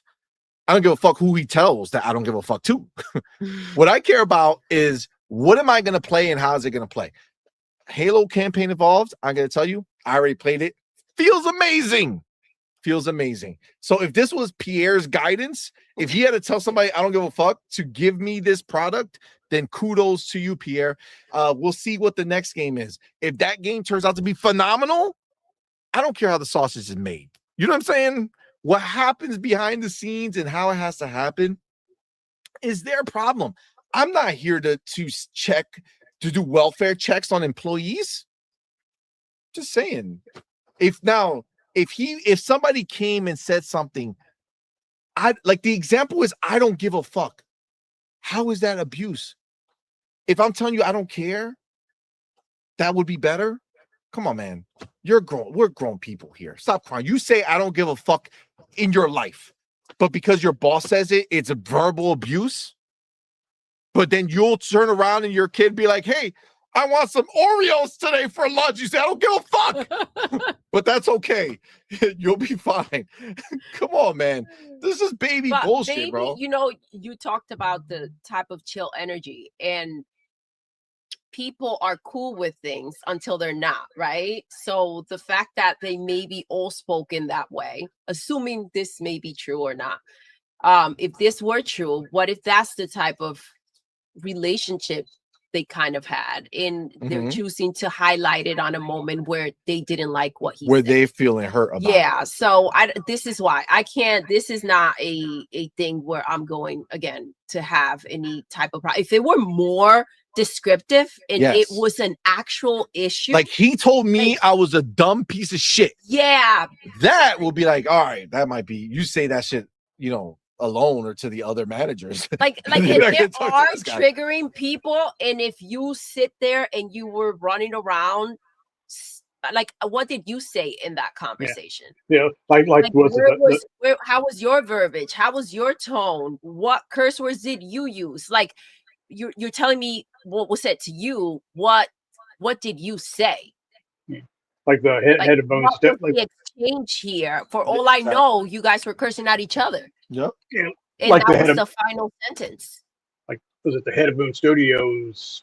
One of the things he got called out for, because they had those issues. He was calling people failed. I won't use the word, but failed what? That could go anywhere. Failed artists, failed abortions. Oh, well, that's a failed random, what? That's a leap. How do you think I would get to that word? No, I'm just saying. That's definitely harassment. I mean, I would just say he's a bit of a dick. And listen, I don't know how old these people are. You know what I'm saying? I grew up in a time where sticks and stones may break my bones, but words can never hurt me. So you say something, it's like, okay, well, he's like a piece of crap. But like dude, like before I did this, like we just curse. Like people would just say fuck this and this and talk shit. Like there's just, I don't know. There's a time and a place. I feel like the same energy that you have with the people around you, obviously anyone can flip the switch. You do have uptight employees. Exactly.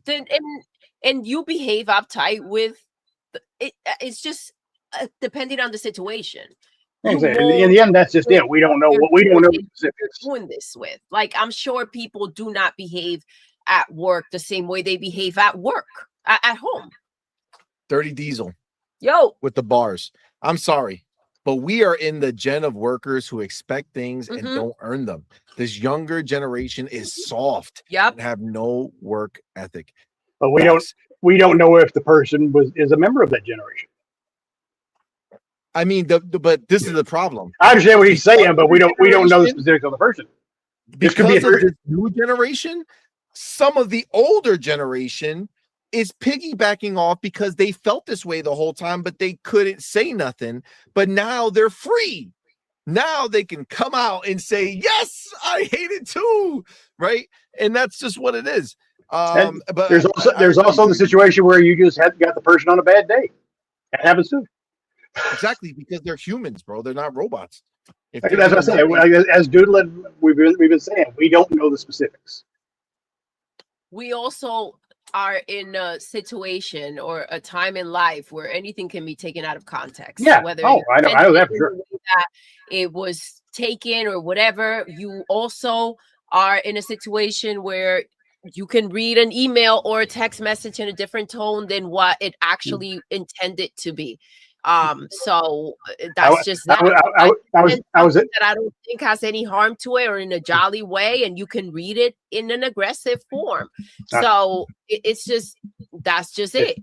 I was talking to somebody one day in my office. This was 15, 20 years ago. I was quoting a movie. I said, yeah. Then the person said, I'll kill you. And somebody just walked by and heard the I'll kill you part and reported me to HR. And I got off for a week while they were doing an investigation.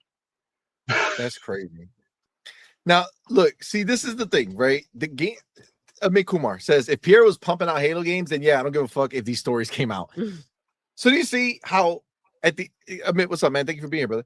But you see how it is where at the end of the day, we don't actually give a shit about any of these other things, assuming that they go ahead and deliver, right? Again, if you got all the but games if you love the game, I do think that if it was a serious situation, the human side of it, it's like, oh crap, I can't believe this happened. Yeah, like that's a whole different thing. Yes, but this is a behind the scenes, he said, she said, people complaining about you wanted me to hit deadlines type of situation, and it's like, just give me the game. This is not something to go back and forth about. I just want, I'm paying for a game, not to come out here and be your protector. Look, I have the I'm full probably quote, some baby. bullshit. I have the full Go ahead. quote from that because this is just like him listing, putting a list together of things. So the full quote from the person who said that says, I was verbally blasted by Pierre.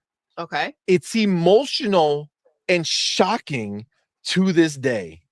I cannot believe Microsoft HR and Microsoft Legal did not give me the time of day. Pierre literally told me to get the fuck out of the studio. It traumatized me. Fam, that told me everything I need to know about by the way, this thing. Verbally blasted happened. Sounds like a one situation. Something took place. He obviously went to HR. He went to talk to anybody he could, and there wasn't. They were like, no. Like you understand that these people's jobs, if you come with a concern that it's a big deal, right? They have to document. They have to, or their job is also on the line. You can't just brush these things off. So if you went to legal, you went to HR, and they both kind of didn't find a reason to go ahead and have a problem, or they heard the Pierre side of the story, and then things didn't just add up, I think I'm going to go with the decision that they made. So, question: when I read, I also don't like I was traumatized. Yeah. It's very. Listen, the wording of that one does make it sound a little strange. Oh, as I said, but again, I'm going back to the I didn't know the situation. Context clues, broke boy. See, but this is why we got to be able to think outside the box. You know what I'm saying? No, this is yeah. Well, I was traumatized for you yelling at me just the way you did a while ago. You verbally blasted me. That's wild. That's also okay. Let's go to Fillmore Pockets. He says, bet it was in camera. Facts. Oh my god. Well, all right. On a lighter note. What's the lighter note? Oh, I put it in the chat. Halo campaign of all went gold today. Oh, it did go gold. It did go gold. Is it 12 o'clock? Oh no, I can't say nothing. No. Can't say happy birthday anymore either. It's 12 o'clock. Well, your birthday is officially over. Technically, it's not my birthday. My birthday is yet to come. It's almost here, but I won't be here. I'm going to be away. This is his birthday. This is the last time you're going to see me. This is the last time you're Work-life balance, damn it. Work-life balance, damn it. You see him, broke boy. Work-life balance, damn it. Say it again. You froze. I said work-life balance, damn it. I know. I'm dealing with that stuff in real life. All right. Others did offer mitigating comments. One defended him. Okay, so here you go. I saw emails sent to Microsoft HR that alleged bullying on the part of Pierre Hintz, criticizing his treatment of staff. However, others did offer mitigating comments. One defended Hintz, emphasizing his passion and dedication to the product. They suggest that he's not necessarily ill-intentioned, but sports a complete lack of tactfulness and people skills in their opinion. There you go. There's a difference of being like, yo, we need to get this shit done. I don't give a shit what you have going on. We need to make this happen. And again, now now we're getting some context. I didn't have context before. See, but this is the thing, bro, boy. You're right. You didn't, and now you do. Okay, that's all. That is all I was gonna say. I would still like to know the actual situation. But the point is I think with all this stuff coming out, we would have known the actual situation if there was a thing to actually say. All right. Well, so, if they were able to talk about it, there are those things called NDAs and everything. Yeah, true. But if he had the NDA, then I doubt that this would be allowed as part of the NDA. So the NDA is not one-sided. Meaning, if I can't say about your situation, you can't say about this situation. You know what I'm saying? It'd be crazy to say the other way. You have to be able to defend yourself. So my question is, at the end of the day, does this just as our sign off? Okay. Is this the nail in the coffin for Halo Studios, and they're just going to give it to Activision going forward? Or is this they need to do something with it anyway. It just seems like they have so many issues right now. Just let somebody else handle it. Yeah. What do you think, Hargeet? Unless they release something, I don't know. It's been 4 years he's been running this thing now. I don't know. They're gonna release Campaign Evolve, which they didn't even do. I want to see the actual game. Well, so to be fair, a lot of people say they didn't even do. Yes, they outsourced a lot of the work, but like I said, I spoke to the art director.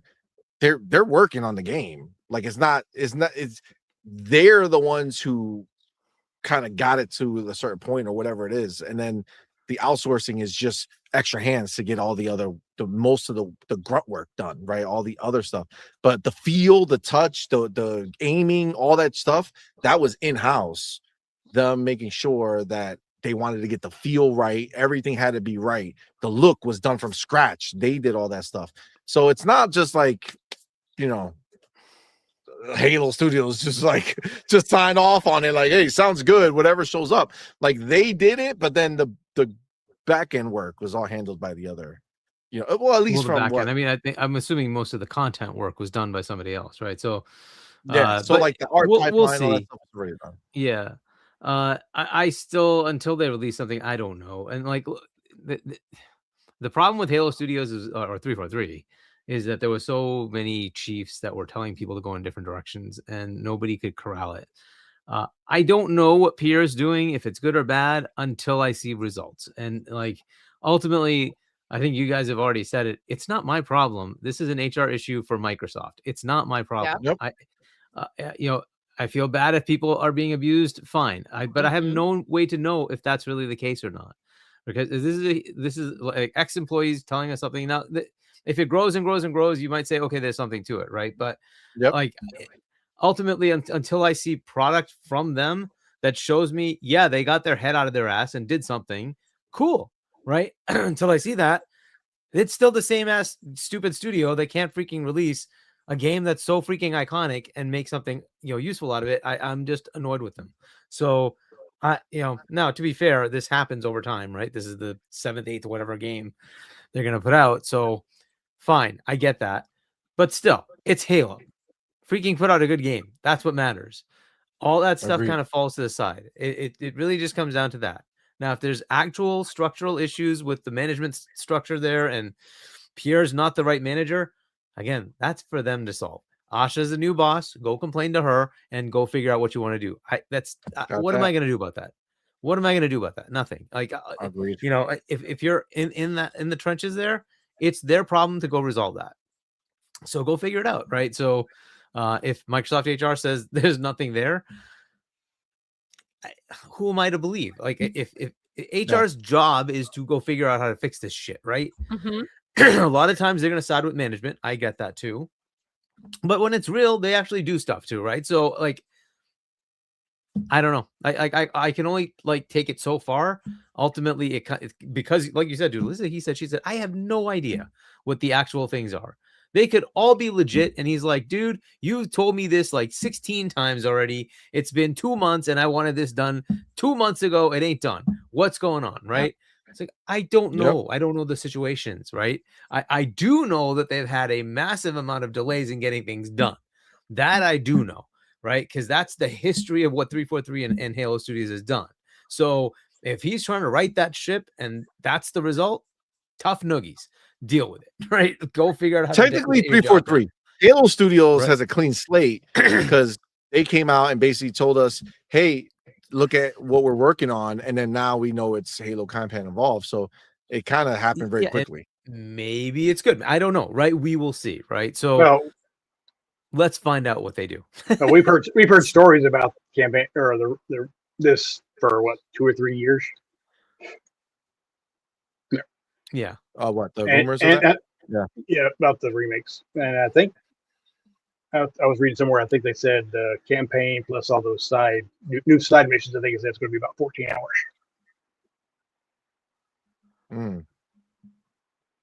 With the new mission, with the new stuff and the with the new stuff, it's going to be 14 hours.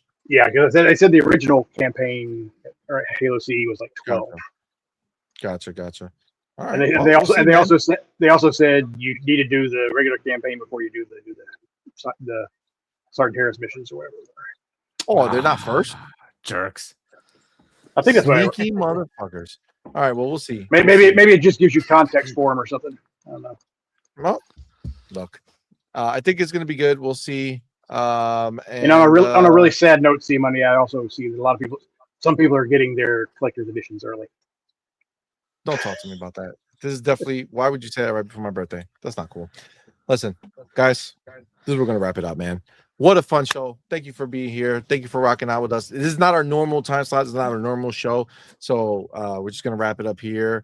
But shout out to everybody who came through. Shout out to everybody who for the warm wishes and the birthday wishes. You guys are awesome. Appreciate y'all. Thank you to everybody who came through to the show today. The homie King David, the homie Josh, of course, Broke Boy and Hargi. Thank you guys. Appreciate it. You guys means a lot to me. All right. So Broke Boy, why don't you let everybody know where to find you before we get out of here? You can find me here normally Tuesday nights. This night was early. And otherwise, you can see me on Twitter. I'll put I still call it Twitter. I don't like calling it X. It makes me feel like I'm saying something on an adult site. I get that. And happy birthday, CMoney, and love you, even though you were harassing me. What? See, abused. No, I feel abused. I feel emotionally abused by this. Emotional, damn it! I still love you guys. I think this is the first time. I think this is the first time I've actually been on a show with Hargeets. It's the first time I was on the show. There you go. All full circle. Look at that. It's CMoney's birthday and you're the one getting gifts. Yeah. I even got to speak to literal gaming royalty, even though he didn't say goodbye to me. Well, you know, listen, just be happy. All right, just be happy. Okay. Don't worry, man. Be happy. Thank you, brother. Let everybody know what you got going on. Where to find you. Is that back to me now? Sorry. You're Hargi. Yeah. So happy birthday, and I guess we won't be together for a few weeks, right? So So not this. So today's Monday. So not this Saturday. The following Saturday. So we'll be back in the building. I think my cousin from England is coming back and the 21st or something like that. So we might be doing stuff with them, but we'll see. So depending on whether I'm available, we'll see. Yeah, we'll still be back on Saturday. Maybe I'll be able to join. But yeah, so have fun on your vacation. Hopefully you'll have some great times and enjoy your birthday. And yeah, you can I guess like catch me today, whatever it is, with Fonz at 7 while you guys are having fun somewhere. So I guess I'll see you guys at some point in the next week, a couple of weeks. So yes, it'll happen, man. Appreciate you. Doodle, where can they find you? I'm not giving that information. Oh man. All right. So, Guys, thank you again. We may yell at each other every now and then, but it's all in fun, and we still love each other. Of course, man. Of course, absolutely. Okay. I put your picture one more time for share. Oh, look at that! What a moment. There you go. That was such a happy day. It's not real, guys. Just joking. Didn't happen. All right, guys. Thank you so much again. Appreciate y'all. Just keep in mind, remember, like I said, this is the last show until not the Saturday, following Saturday. Okay. So thank you. And no Tuesday next week. No Tuesday next week. Okay. Saturday. So everybody's on vacation. You know what I'm saying? Fillmore Pockets. Thank you, man. Happy birthday, Fillmore. Happy birthday to my birthday twin. Yes. Awesome panel and chat. Have a happy 19th birthday. 19th birthday. 19th birthday. That's the year I married Doodle. That's when you were. That's when your life had meaning. So there you go. Look at me. Damn. Able to make now your life doesn't have meaning. I was able to make a fantastic decision. I thought you married Doodle when she was 19. No, when I was 19. No, when he was. No, okay. She married me when I was 19.